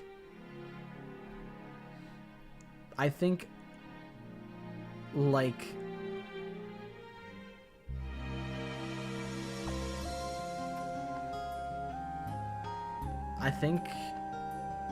if there's nothing going on, sometimes that breeds like the best content. Like half of the reason that I started doing a Danganronpa specific channel was because there was no Danganronpa news, there was absolutely nothing going on, and I was like, I believe that the best innovation comes from these low points. So I want to try and make creative and thoughtful content despite the fact that there's just nothing going on in like the Danganronpa front. There were still creators that were making things, of course, but I felt like there was more room for entertaining content rather than analysis, because I think at that point, like, there's been analyses on every character known to man, So it's time to get silly and wacky with the videos. So that's why I created the channel in the first place, because I'm like, I want to get a little wacky and zany with it. And potentially inspire other people to get wacky and zany. Yeah, you guys are my thoughts.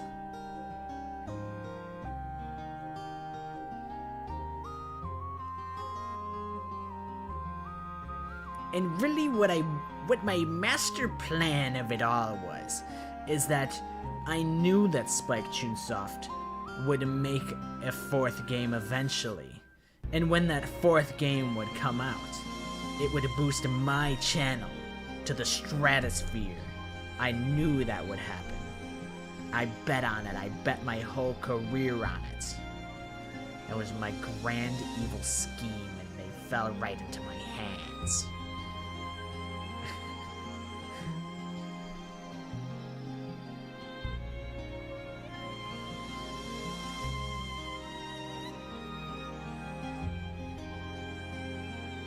No, you got it twisted. I don't think of 6-7. I don't. It passes straight through me. I do not think.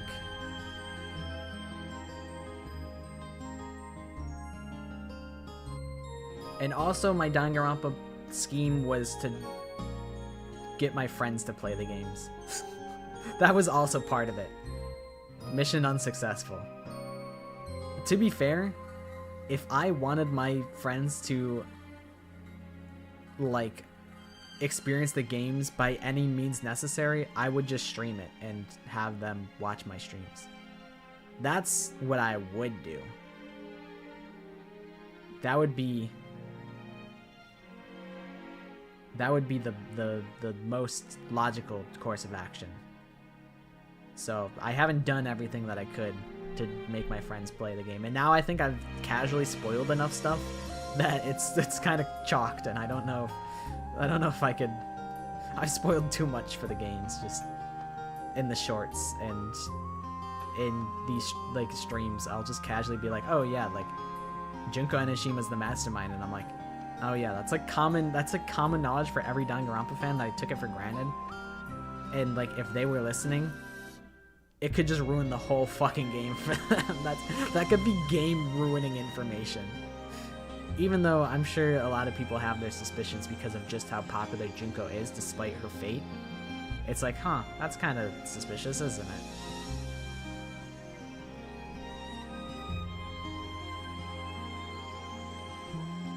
You don't think, but we be the thoughts?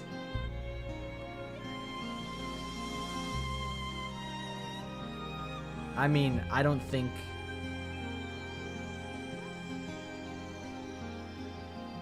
But you guys are the thoughts. No, you guys are your own flesh and blood human beings. You guys have your own autonomy. You guys are more than voices in my head.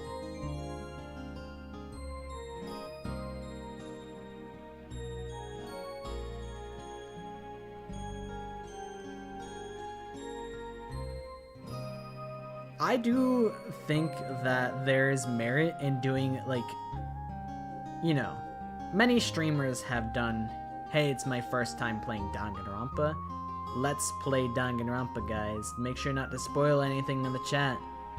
I think there is merit to doing a Danganronpa replay and being like, dog, it's the shitpost series. I know everything that happens. Go hog wild. And we just talk about the events and we look at it from a different light, since we all know the events, and you guys can mention things like, hey, it's kind of weird how in the first game what is it called? The storage room is locked in chapter 1. That's kind of weird. That doesn't really happen on any of the other floors except for with the headmaster's room. So I think there is a lot of merit to a replay. I was thinking it could be funny if I spend the entire stream pretending I don't know what happens, and then people will be like,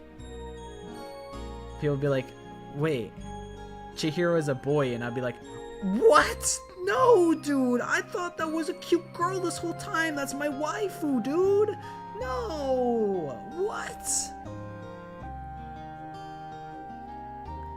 Like, I think that could also be funny. I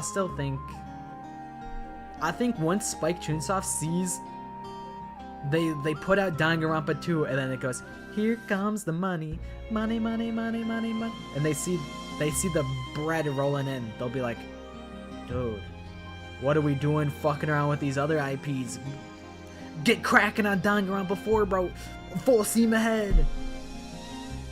It could happen. They see just how profitable it is.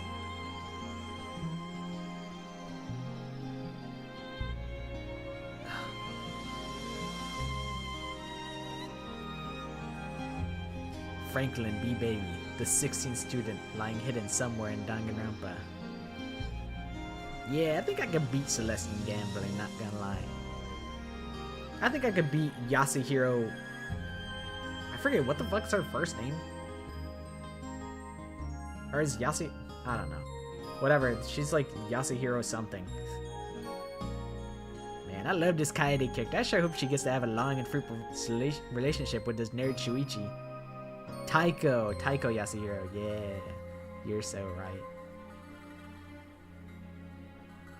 Like I just casually slip in like, oh yeah, like Taiko Yasuhiro, and people will be like, what? How does this guy know that? We're on chapter 2. That doesn't happen until chapter 3. How does he know that? I thought this was his first time playing the game.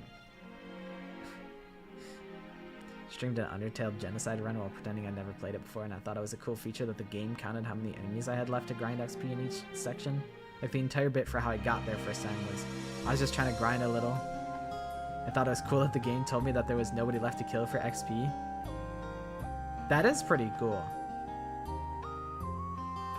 That is actually a cool feature that it does. It does tell you that. Hi guys. How was your events of the day, Negi? And also, hi Pablo.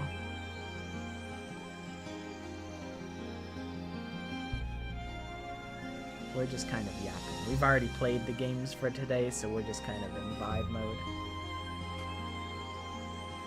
I woke up in vibe mode.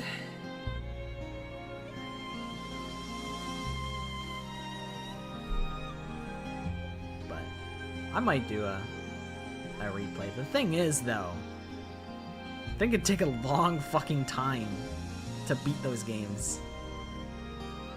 Like, I don't know, if I'm reading out all the dialogue and I get sidetracked as often as I do, I don't know how long it would take for me to beat a single...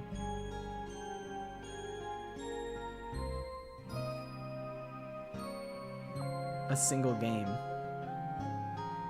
Sorry, my phone just vibrated.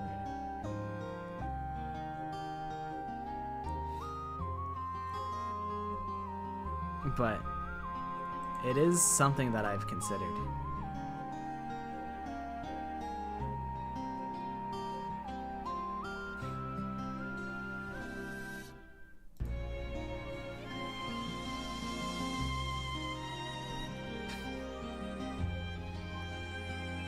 You should be like hung up by your underwear from the flagpole for saying that, Negi.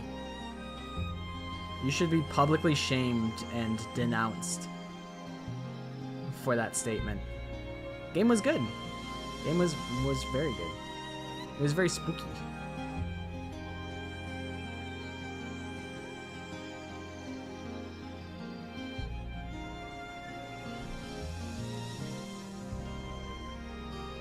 How was Battlefield? Did you guys play the Battle Royale?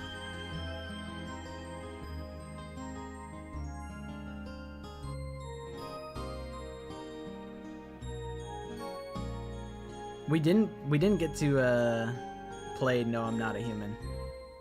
We did not get to that.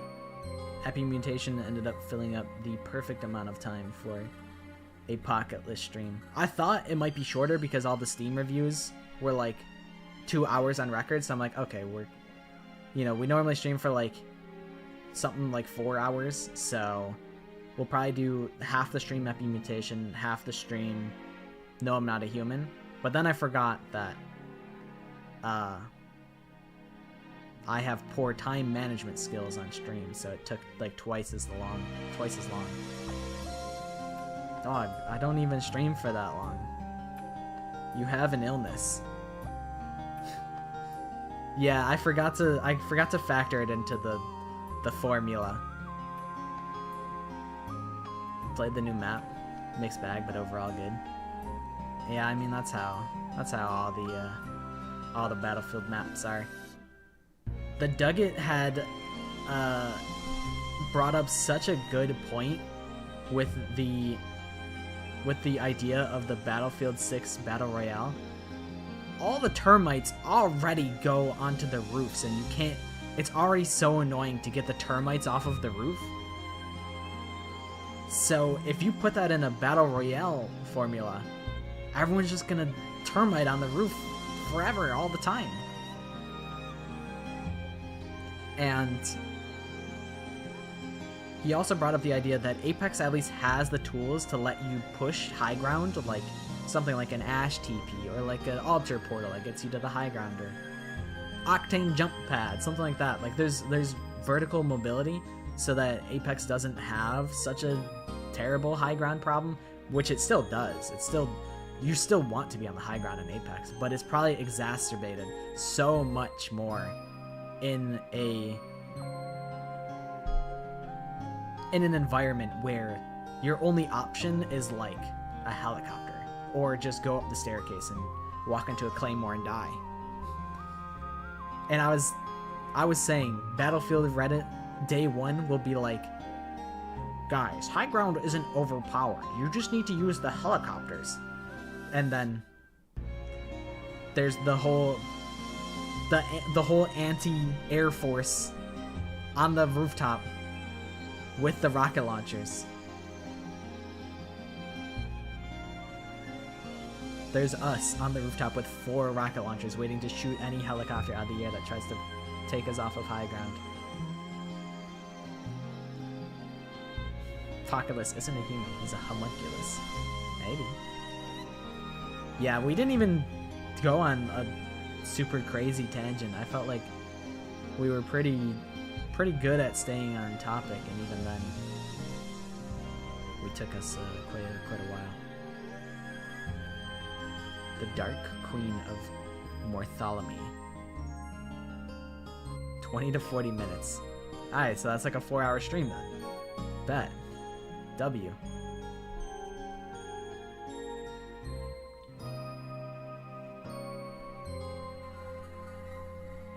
Sure, if you want to draw me, I can send you my references if you would like. How do I spin myself? Okay, here's the lower half. You have to screenshot it and rotate it 180 degrees and piece it together like it's a puzzle piece.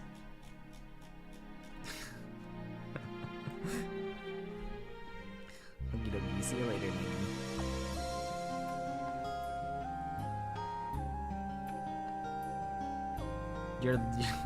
Your message before that got whisked into the ether,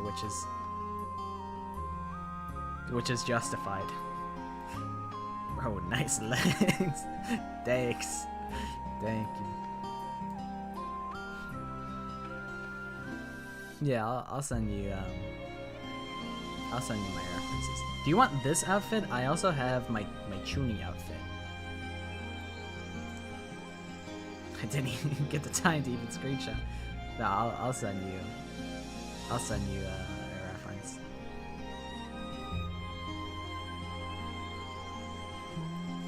Yeah, I got a pair of legs on me.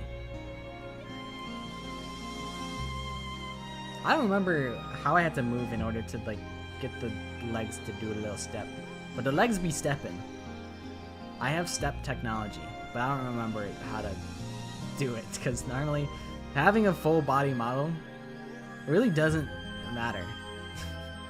I mean, it's nice for some scenarios, but it's so not important. You really only need this, and you can get by totally fine.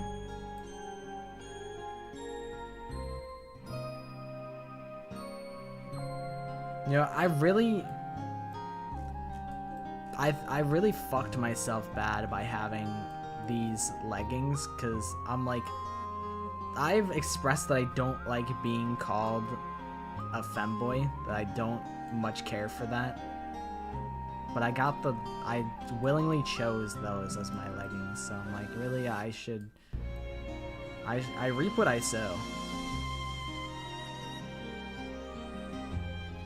Jester from game made by the old Sonic team. Do you remember the character name? I'll look him up.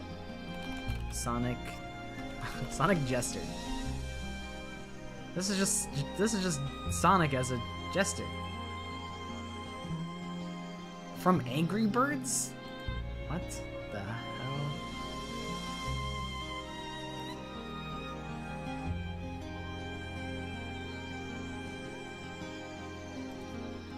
Be like, you look like this guy.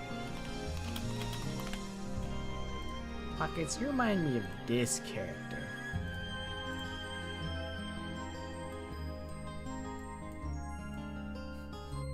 This is you. This is what you remind me of. And I'd say, I see it. I see the comparison. Fishy. Where are you?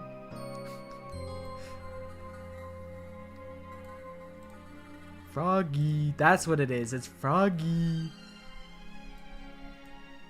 know what's crazy is I tried to play Sonic Adventure like a year or two ago, and I'm like, wow, this game isn't as easy and fun as I remember. I'm like, this game is fucking unwieldy. This man's too fast. He really is, like, incredibly fast.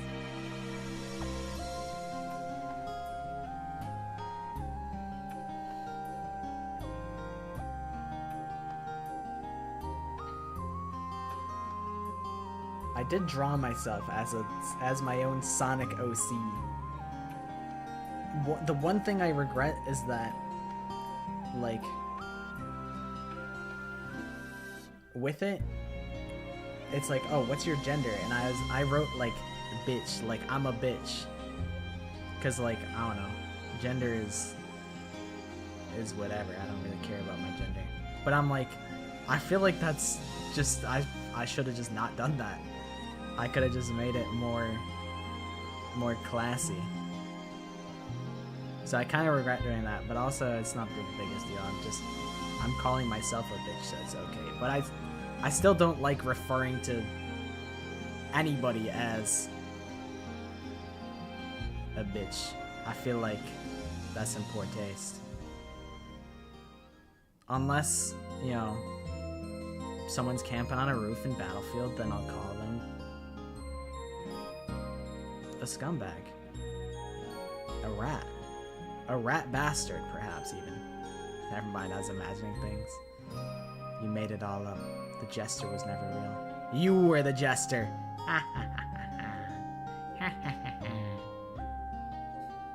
I never really had a Sonic OC. I never was deep into Sonic like that. But I used to watch... We had, like, this old Sonic movie on, like, VHS. It was, like, my favorite thing as a little kid.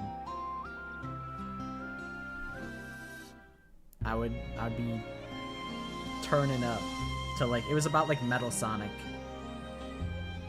And I remember thinking that it was absolutely peak. And I'd watch it in my sister's room. Well, she probably played Pokemon on the DS. Or maybe it was, at that point, it was probably like a Game Boy. It probably wasn't even a DS. It was like a Game Boy Advance. So I never had a Sonic OC. I had a couple Warrior Cat OCs. Not that much had come out of it. I never made a Sonic OC because I suck ass at drawing. I made one that sucks, because I suck ass at drawing.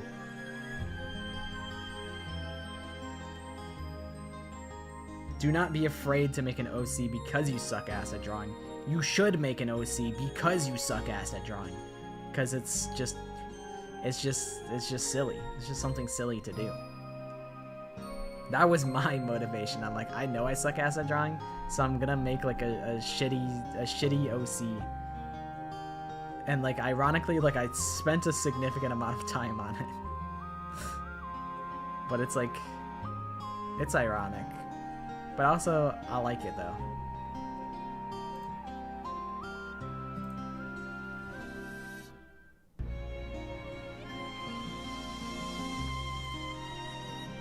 See is your profile picture. Me squinting. I don't know if I believe that. Well, actually, maybe on Discord.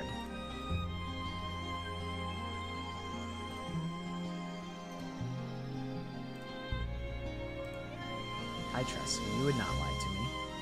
You have no motive to lie to me. I am so nice. You wouldn't believe who's my profile picture. I wonder. It would not be Anora. Surely that would be unthinkable.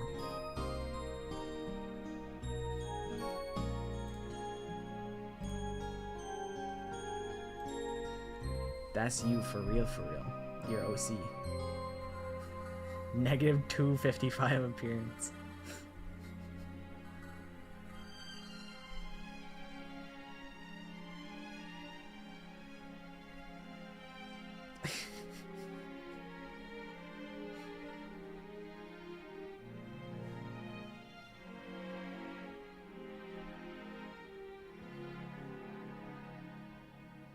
That's not my neighbor. Someone literally just mentioned it today. I don't know if that was you, but if I know it, it's being muddled up by like many games that include the name neighbor, like Hello Neighbor, like my something neighborhood, like My Friendly Neighborhood or whatever. It's getting muddled up with other neighbor-like games. So I'm not sure if I know. That's not my neighbor. Let's see.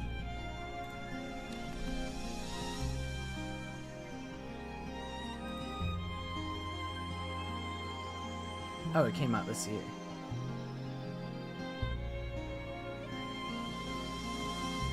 It's a little point and clicker. This looks like a Papers, Please type of game. Immerse yourself in the experience of working as a doorman in an apartment complex infested by beings that take on the appearance of your building's neighbors. People be thirsting for that damn milkman? Oh, you said darn. Well, I went one step further. This guy? Hold on. I can bring this up on the screen.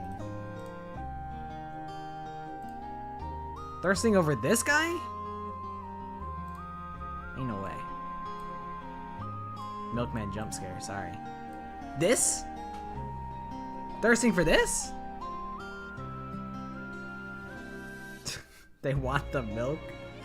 They are thirsty. Oh, you know, it's literal. It's a literal interpretation. I understand now. I understand. Well, that is not my neighbor.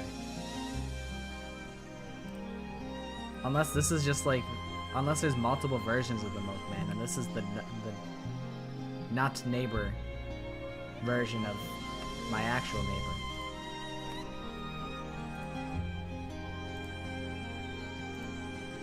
Okie dokie, enjoy Clash Royale. Thank you for hanging out. I probably won't be on for too much longer, so I will say a formal goodbye, and not to see you later.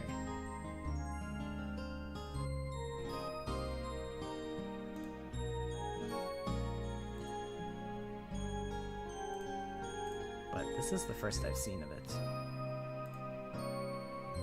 It reminds me of Paper Please, Papers, Please, which I've not finished. I've played it like ages ago. 2019 I first played it, and last played Papers, Please. That's a good game.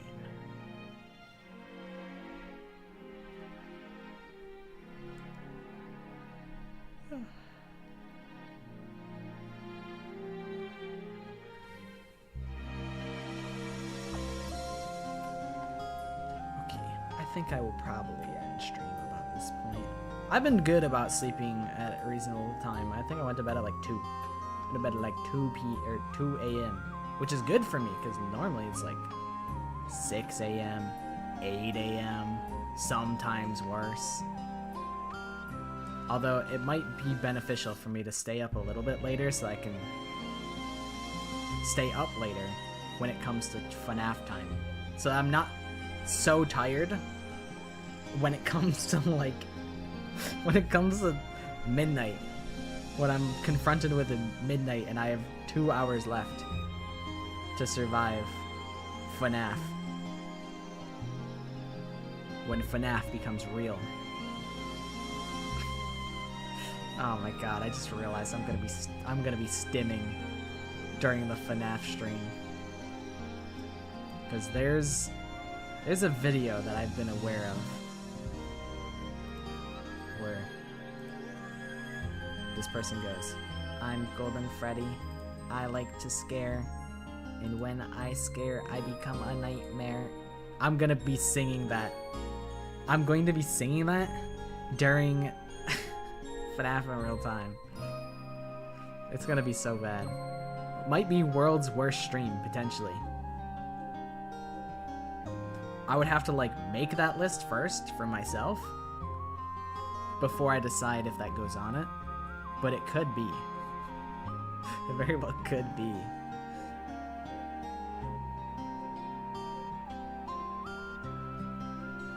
But yeah, I think it'll be good. I think even if I'm sleepy, it's immersion, because like if you're a security night guard, you probably get sleepy just sitting there, and then the stress wakes you up. I think I'll be too stressed to be tired, to be honest. Most likely. Most likely, that'll be the case.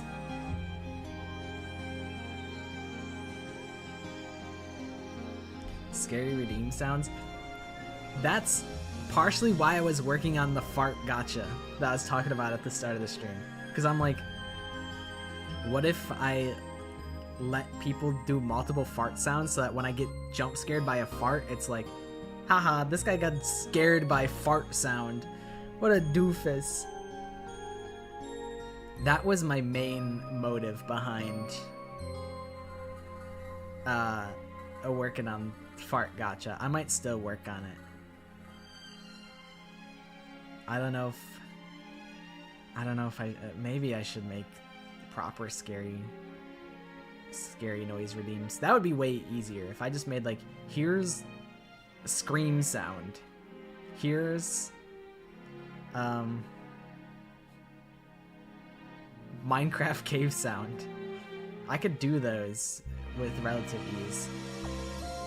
But setting up a whole gotcha system to randomize a scare sound is out of my league. I like tried using a tutorial and I couldn't get it to work. I honestly, don't be surprised if like tomorrow I just pull up a test stream and I'm just testing shit and I'm not, it's like a fake stream. Don't be surprised if that happens. Because I might have to. Just to test the redeems. But I do have a little something already. I have an alternate color scheme set up, which I was intending to use today, and then I forgot.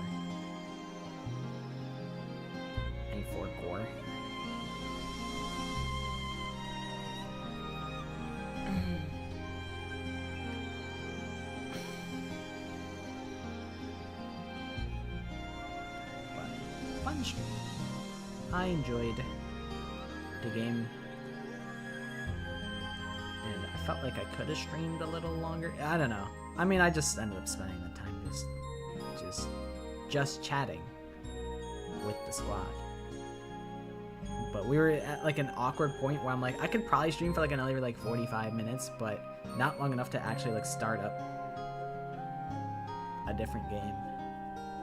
But that's a-okay.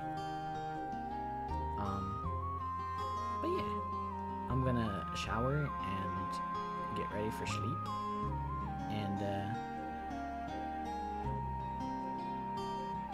probably fiddle around with some stuff. Today ended up being a much more yippy stream than I expected, because like yesterday my mood was like, so I was like, oh man, I don't want to be like a bummer for like, this is like almost like an event week. So I'm like, I gotta keep the vibes good. But luckily the vibes were good naturally, and I didn't have to worry or do anything like that. I didn't have to like really try and power through and bring good vibes. It just kind of happened naturally, which thank God. Looks like I'm just in time. Buddy, the stream's over.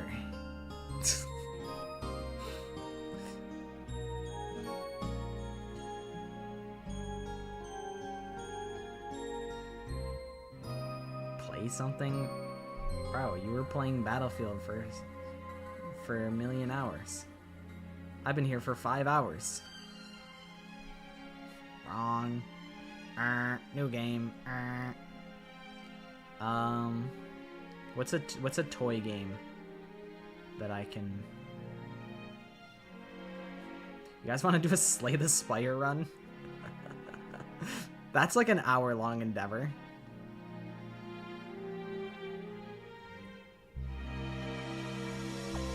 I beat Ascension 10 on the Ironclad. I beat that before stream. I know that Mr. Al-Baghdina is down for Slay the Spire. Dude, I was blowing up your DMs. I'm like, dude, orange pellets is such a sick relic. Dude, Dead Branch is awesome.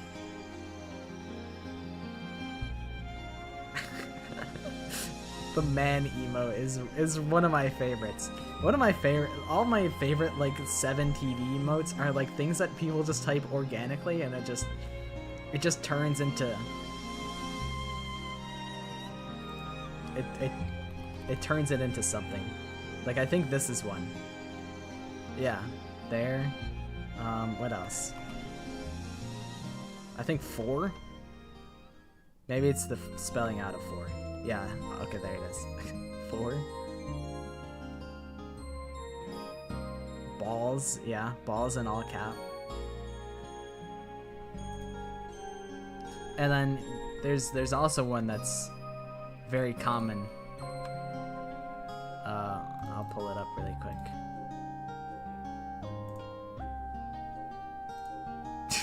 yeah, there's 7 up, Jake with a G, Apple Gang Stalkers, Fuckboy Jar Jar Binks, hottest Star Wars characters, Craigie. That one's, you can sometimes stumble on that one by accident. It's one of my favorite ones to accidentally type out.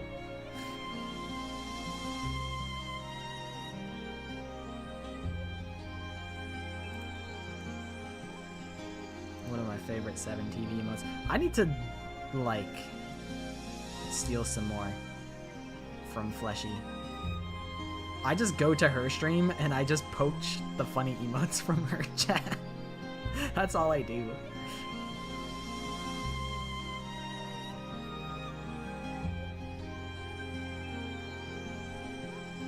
Clover was here earlier.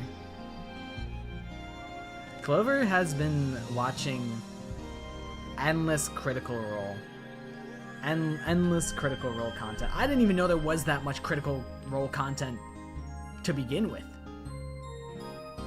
He's on that shit like every day. watching it. And I'm like, holy moly. There's endless D&D content. I don't know if it's specifically Critical Role or if it's like... It's just like it's mainly like established like voice actors and actresses that play D&D, so they like role play their characters like super hard. And it's like so it's Matt Mercer is like one of the DMs, right? He's like the voice of Cassidy in Overwatch or whatever. Or McCree if you don't know who Cassidy is. Stuff like that. Like they do their characters, like they go ham with it. And it's like a very like professionally produced type of thing.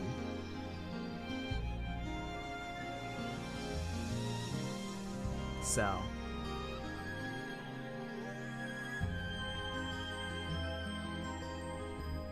I don't know what they're currently watching.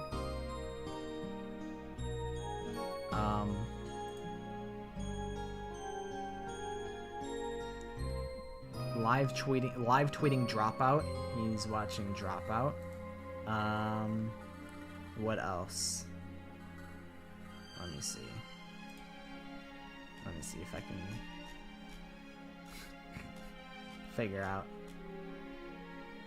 I don't know, he watches so much.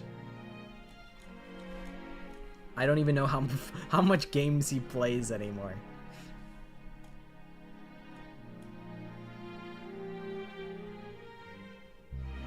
That's been Clover's main squeeze as of late, though. I think Dimension 20. I don't know about Once Upon a Witchlight. I don't know. With how much that he watches, I feel like he watches literally everything. But I don't know if that's even possible.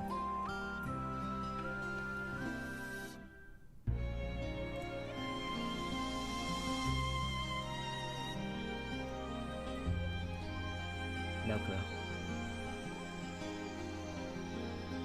The D&D is bountiful. I didn't know how bountiful it was. But it is quite bountiful.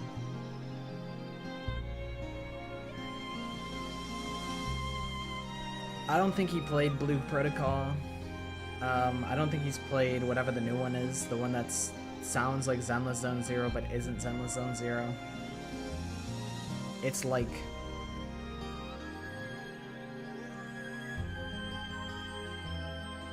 It's like Starlight Area 1. That's what it sounds like to me. It's just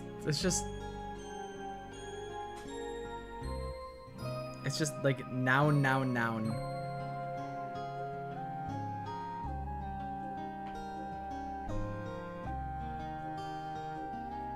That's the new naming scheme for gacha games.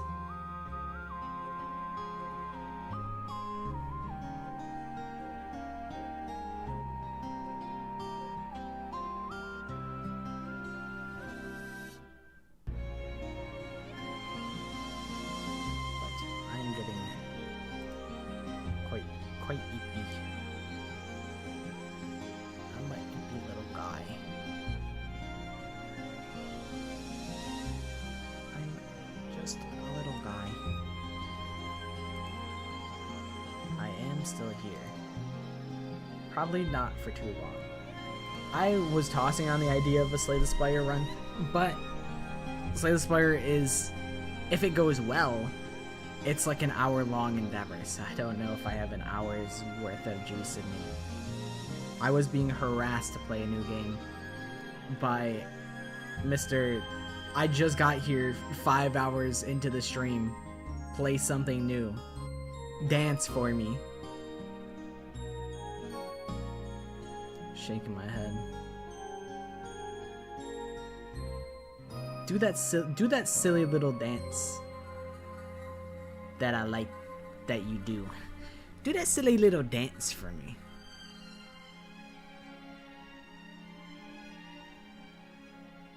I pay your salary? No, you don't.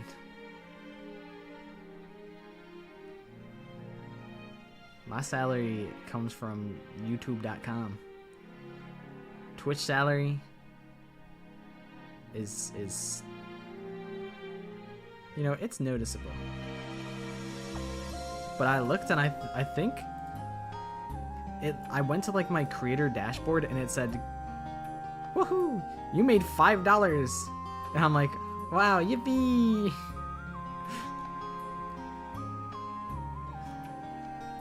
I made $5 off of Twitch in the past week. But that is in the last week. So like 2 people must have subbed in the last week. But so that's what that must mean. Where like if it was like over the last month, it might say like $10. And that could be sweet. That might be big. That might be big bread.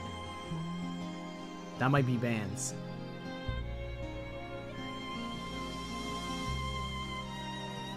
But I think it's funny looking at like the revenue tab for like some of the socials. Like I think I tweeted like I made like $1.60 something cents off of like the Danganronpa wrestling video. And I was like, oh wow. Impressive. I'm like, hey, YouTube pays me cause I'm clean with it, cause I'm the GOAT. It's $2 basically, rounded up. I think it's made more than that because the video started doing better. Because I think people clicked on it, they're like, this video's probably dumb, I don't know anything about wrestling. And then they click on it and they're like, I see, I don't need to know anything about wrestling because this is just like a total shit post and it's actually kind of silly. So the video has done a lot better in the long run, but when I posted it, it fucking went down and it tanked so hard. They're like, wait, they got the voice actor for Jeffrey in this video? Hold on, he's reeling me in.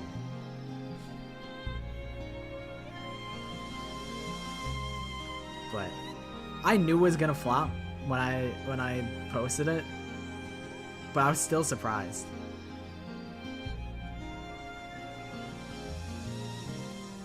I was like, listen, I'm not doing this for the money.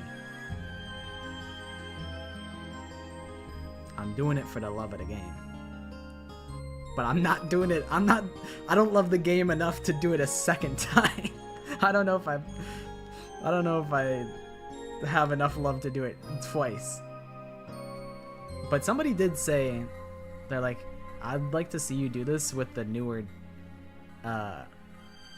WWE games. And I'm like, it's probably on Game Pass, so that would be a lot more feasible. Because the biggest obstacle is how jank, like, literal 10-year-old wrestling game on an emulator, because naturally. So it was so jank that now it's probably so much more efficient if I just did it in a modern wrestling game.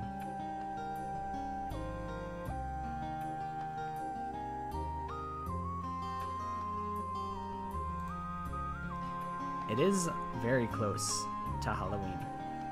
My favorite scary movie, though, it's probably Scary Movie. Because there's the funny scene where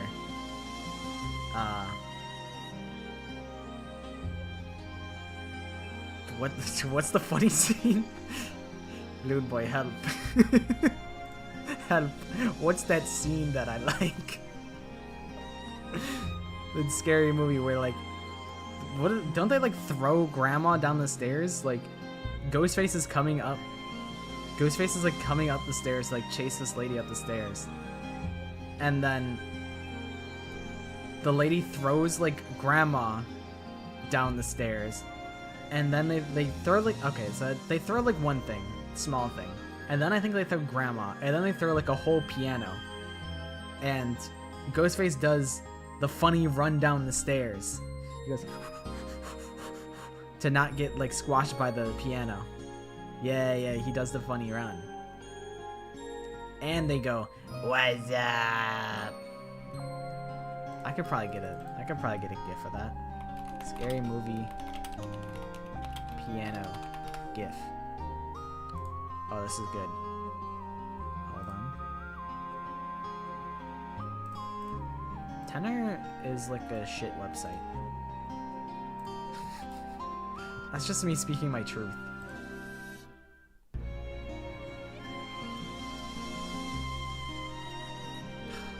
Come on.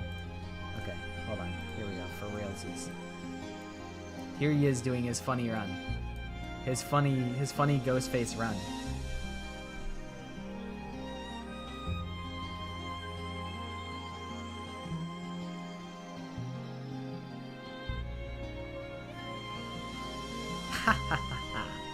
It is so funny and silly.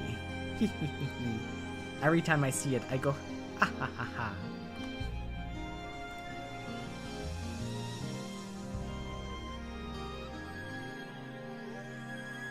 It is probably one of my favorite scary movies, TBH.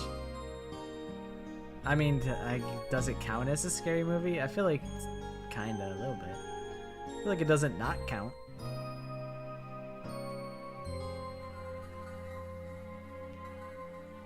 Oh, we could play Block Flipper. That's what we could do. I'll show you guys Irisu syndrome against your wills.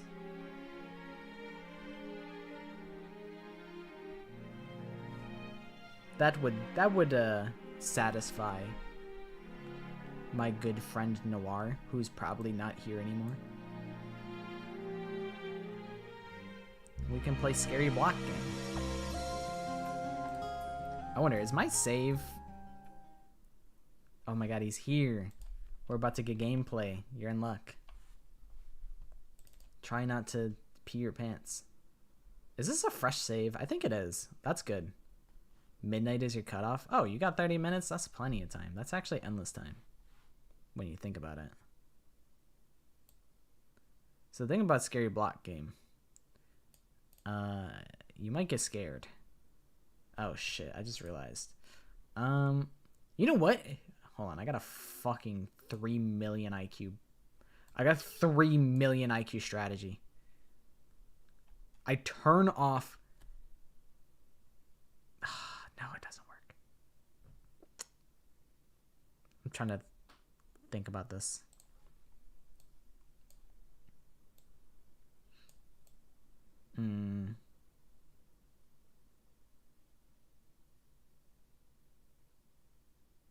It'll be fine. I just gotta not leak everything. So I don't have to delete the lot. Alright, let me see what's on this desktop.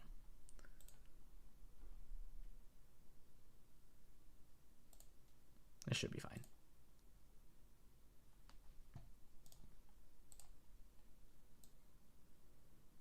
Ironically, not only is my favorite scary movie Scream, it's my favorite movie like in general. I do occasionally like to think of a concept where each Danganronpa game's characters being in a Scream movie. I do think I'll write that one day. Maybe even make it playable or something. That would be quite an ambitious project, but I believe in you. It can be done. Alright. Display capture. Hello. I'm displayed. Alright, Irisu syndrome time. It's probably really loud, but you can't even hear it.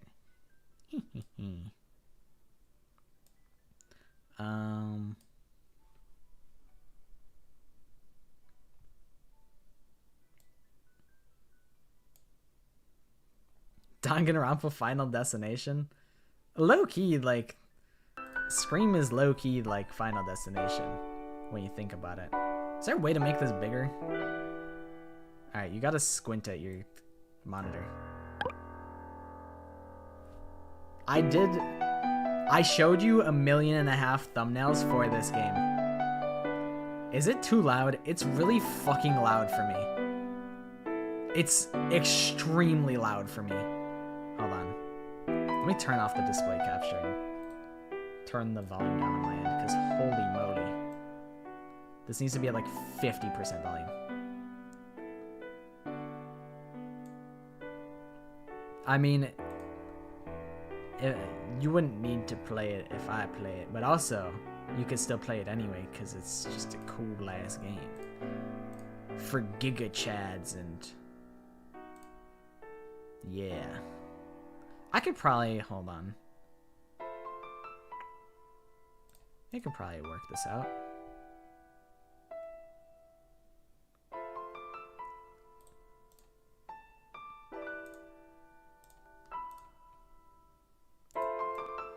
Okay. And then I shrink this to, like, this size, maybe.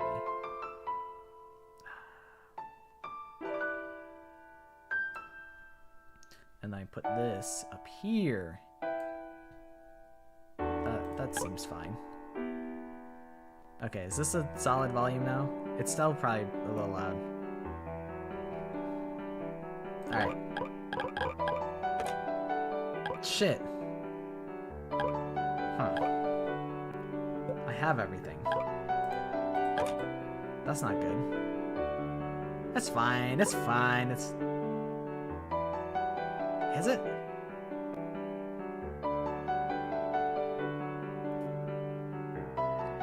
This is like a save with everything on it.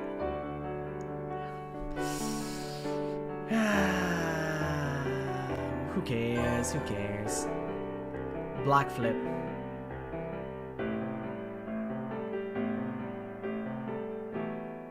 So the way Block Flipper works is it's a physics-based puzzle game where you connect blocks of the same color into each other, and they score when they hit the bottom of the board.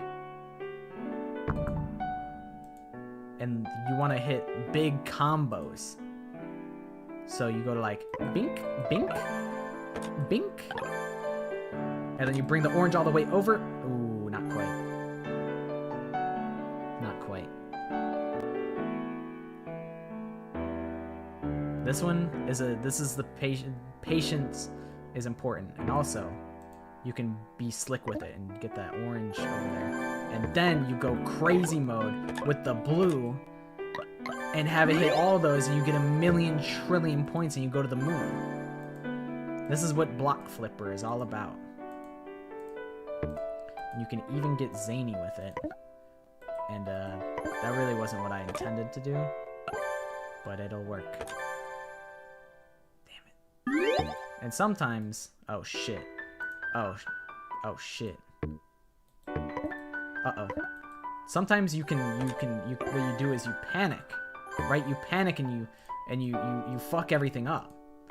That's important. That's an important game feature. But then you clutch up and you don't let them touch the ground.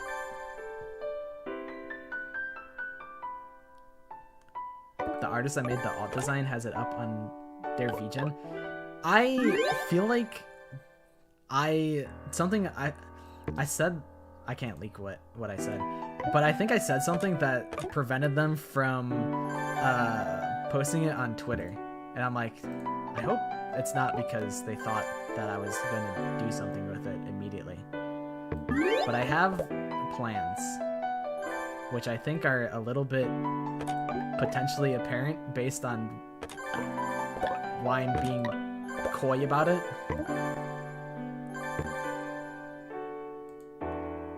Oh, shit, that one accidentally hit the ground. No.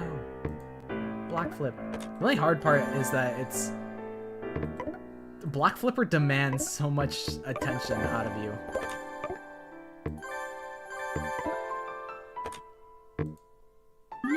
Or at least out of me.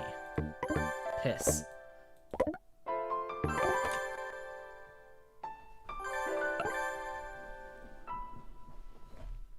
I'm being reminded of some news reporter talking about some race game where he says you can even try to jump your car.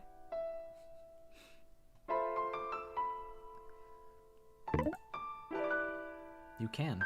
You can even jump your car. At top speed, too. Didn't I Show Speed do that? Didn't he, like, jump over, like, a moving car? But, like, that guy is, like, an actual athlete, though. Like, he may be a streamer, but he is actually genuinely quite talented.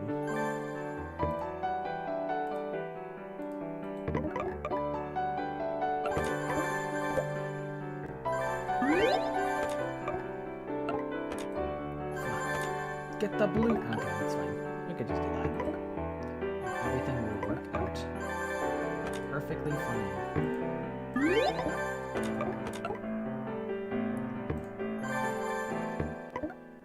This is my cocoa melon. Please, Pockets, I need this.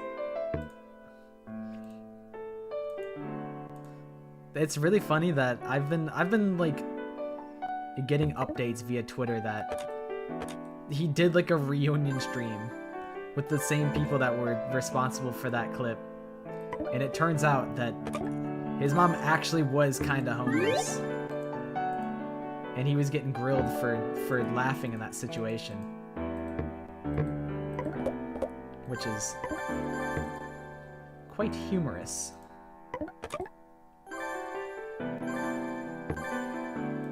We'll let that purple touch the ground, it's okay.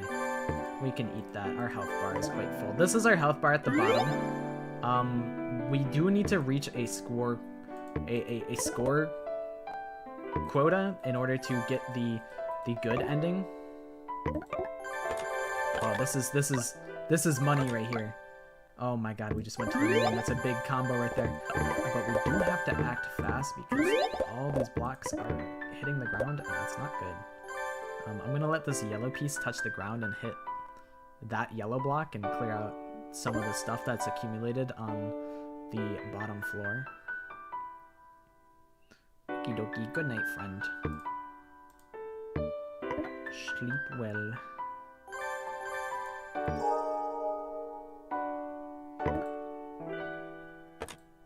Yeah, I don't think he was unreasonable for thinking that he was lying in that situation.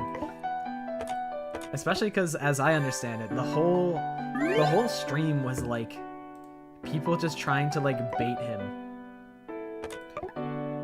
What's crazy is, like, in those streams, how many people were just being just downright awful. Like, whether it's like saying literal slurs and things of that nature. I'm like, it's crazy that Speed put up with so much nonsense. Oh shit, that's a dead block. But that isn't. Like, all of his streams, he's just like getting like tormented by his viewers being just like really shitty to him. I'm like, that kind of sucks.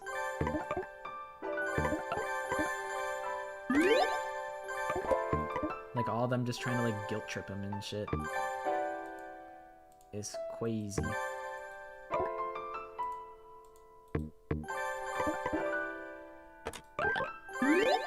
That's a big combo right there. That's a spicy meatball.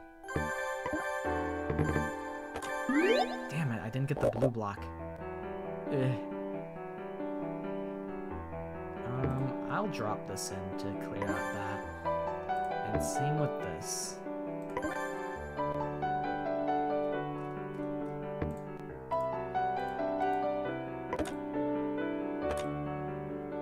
Damn it. Alright. Banish the pink piece. Banished forever.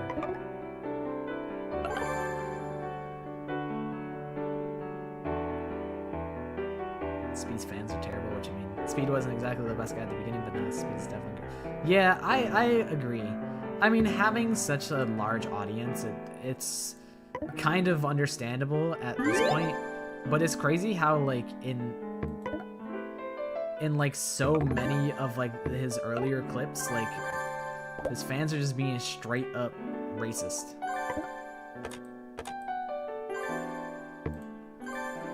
And I feel like he's able to like joke about it now. Like when he's like, Mr. Beast, was that really you in that donation? And it was like the donation was like a really racist message. Like I think it's funny now, but the fact that like that was just kind of like a normal occurrence at times is crazy. Like he really, I respect him quite a bit. He's been forged in the fires of the fucking gulag.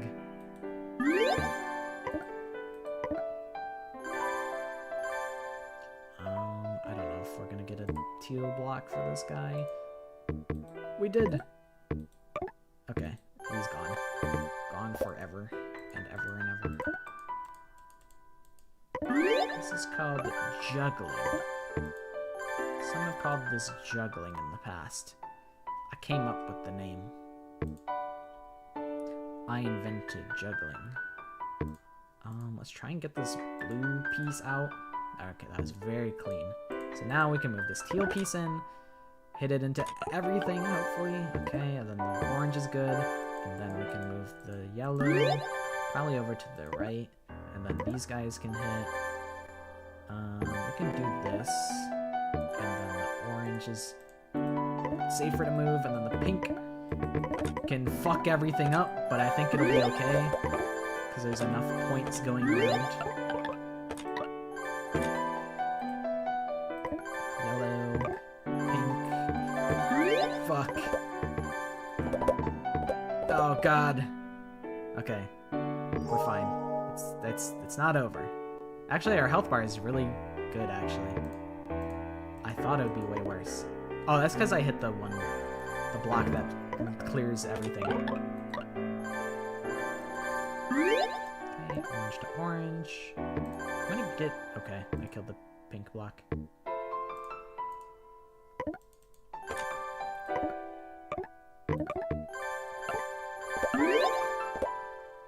We can move this yellow over there and clear that out. Blue clears that out. There's nowhere really for this pink block. But we could do this. Kick the orange out so that the pink goes. What? No, nothing scary happens in this game. Don't you see the cute bunny girl in the background? She's nice.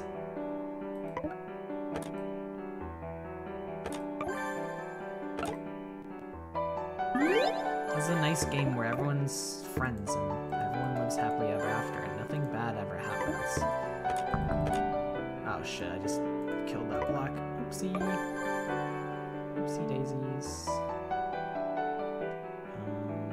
Okay, I'm seeing the route here. Blue to blue. Orange to orange. Yellow to yellow.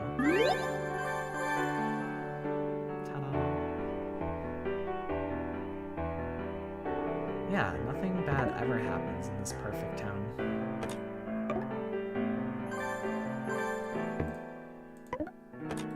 Actually, only good things happen.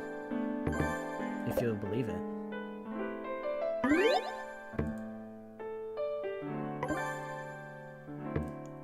Yellow to yellow. I'll do this. Kick the pink block out. I didn't mean to do that, but I didn't know because the blocks were coming in. Pink to pink, orange to orange, teal to teal, pink to pink. Try and keep them in. Didn't happen. That's okay. These guys are just going to naturally collide with blocks that they match with.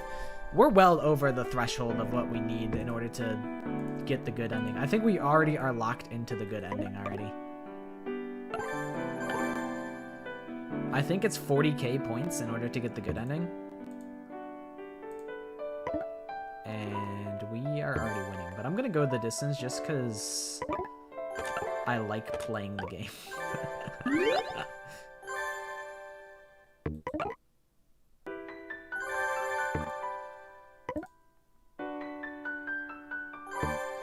All I know about Haddonfield is that it's a map in Dead by Daylight.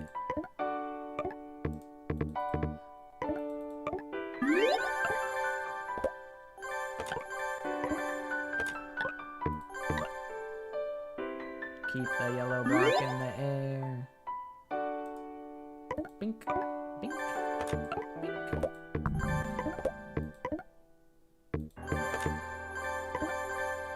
Fuck. They're fucking falling too fast. This is anarchy.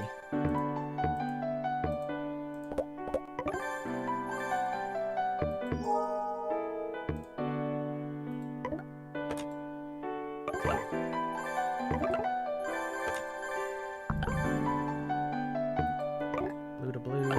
So then orange can come in and go orange to orange. Damn it.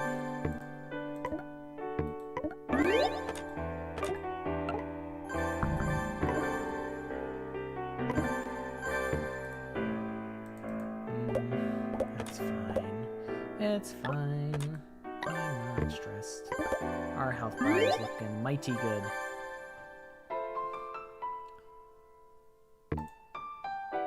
I am kind of a scaredy cat, so I've never really watched a ton of horror movies. Fuck, that was so bad. Come on, get there, you fuck! This fucking yellow block is absolutely grinding my gears.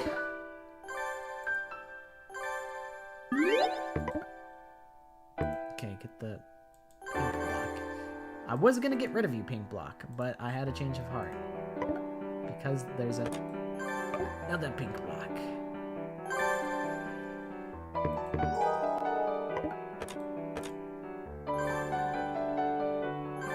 Damn. I'm gonna use this yellow block to clean up some garbage on the bottom floor. Banish you. Ah, shit. You know what? I believe I can maneuver this teal block in right there. Nice. That's big. I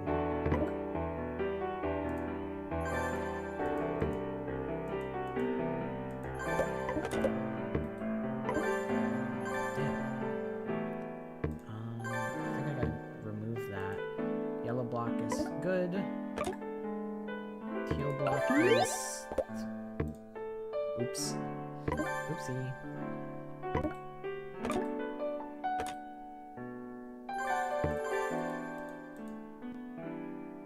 I didn't need to get rid of that pink block, but I didn't know. I didn't know they was gonna send me another one. I didn't know they were gonna send me a replacement. There was just no way to know.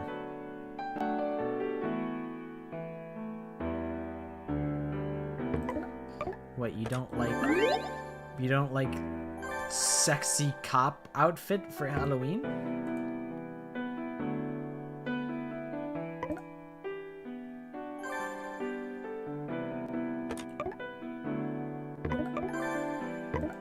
There goes my Halloween plans. That's all I had.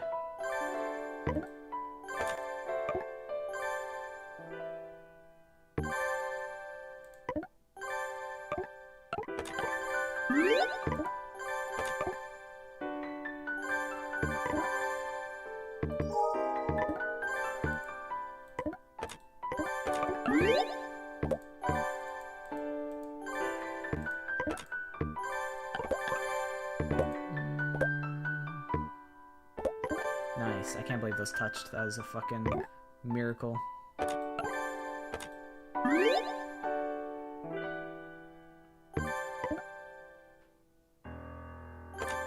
kind of wish they all didn't slip out. This is a weird situation that I'm in with these blocks. This is so awkward. I have to be super clutch here. Okay, worked out. We got there in the end. I feel like the end is nigh.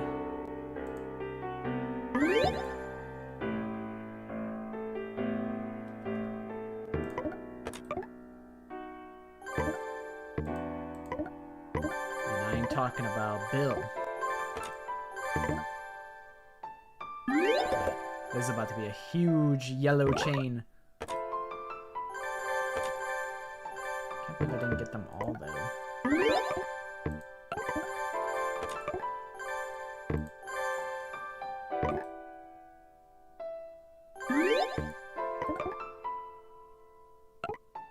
So you're on a first name basis with Mr. Myers, huh?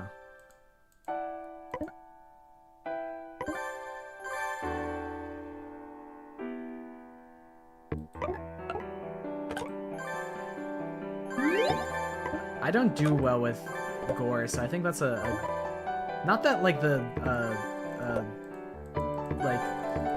the slasher films are like super gory, but like, oh god, I think I'm fucked. I'm really fucked. I think actually I'm okay. They just came down very fast. All of a sudden. I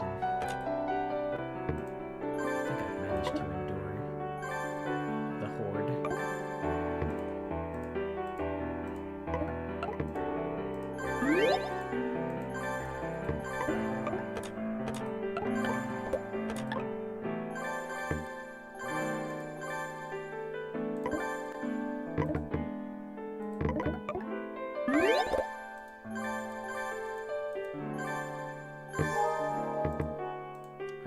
Idea where this yellow block is going.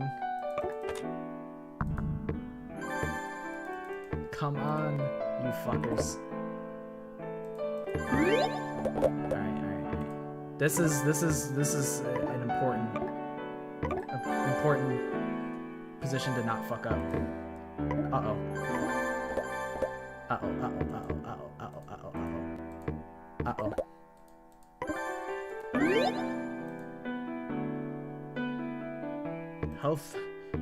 Health not looking too good, guys. I think I'm gonna bleed out. I need to play fast. No! Fuck!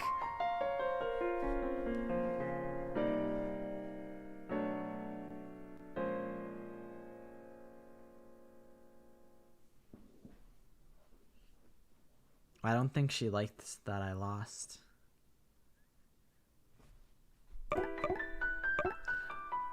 Oh, I fucked up because it's a save that has all the things. It doesn't give me the lore. Damn. I was going to drip feed you guys the story of Eurystheus Syndrome, but I'd need to reinstall the game. I would need to reinstall the game. Yeah, it's not super scary. It's just a little creepy. I was gonna make it a point to drip feed you guys. Like, I'll do a run like every end of stream or something for like the whatever. I think it's 5. You have to play the game 5 times to get the ending. There's one bit that's like there's a little bit scary, but it's not that bad. It's not that bad.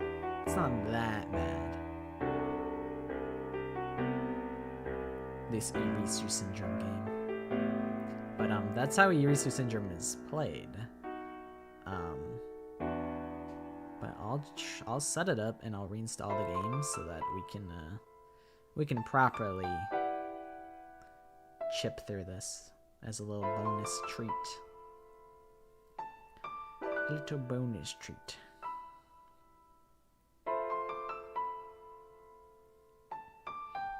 You want to be Freddy eventually, but damn near every mask he is cheaply made and looks like shit. Like Freddy Fazbear? I'm trying to think of like... I'm like... Oh wait, no. Freddy is... Wait, Freddy vs. Jason, is it? Freddy Krueger? Is that Freddy that you're talking about? Not Freddy Fazbear. It like took me a second to think about.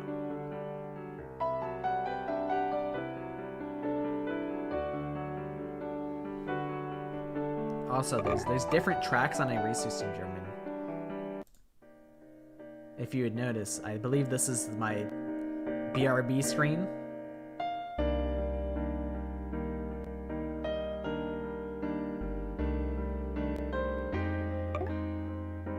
Oh, why'd that happen?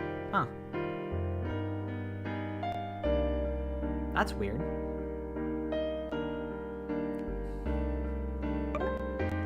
This actually might not be my BRB screen. I think this is the most classic. I think this is 10 hours of looking at the ceiling. I think that's what this song is called.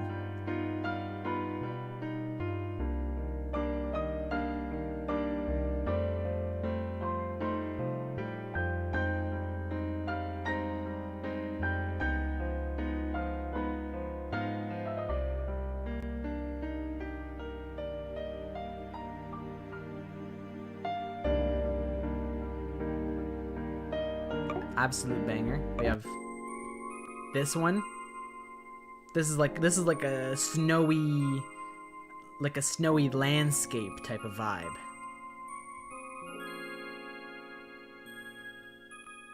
The music in this game is fucking phenomenal. It's fucking insane. I don't remember the name of who composed all this shit, but it's like, and then it comes in like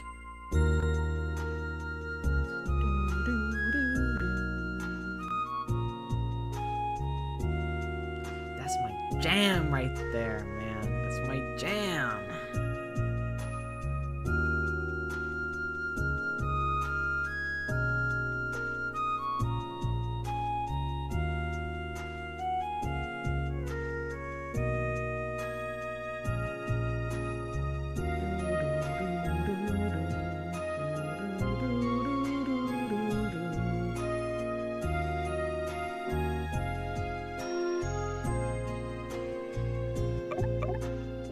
Banger.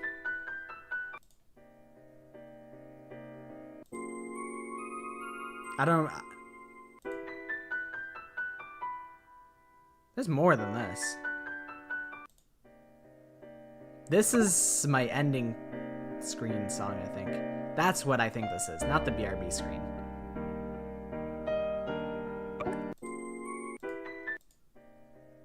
Where's the other tracks? Is it only, can I only find it on Matsu mode? Oh yeah, there's this one. Which I think is the just chatting overlay, I think.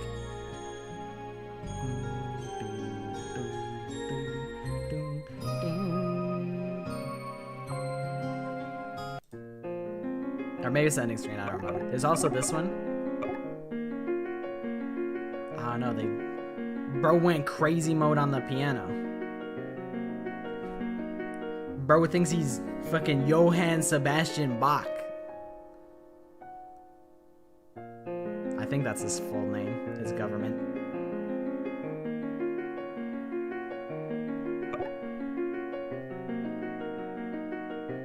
You want to get the aged Ghostface mask in Scream 6? And I watched one Scream. It was one of the more recent ones. I've only watched one Scream. Oh, is this one, which is just kind of like very aesthetic.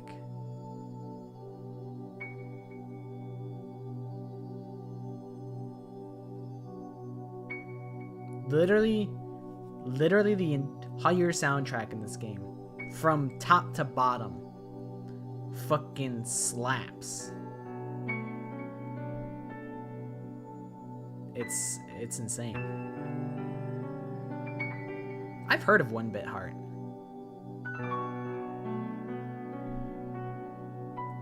I have heard of it. Sometimes I wonder, like, someone who pulls up to the stream, they're like, oh boy, I can't wait to watch some Raincode gameplay. And then it turns out I'm doing this, like shit like this. Sometimes I wonder what somebody that comes in late is thinking. Okay, then there's this one again. But, yeah, Irisu syndrome. And as you can see, you know what? I'll give you guys a little teaser. If you pay attention to this window here, and I go to the album, let's go ahead and read the first one. Huh. A request.txt. That wasn't there before. Huh. Interesting. To everyone. Day 1. Everyone is getting along for now. In the hopes that you don't show unnatural behavior, I earnestly thank you.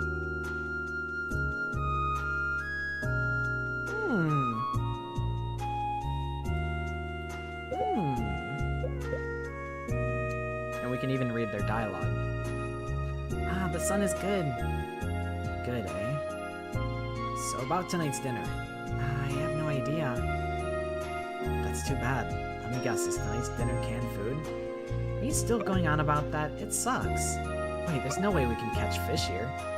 We can't eat canned tuna either. We have to cook for ourselves. I brought the ingredients after all. I wish our dinner was grilled sea bream. Shut up and help me cook. That's too much trouble. I need to draw more illustrations soon. I really couldn't ever depend on you two for survival.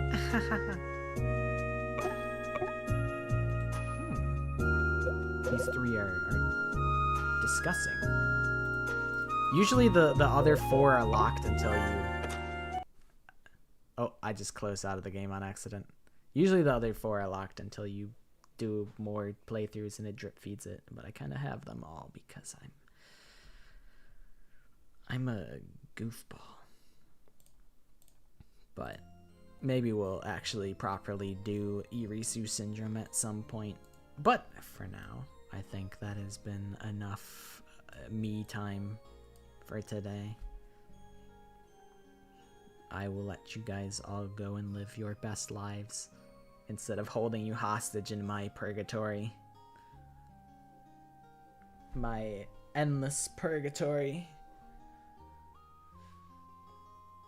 As the self-proclaimed Prince of Purgatory, that is my shtick that I had decided after I got my entire design. You guys can all go back to the land of the living, and I'll remain in my purgatory. All peak, trust except Scream 3. I feel like I've heard that before, that maybe Scream 3 was the weakest. I do know that it's a common occurrence that in Scream movies there's multiple ghost faces. And I also know that I know who one of them is because everyone thinks he's hot. I think it's like Stu Mockner or something like that. I know he's one of the he's people thirst over that guy. I think that's like by Matthew Lillard. I think he plays that. I think that's his name. Something like that. I know that guy's a Squeam. He's a ghost face, I believe. The people are they like the mystery. I don't know. They do oftentimes find the masked people hot. I don't know. It's maybe less is more.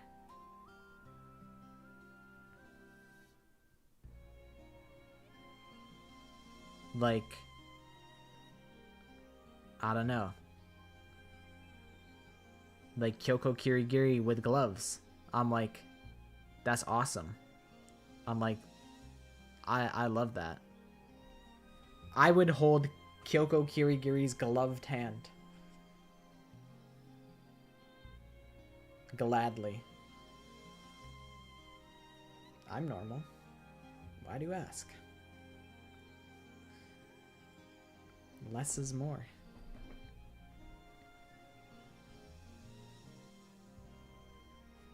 But then I'm like, I was thinking about like masked people. I'm like, What about Makoto Kagetsuchi from Rain Code? I'm like, is Makoto hot? And I'm like, to me, no.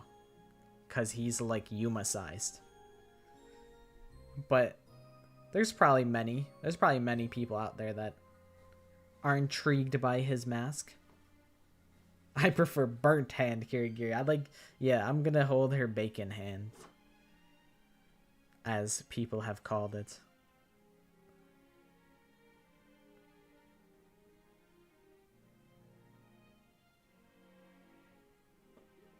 Zero from Tribe 9. He's masked, right?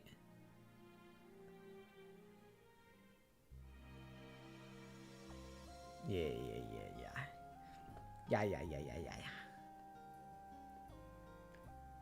Trying to think of masked characters that I find hot. Not that I would disagree that Zero is hot.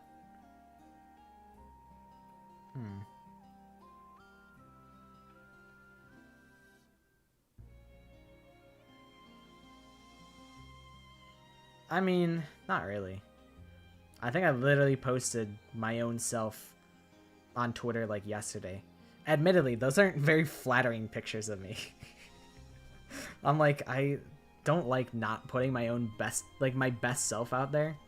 But I'm like, whatever. It's all funny, silly jokes, whatever. I don't care.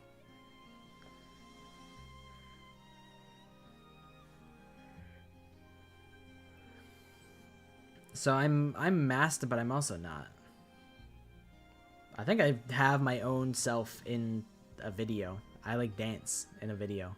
And I speed it up by like 500% speed in a video. I don't remember what the context is. I don't even remember what video it's in, but it's on this channel somewhere. So I don't show my face often, but I'm not afraid to show my face. I am hesitant to. I can't lie. Being a VTuber is fucking awesome because I get to look at myself and I always like what I see. Where sometimes you look at yourself in real life and you're like, the fuck? What happened?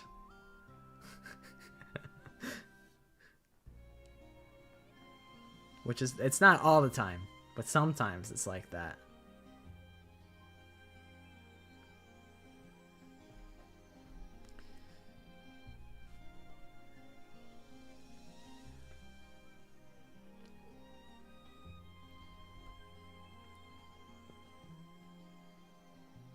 Okay, I think now for realsies, I will be going to bed. I think I'm gonna change the thumbnail for this stream and cross out no, I'm not a human, because I didn't play that game at all. So I'm gonna shower and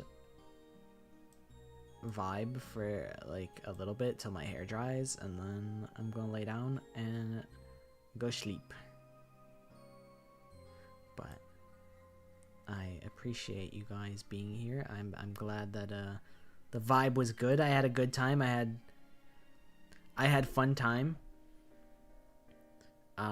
Epimutation was good game. I enjoyed myself thoroughly, and yeah, I appreciate you guys hanging out with me. So hopefully when you guys end up going to sleep, that you guys have a good sleep of your own.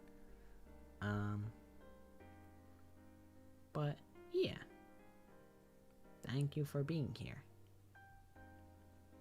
Another fun stream. I'm excited for FNAF in real time. You know what? I do need to remember to do a little bit more research on FNAF in real time to ensure that I have the real time section. I have to make sure that it's set up properly. So I might have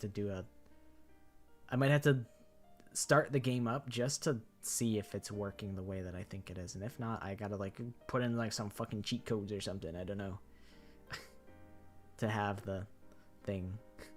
It would be really funny if I just end the stream as soon as I die. I think that would be really funny. it honestly might be worth doing. It might be worth doing.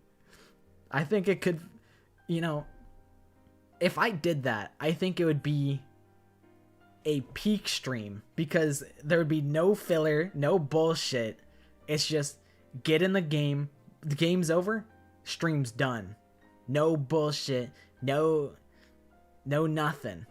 Just straight get into business. I think it could be a generational stream if I did that. Potentially.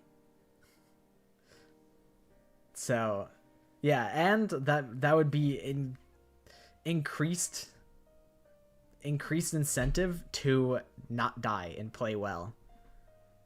Not that I think I'd be all that much in control. I feel like a part of FNAF is the helplessness that you feel. I think that's a large part of why FNAF was as successful as it was. Because you are so powerless. But that's what makes it so tense and so exciting. So, yeah. We'll see what I decide. Only time will tell. We'll find out when it comes time for the stream. When I die, do I die in real life or do I die on stream? Now you guys are now you guys are also invested. You're like, oh god, I hope he doesn't die because then the stream's gonna end. It's gonna end abruptly. So maybe that's the best way to do it. Keep everybody on their toes. Me, you, everybody will be stressed. We'll just have a really stressful Thursday. Doesn't that sound great? Doesn't that sound like an awesome time? Monokuma is kind of like Freddy Fazbear. Except small and he's like pocket-sized. And Freddy has like a human soul inside of them, and Monokuma is controlled by a human. So you could say that Monokuma has the soul of a human, I guess.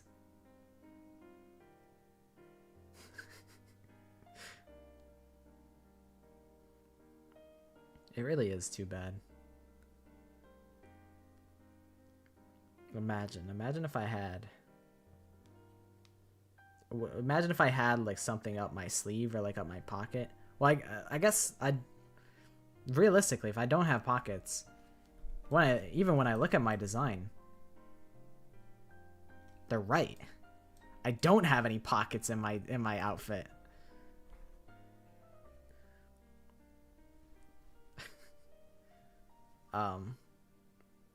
But instead of having things in my pocket and saving it for later, I put things up my sleeve, and I have aces up my sleeve. I got a whole deck of cards. The missing cards from Epimutation, the reason they don't have a full deck is because the remaining cards are up my sleeve.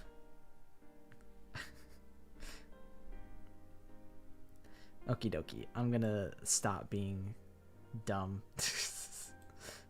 But once again, I appreciate you guys being here, and I'll see you guys on Thursday.